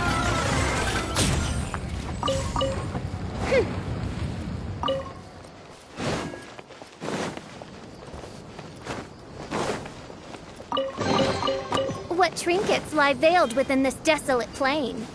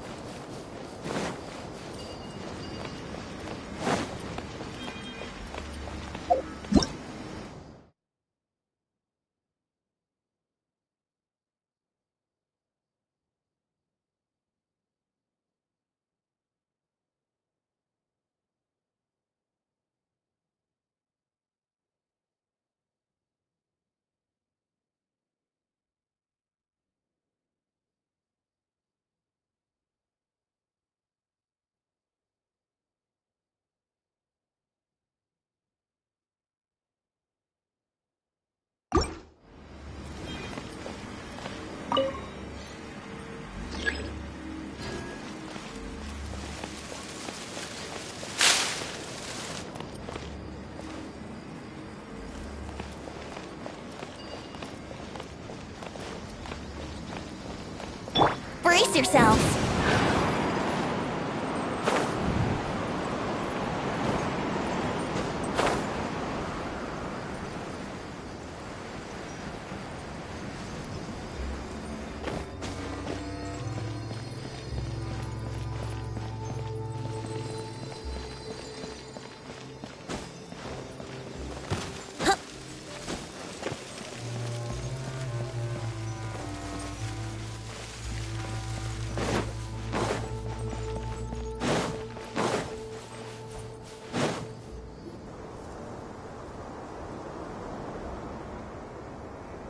Huh. They got here before us. Uh-oh. Is it because Paimon overslept by 5 minutes and held everyone up?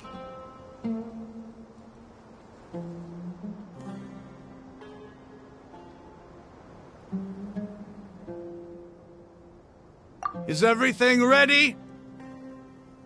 Absolutely. Although, you brought fewer people than I imagined. Bring him over.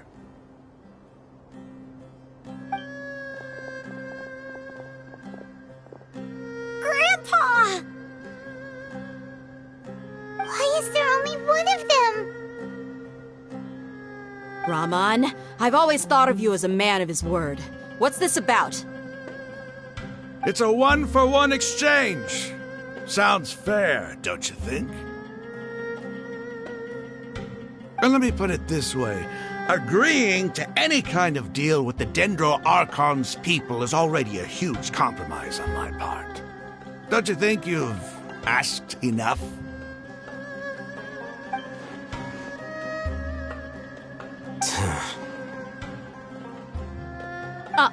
You stay right there!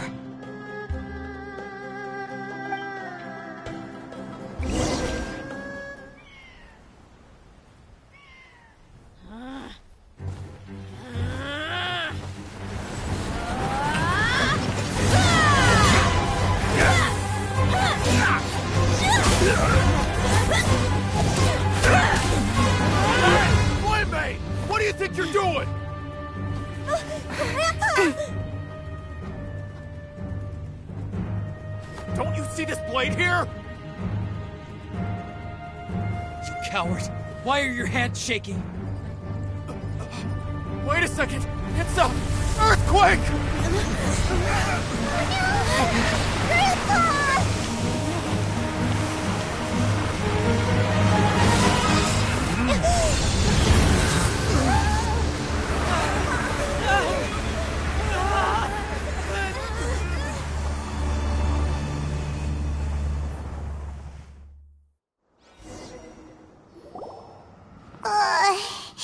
Paimon's dizzy.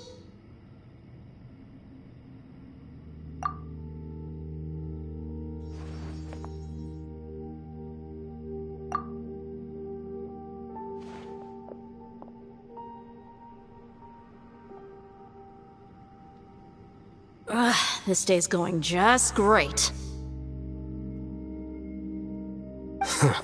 What a nuisance. The sand dune collapsed.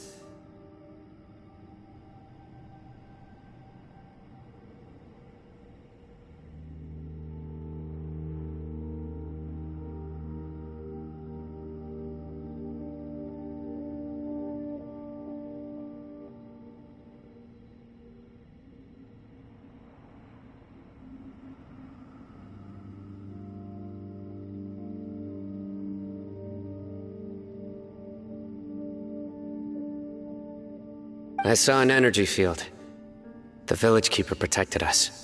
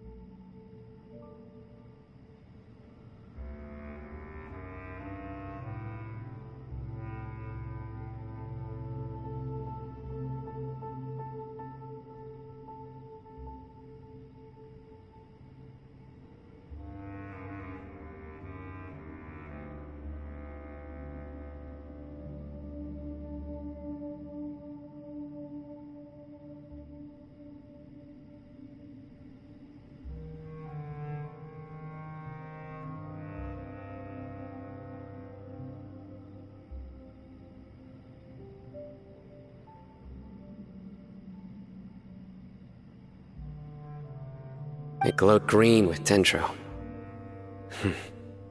Just like you said, it may well have been the remains of Lesser Lord Kusanali's power inside the scholar's body.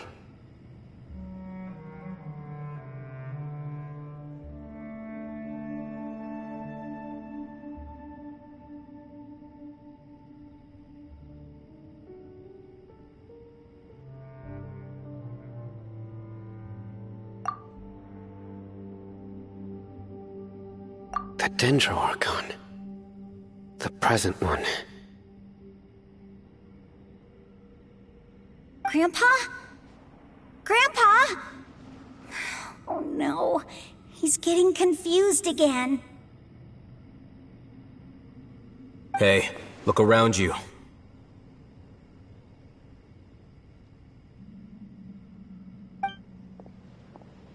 Did there used to be a temple here?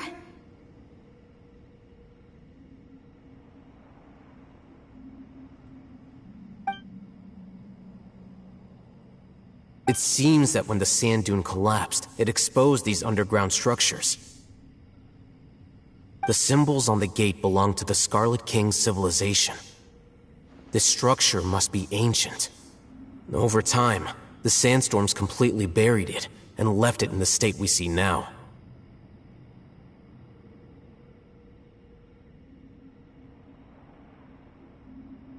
It could have been an underground palace in the distant past.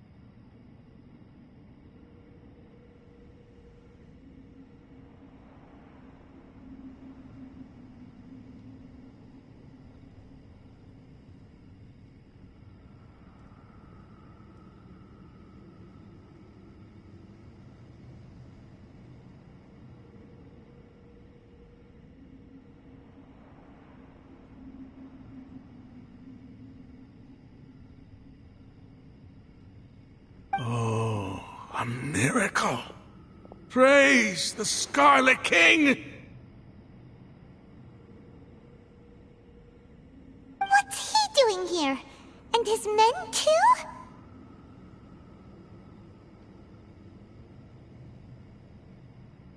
They must have fallen down here with us. Pretty lucky if you ask me.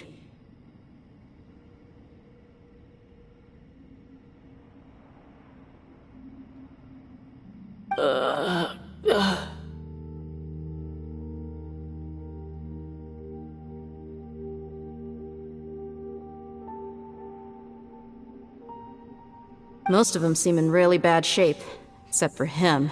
He got off lightly.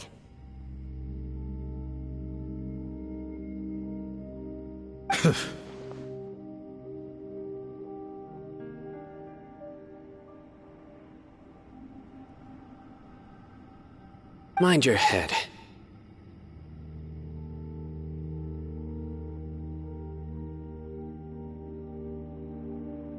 No, this isn't the time for conflict. Our exalted lord has shown us the way to his sacred palace.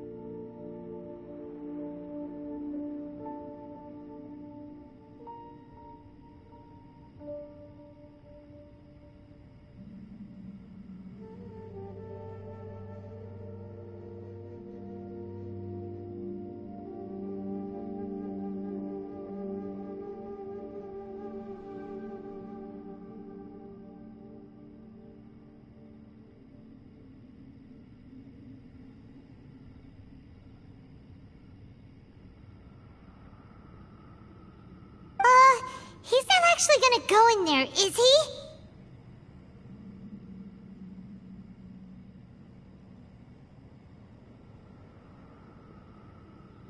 As it happens, I want to take a look inside too.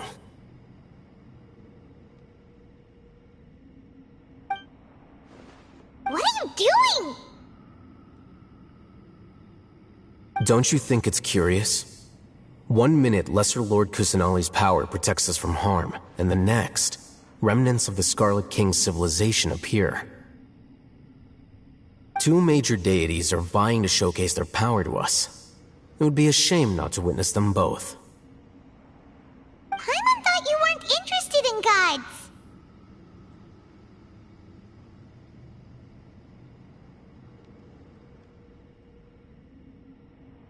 Indeed. In my view, gods are just a higher form of living being. Or creature, you could say.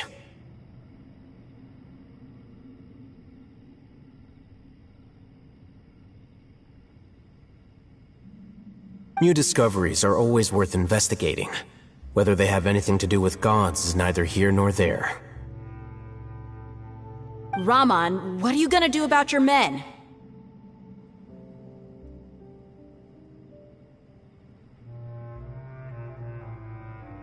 I'll just let them lay here. The Scarlet King will take care of his people. Right now, I'm going inside.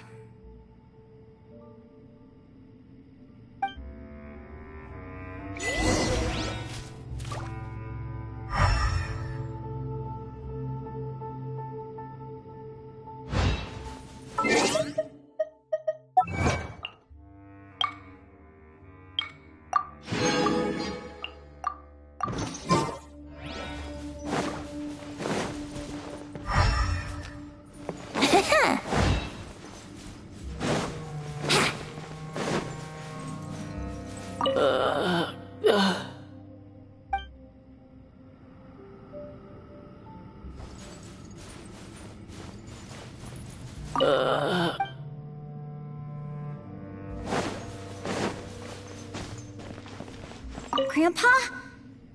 Grandpa! Oh no, he's getting confused again.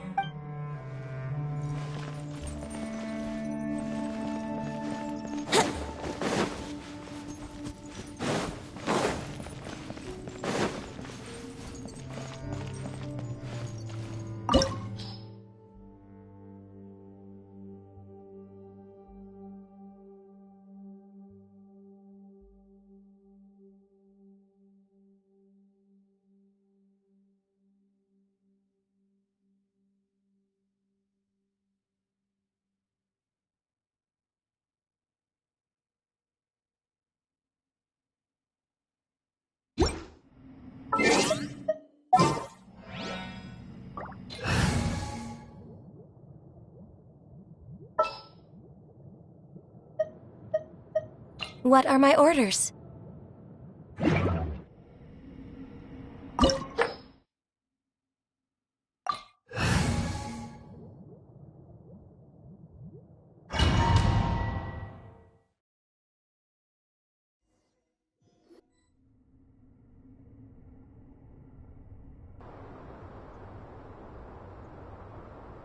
It's full of life here.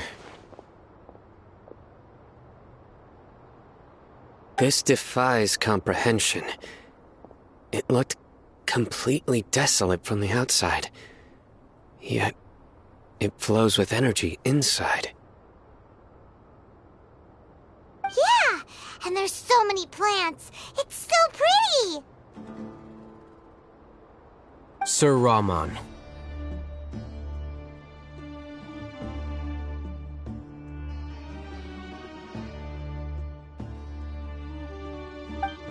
What, huh?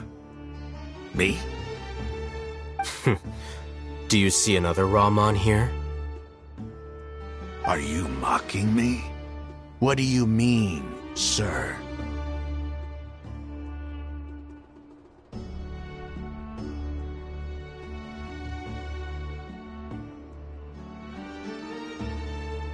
Interpret it however you want, but there's something I'd like to draw your attention to. While this structure is clearly left over from the Scarlet King civilization, the energy that flows in here is that of the Dendro Archon.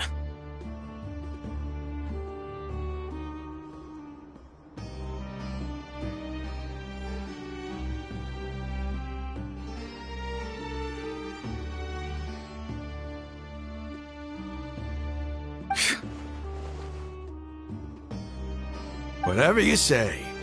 It's not like I have a vision. There's nothing to be angry about. Think of this as an academic journey.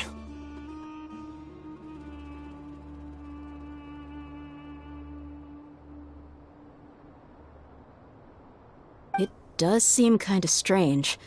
If that's true, then we might have to explore this whole area to find an explanation.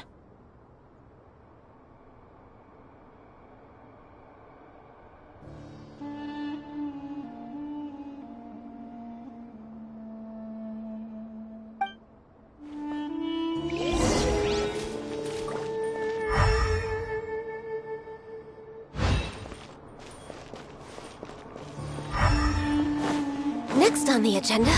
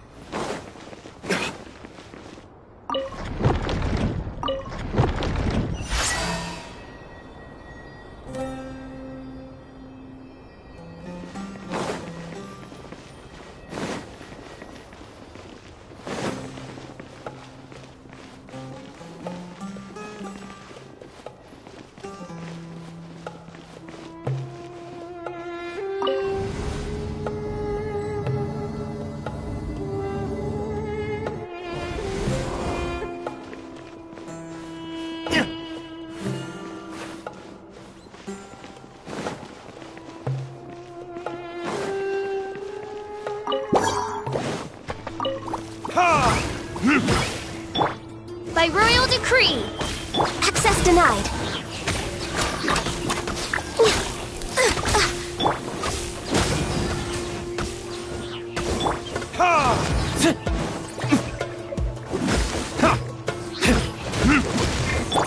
Let's light it up!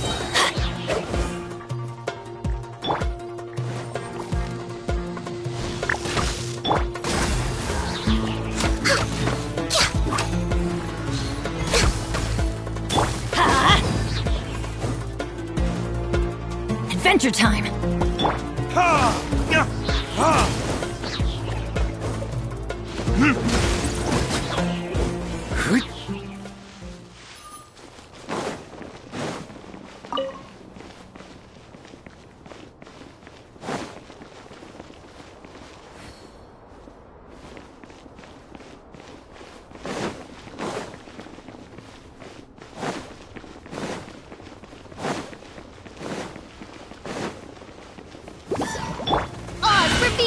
Born of ice and frost. For Rex Lapis. I'm going in!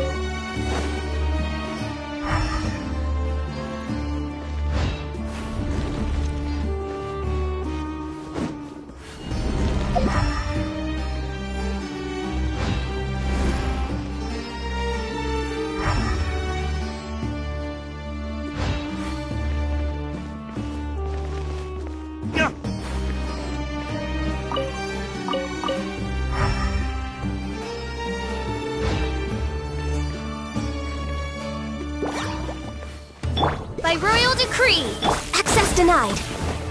Let's light it up!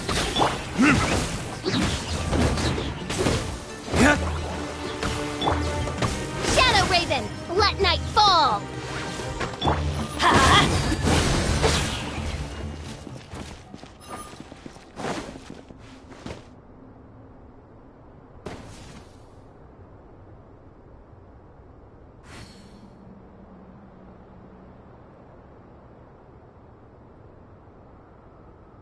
Benny's adventure team, assemble!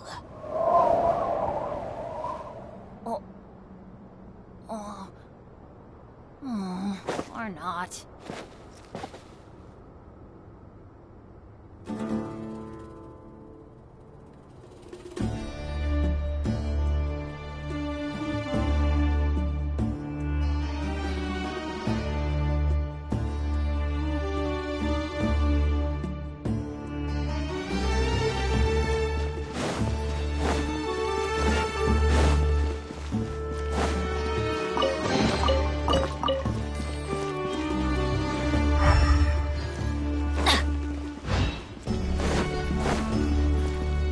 Adventure time!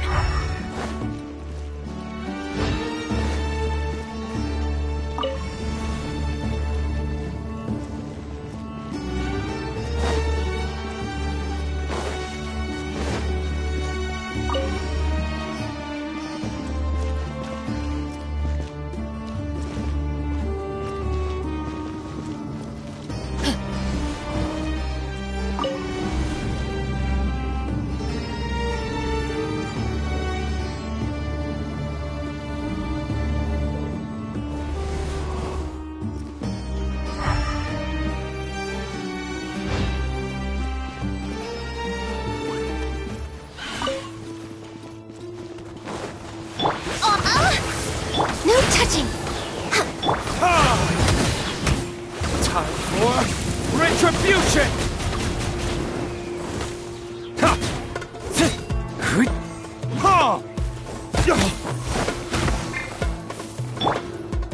Off we go! Teamwork is dreamwork! Huh? Access denied.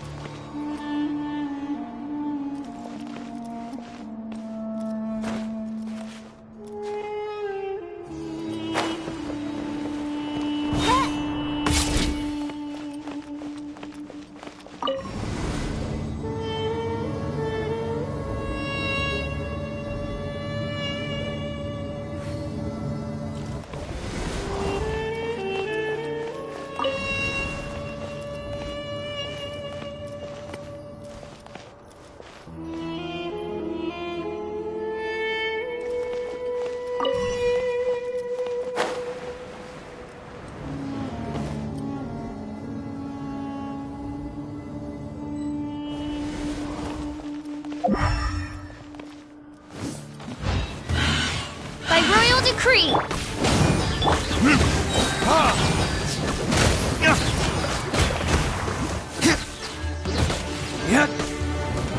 Born of ice and frost, this is long overdue.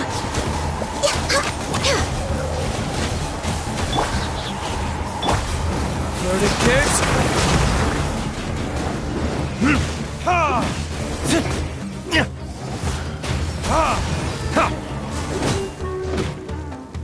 Oz, reveal thyself!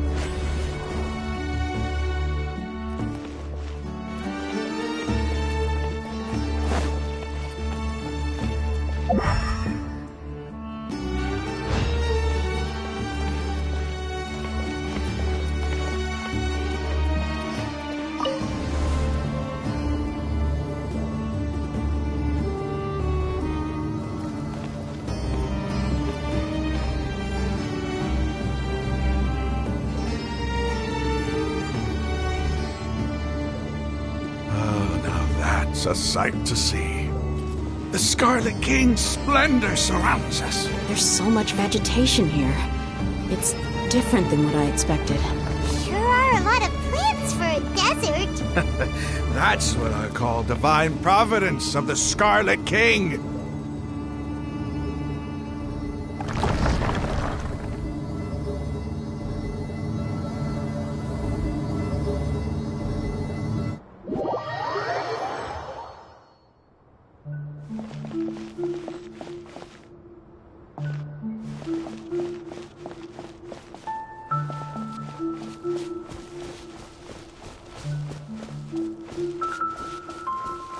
It's getting brighter!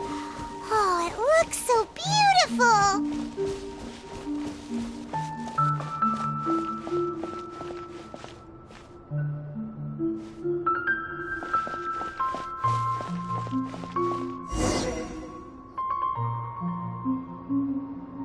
Wait. What's that?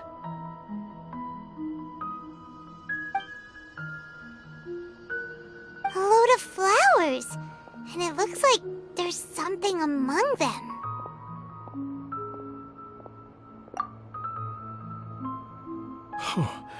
These are Scarlet King runes. They left something behind. Yes. It's an elegy written in an ancient script. What does it say? Here lies our faithful priest Kasala. His wisdom is a miracle among the people, deserving of high praise and admiration. You can read ancient Scarlet King script?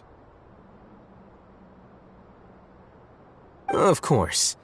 Every student needs to master at least 20 languages before they graduate. He's not serious, right? There's still something off about this place. The elemental energy here is too concentrated.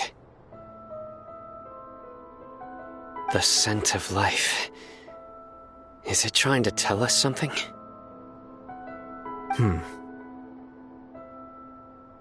Is this it? Analyzing.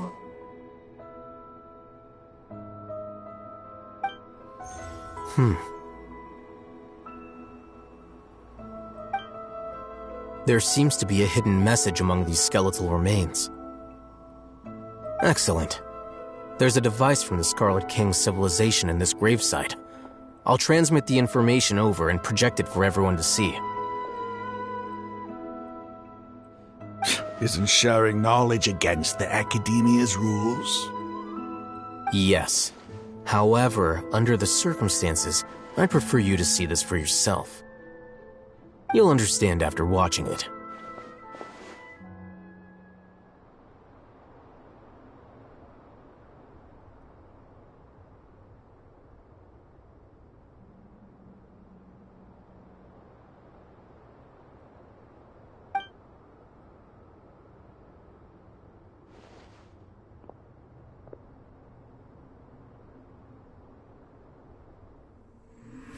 Civilization is born of knowledge, but so too can knowledge be its demise. A disaster caught us unaware. It was knowledge that did not belong to this world. The Scarlet King brought this forbidden knowledge into our world, and it quickly spread like a plague. People's minds were filled with crazed whispers. Dark gray scales spread across their bodies. Even the land was stripped of its vigor. Only a desperate, deathly silence remained. Were it not for greater Lord Rukkhadevata from the forests, the damage would have been irreversible. She summoned the priests to build temples and infused into them the divine power of life. The disaster was miraculously tempered, and the embers of our civilization were preserved in Aru village. Alas, the miracle could not last. As long as forbidden knowledge continued to exist, it would forever blight this world. In the end, the proud king of the desert, my eternal lord, chose to sacrifice himself. I have spent my whole life since guarding one of these many temples. But now, my duty is coming to an end.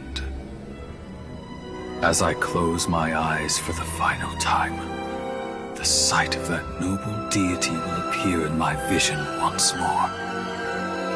In helping the Scarlet King to eradicate forbidden knowledge, she exhausted her strength, and her form became that of a small child. How strange. Now that I think of her, I no longer have any fear of death, for I sense that the spirit of life will abide with me during my eternal sleep. Children of the desert, cling no longer to past grievances, but hold tight to the memory of this act of benevolence. What was that?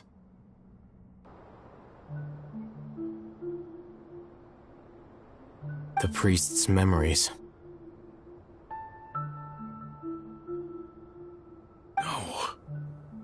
No, impossible. Greater Lord Rukkhadevata. So the former Dendro Archon and the Scarlet King were never enemies at all.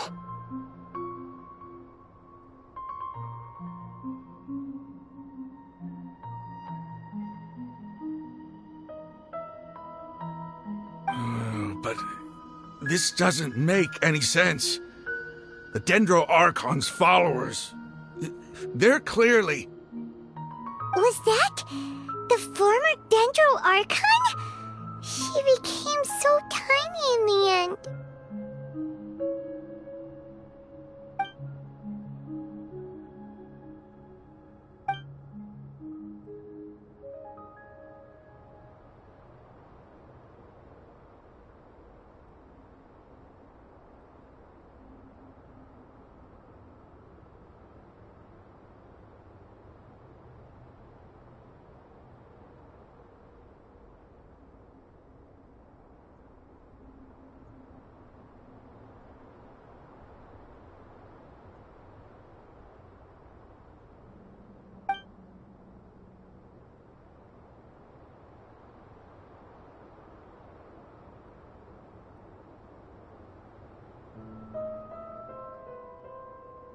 You might be distrustful of the Akasha, but there's no reason for you to doubt the Scarlet King's technology.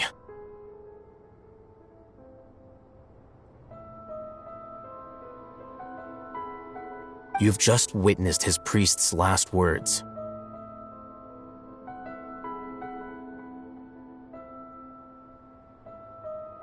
I've never heard about any of this before.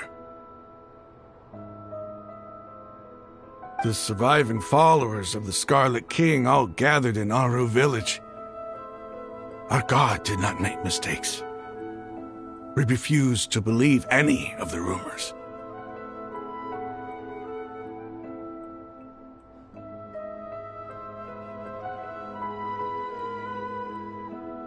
The Scarlet King's death, the all but total annihilation of our civilization. It was all Greater Lord Rukkhadevata's doing. We saw her as nothing more than a traitor, who stabbed us in the back in our moment of crisis. Just like us humans, fighting, feuding, double-crossing each other to survive in the desert. You were blinded by your prejudice.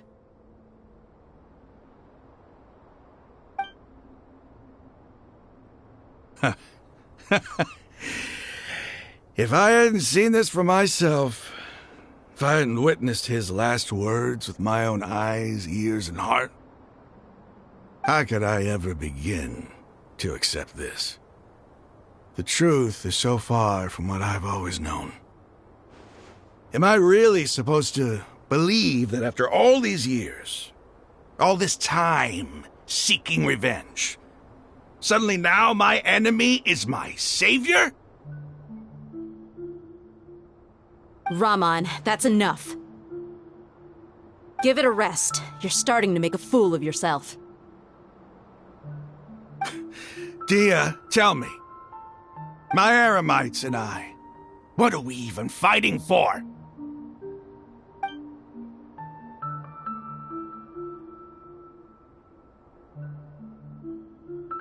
Hey, how you doing? I'll live. Thanks. I should probably go. Can't just stay here forever. What's your next move gonna be? Oh, I know what you're going to ask.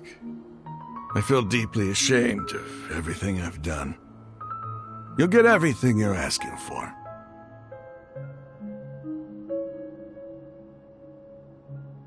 But please, give me some time. After everything that's happened here today, somehow I need to explain it to the others. It's not gonna be easy. Well, I guess that's for me to deal with. Dia, this is where our camp's located. Make a note of it. When would be a good time for us to go? Tomorrow, I'll convince everyone that we're all on the same side. And I'll return every last one of your your village keepers. We'll share our other resources with you, too. You seem to finally understand that our true enemy is the sages. Yes. The gods never gave up on anyone. It's the people responsible for all this that need to face the consequences of their actions. That must have been rough, but he seems to have figured things out now. Ramon's no fool. Being the leader of your own faction in the desert is no easy feat. It's too bad he was held back by his belief in the Scarlet King. But now that that's changed, I guess we have a few more people on our side. The outcome, at least, is favorable. We should get going too. Let's head back, have a proper meal, and a nice, long sleep. We'll need all our energy tomorrow.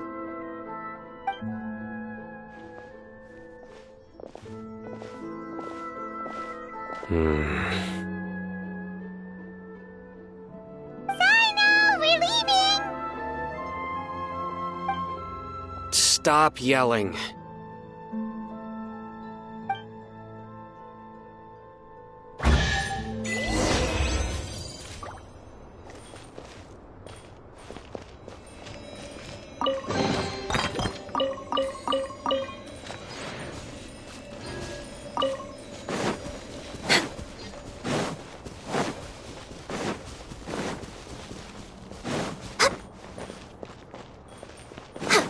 Healthy body.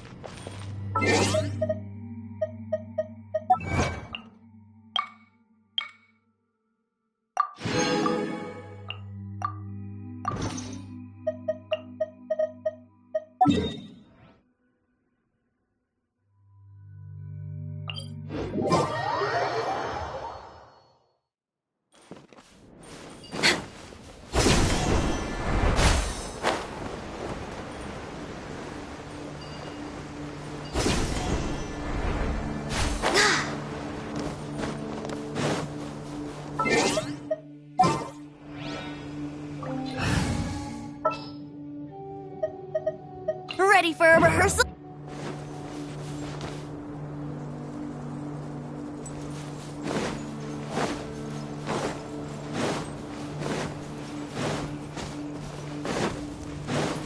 You are not welcome here. Time for takeoff. Let's play! Yeah!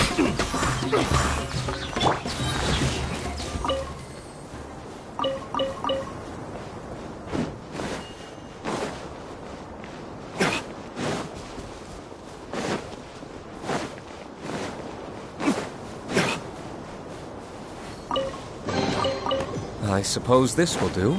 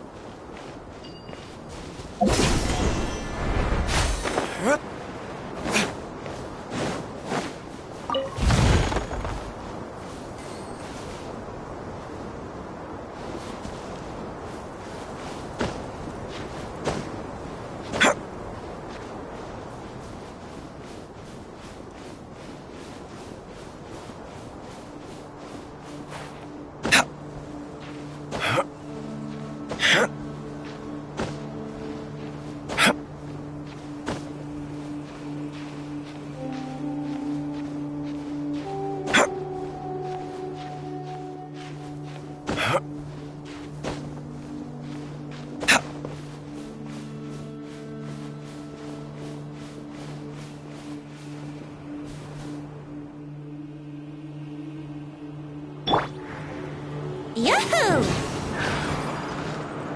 Yahoo! Huh?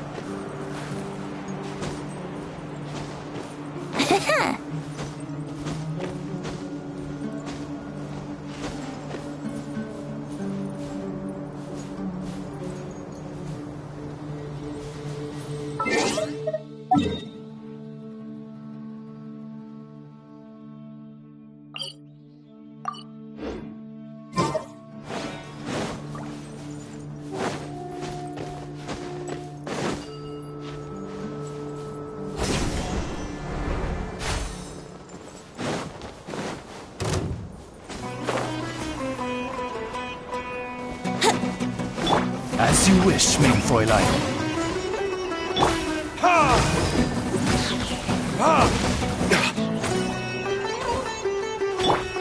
Think you can get away? Let's play! Yeah, wouldn't gliding be faster?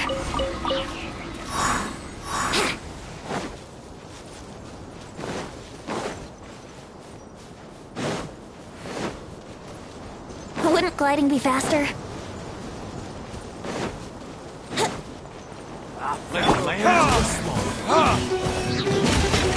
Odds reveal dice!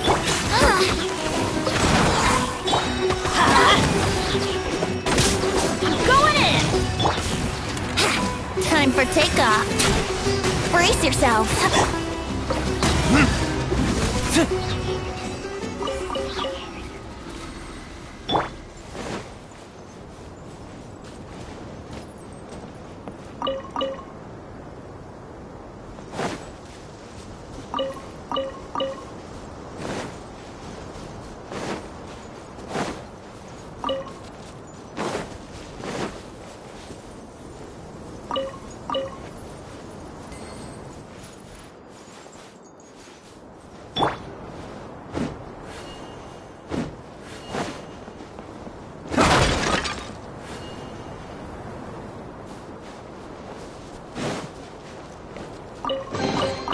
I suppose this will do.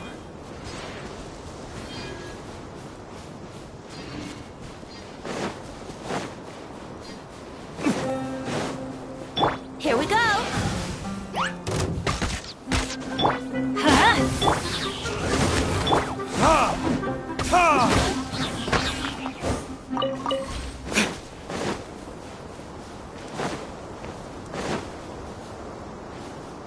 That's close enough. A new punching bag.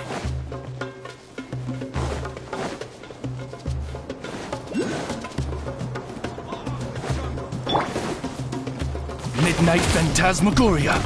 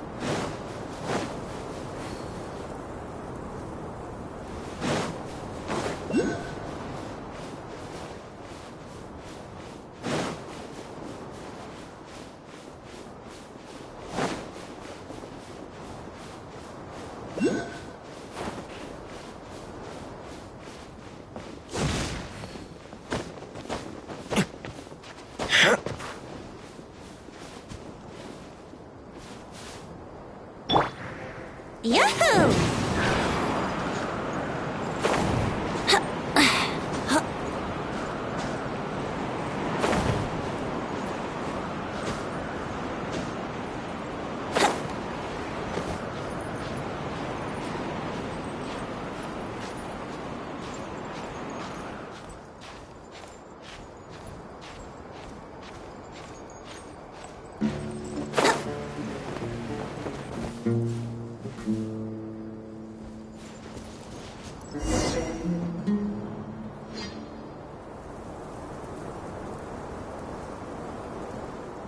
Rahman, we're here. Everything's been arranged. Someone will bring the village keepers back to Aru village shortly. I guess all I can say now is thanks for agreeing to help. Don't mention it. I think we can both agree you went to hell and back for it. But we share a common cause now. From here on out, we're allies. Where are the perpetrators? I'll bring you to them. Follow me.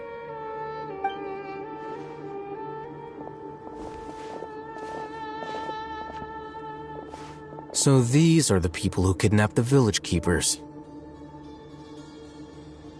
Oh no, it's the scribe! There's no need to yell. No one can help you now. We've been all over the desert trying to find you! That's right.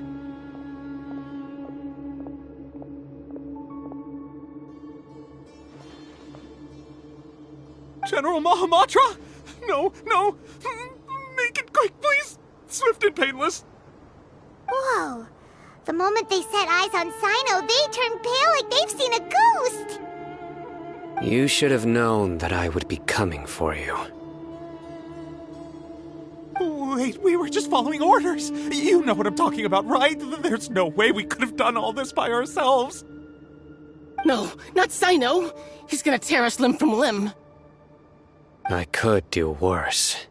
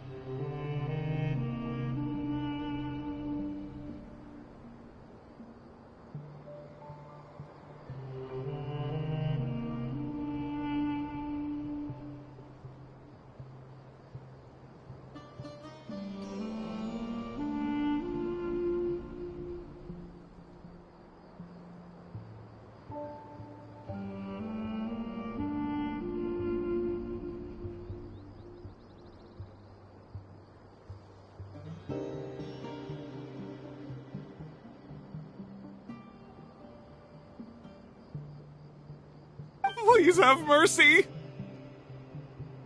Start talking. Otherwise, I'll have to resort to other methods. So, your superiors have kept you quite busy recently. Why? What are they trying to accomplish?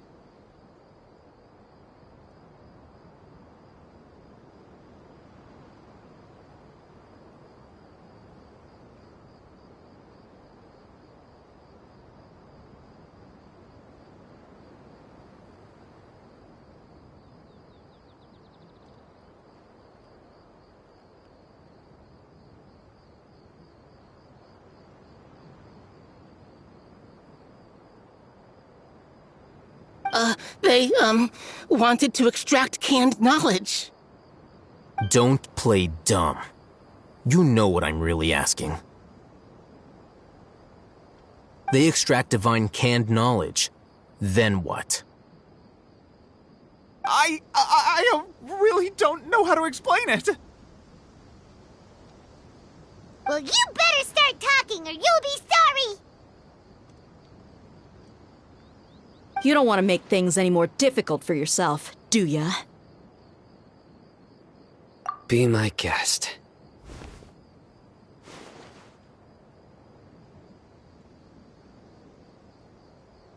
Huh?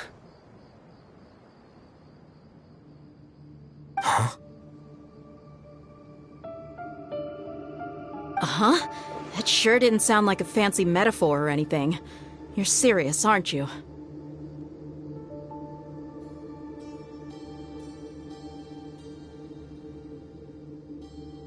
How did you know?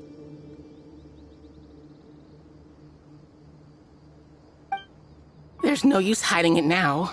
Yes, you're right. The Academia is working on an important and potentially world-changing project. They are creating a new god. A god that will belong to them and to the people of Sumeru. It may seem as if Sumeru's academics are thriving, but ever since the death of Greater Lord Rukkhadevata, scholarly breakthroughs have been few and far between. The withering of Irminsul has been getting worse recently. The sages have tried everything they could think of, but nothing's worked. I'm always hearing them say things like, if only Greater Lord Rukkhadevata was still with us. Continue. And then, someone from the Fatui showed up. They called him the Doctor. He brought a gnosis, and said he wanted to borrow the Academia's research facilities. The Doctor was previously expelled from the Academia. At first, the sages looked down at him in disdain. But when he said those words, everyone's expression changed. He asked them, "Do you wish to create a god?" This is what the arrogant ignorance at the extreme end of academia looks like. First, the Academia spent a long time constructing a divine vessel, which was based on an exquisite humanoid puppet. After that, they harvested dreams via the Zeb-Zerus Festival Samsara, maximizing the Akasha's output. With the Doctor's help, and the Akasha now functioning at maximum efficiency, they were able to use it to extract the power from the Gnosis and convert it into a divine core. Next, they decided that their new god needed to possess divine wisdom. For that to happen, they needed a huge quantity of divine canned knowledge. It adds up. But how do you determine whether the knowledge extracted is of divine origin? Call it an educated guess? The Academia has been trying to figure out the exact source of the Scholar's madness for centuries, but to no avail. Nobody can explain the cause of this phenomenon. Surely you can see what that implies, Scribe Al-Haytham. If it's knowledge no mortal can comprehend, then it must be something only gods are able to decipher. In other words, it's the source of the God of Wisdom's omniscience and omnipotence.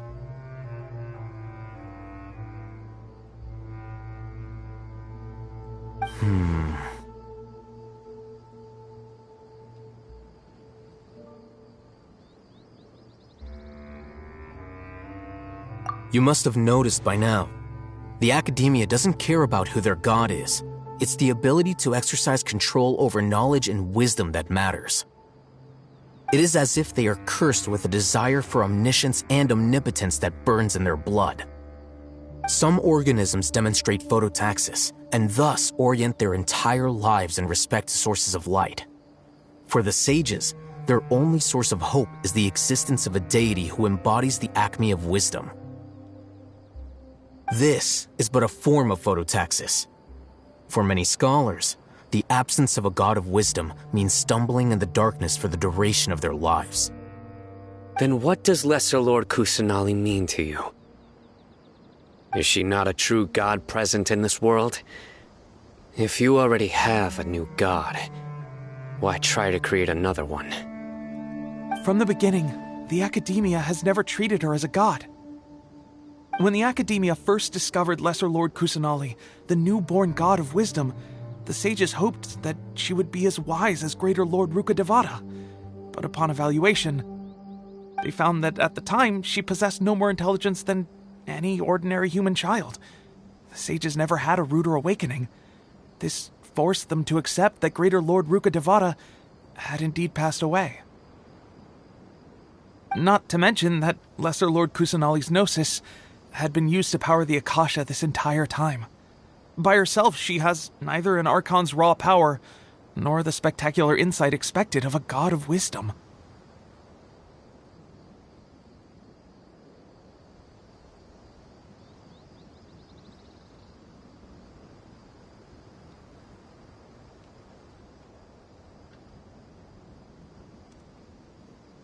Slowly but surely, people began to forget about her existence. So, this is the path the sages have chosen.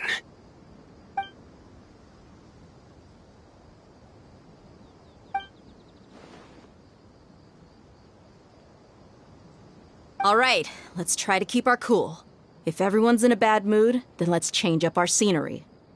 Rahman, give me a few men to help us escort the village keepers back to the village. And these two scholars, they're coming too. Sure, as you wish.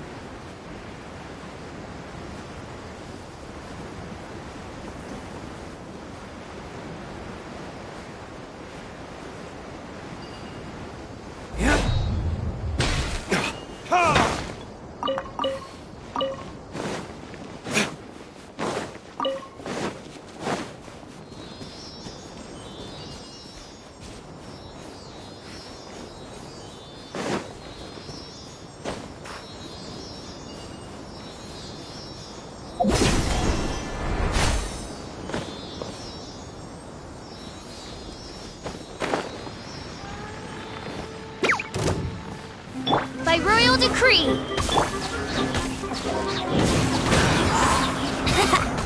Water gliding.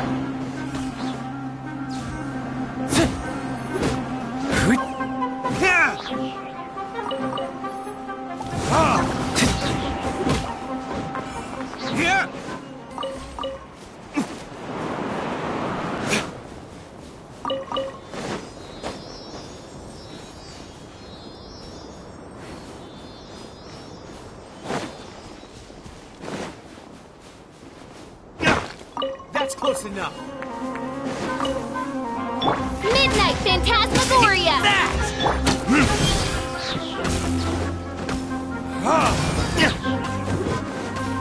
I'll be back. I'll take my leave.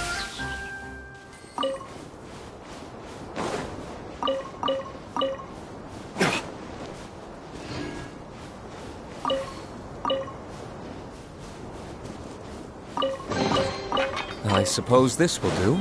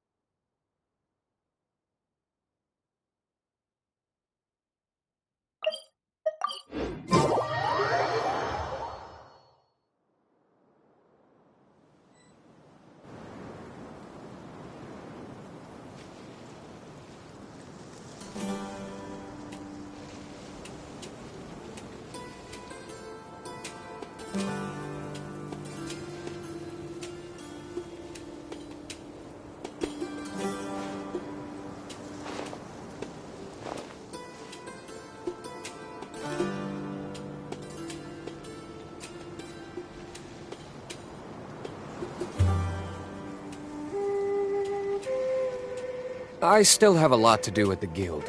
How about you take a rest while I go back?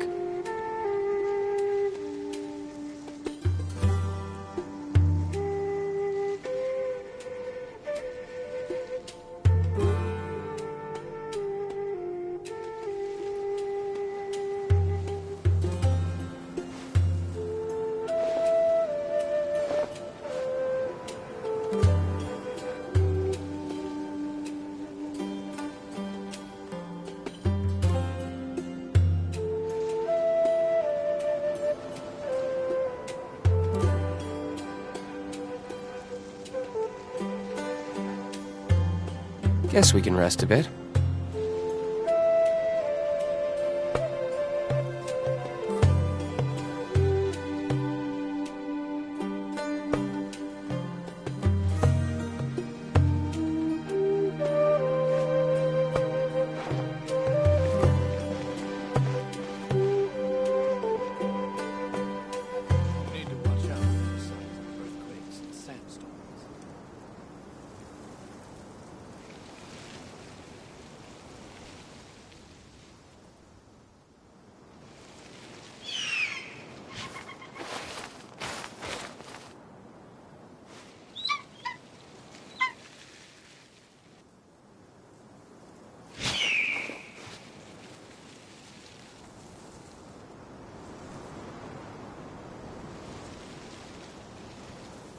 You need to watch out for any signs of earthquakes and sandstorms.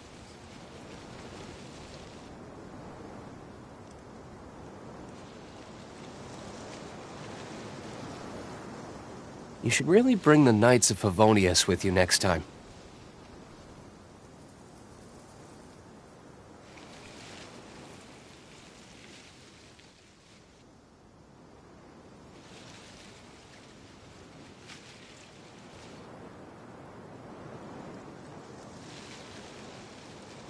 You need to watch out for any signs of earthquakes and sandstorms.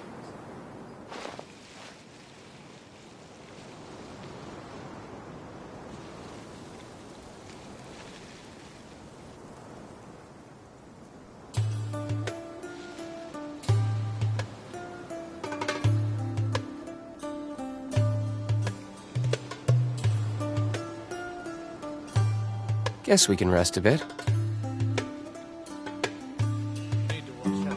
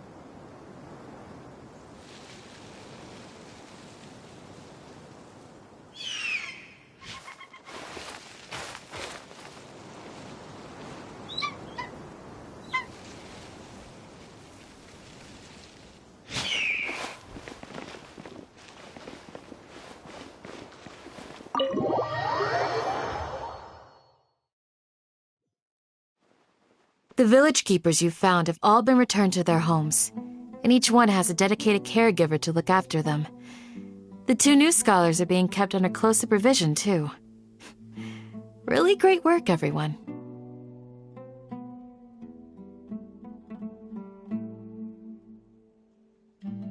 The atmosphere is so heavy.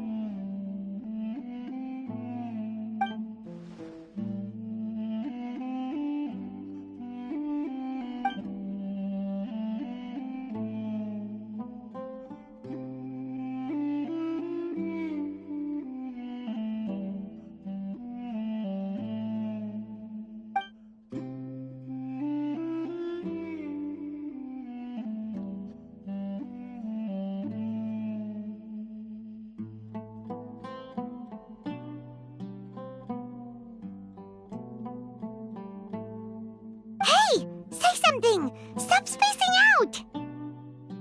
Come on, is there nothing left to talk about? In that case, let's all get some water and try to think about something else. Or I can go fetch some snacks. Oh, Paimon's so coming with you! Do you have any plans, Traveler? Gods above, you're not talking about work, are you? So you were still withholding some information?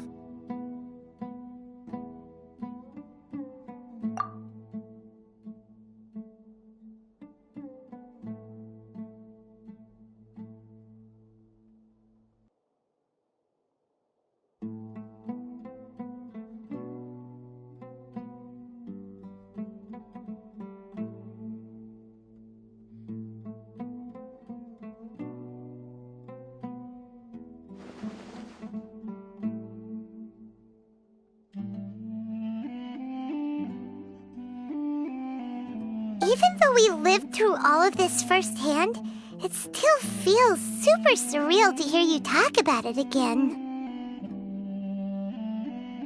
What a whirlwind of a story.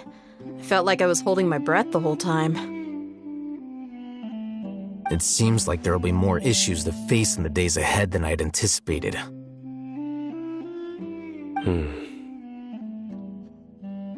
Still, now's a good time to make our next move.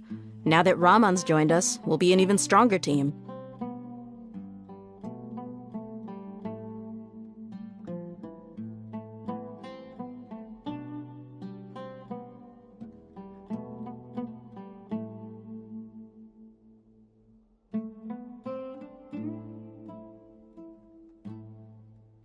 It's time to make a plan. Indeed. These events are a flagrant transgression of the rules in every sense. We cannot allow it to continue. So, everyone, are we on the same page?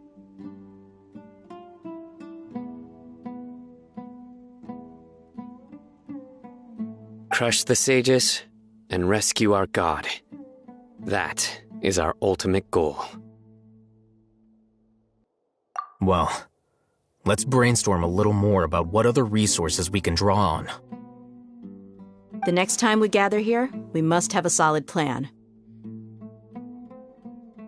Yep, it'll work out for sure.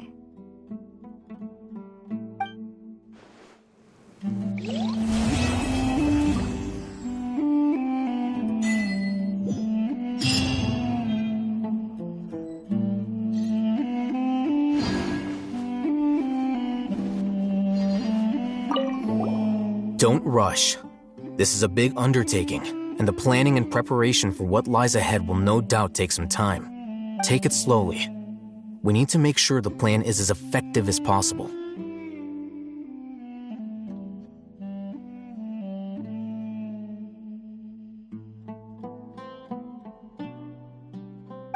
He's starting to read his book again. Hey, are you even listening? Would you like me to lend you something to read? No way! Your books aren't quite to Paimon's tastes. I was joking. I know my books are far too difficult for you, and I have no intention of lending them out. Ugh, you're so annoying!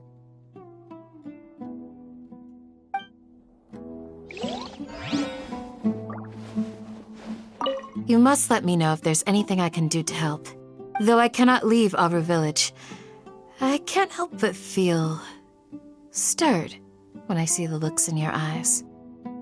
I've never felt as roused as this when fighting alone in the past. I suppose this must be the power of camaraderie.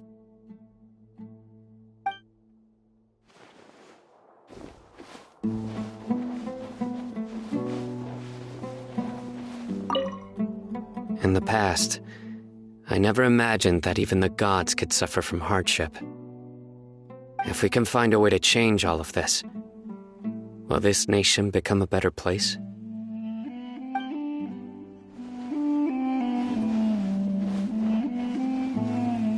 The past few days have been some of the most challenging work I've ever taken on, and none of it'll earn me a single mora. I can't believe it. Look on the bright side, Dia. Maybe we'll get a huge reward after this is all over. You've got a point. Hey, what would you do if you woke up tomorrow with more money than you could ever spend? Paimon would buy boatloads of tasty snacks. That's it? And maybe some tasty drinks as well? How adorable.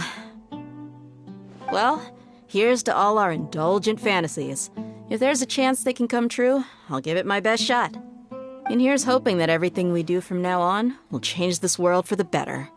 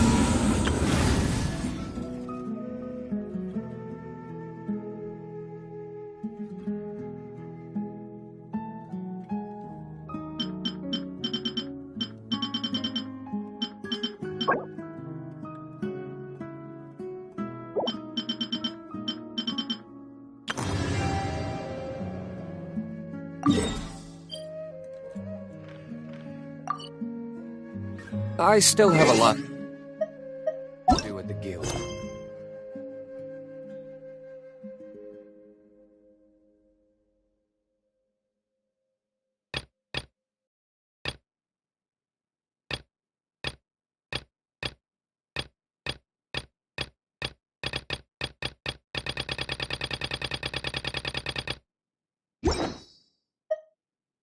How about you take a rest?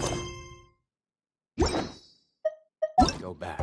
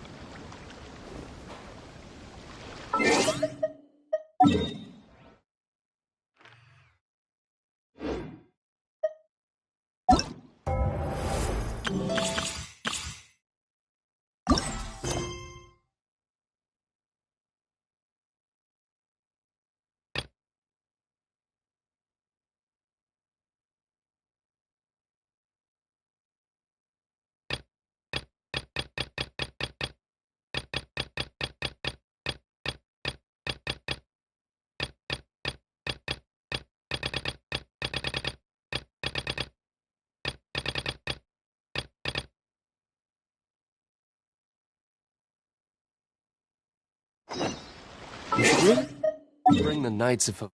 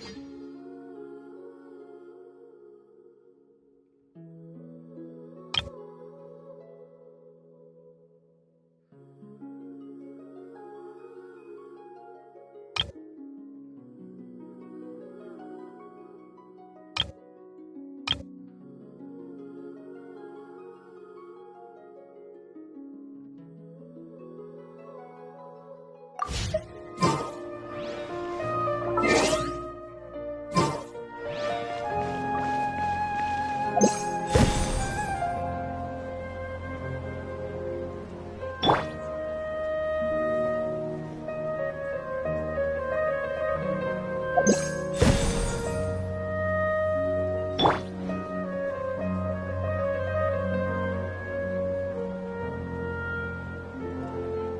you.